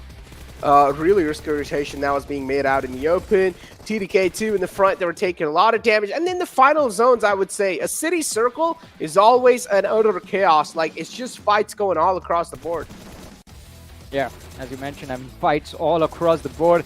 And especially, I think, with how the final few moments went out, I think it was bound to be a match filled with madness, and that is how the game came to an end. This time around, though, I think this was quite interesting how Raw, I mean, even with just a few players remaining, still managed to survive to the late game stages, made to the top 5, in fact, and, well, no reactions on the lads of IHC, because they are not #1 in the overall rankings. They are still on the 2nd, and I guess, look at that, Stalwart Esports. What were they doing? 3481 damage for the team that likes to move in from Novorapnoi. I mean, they did go to Novorapnoi quite late too, so inside the zone 2, they were quite late to enter in and still able to do so well. They found themselves a sweet footing in the land of Pochinki, and then they were just able to inflict heavy amount of damage on the teams in the front. Deadeyes Guys still not really far behind though. 1996 actually damage inflicted from their side, with 7 elimination points racked up. IT, of course, the domination so far has been on point. Now the only thing they're focusing on is that money. Well, let's see. I mean, as you said, I mean, the focus can be on money, but you need to make sure that while your focus is on money, you don't get distracted by it too much and, well, miss out on basically what you are aiming for. Because we have seen the teams that do end up overthinking every single decision that they make, and it sort of results in them just making one blunder after the other. All right, so we do have the overall rankings in front of us, and the difference is not that big between Stalwart Esports and IHC. Just 12 points separating the two teams. So it's quite nice that Stalwart Esports, even though the sort of climb from where they were yesterday till now has not been very massive, I'm just happy with the fact that they have maintained the first position. Oh my god, all the way in the 2nd spot. Look at IHC. You talk about comebacks in IHC, they've made that happen on day 2. I mean, day 1, quite a lot of fingers were raised against them, but now in day 2, it's like all of them has to go down with the performance that they've shown. Phenomenal. Now pretty much tying up with Stalwart Esports when it comes to the chicken dinner account. But if you look at placement points, still Stalwart Esports going to be on the top a little bit. And then, of course, elimination points are going to be a bit more. But I'd see the step up this team showed today. Phenomenal. Well, it is quite phenomenal, and I think we're just getting started. This is just the first week, and there will be a lot of more opportunity for these teams in the future. In fact, there is tomorrow's 5 matches as well. So, I mean, for tomorrow, I would love to see ElementriX, Savage 1952, and JyanMaara step up their game, because it is high time these teams do that. ElementriX and Savage Esports still in a much better position than 1952 and JyanMaara. They are just getting left far behind the rest of the competition, and if they do not pick up the pace, then the question then becomes they have to re-qualify next week, the week after that, just so the other teams, A1 Esports, High Voltage, Diastrix, DRZ, miss out on those weeks, and well, they just barely make it to the finals. But barely crossing the line is not going to be enough. You have to go there with a strong momentum. And again, I think JyanMaara just running into those fights, guns blazing in the early stages, is not something you want to do, especially out of the open. 1952, same thing. We saw the blunders that they've done. So it's going to be time for them to reassess and then come prepared tomorrow. But look at this, IHC Esports. The stats for the day in front of us, ICN Zeol doing a phenomenal job, dishing out a lot of damage and securing a lot of those eliminations as well. Godless, look at him with the highest damage numbers and not the highest eliminations. I mean, it's like the frags are equally distributed on all the sides. It's like every single player from this squad was fragging out. But I also want to talk a little bit more on the fact that the teams in the bottom, right? I mean, DRS, I mean, in the past, this banner was represented by a complete different roster that currently is playing under the name of Skylightz Gaming. But now DRS is just so weird to see them on the latter half of the board, pretty much in the bottom 4 teams, right? It's just not something that I'm really accustomed to. Well, I mean, it is going to be quite interesting to see where does the team end up, because, I mean, we're not used to seeing them struggle this much, but I think it's still the early stages of the tournament. It's just the first week, day number 2 of the Super Weekend, and I think as we move further, I think we'll have to wait for the second week for them to actually show their true form. But elimination leaders, and well, Action, he has a lead now. He has an advantage, a 5 elimination advantage against Demo from Seal Esports. Galzin, it looks like he has dropped from the second to the third spot. Exactly, and elimination leaders, yeah, of course. Demo's right there too. Has to be. He was doing such a great job. And then you have to see Galzin too right there on his side.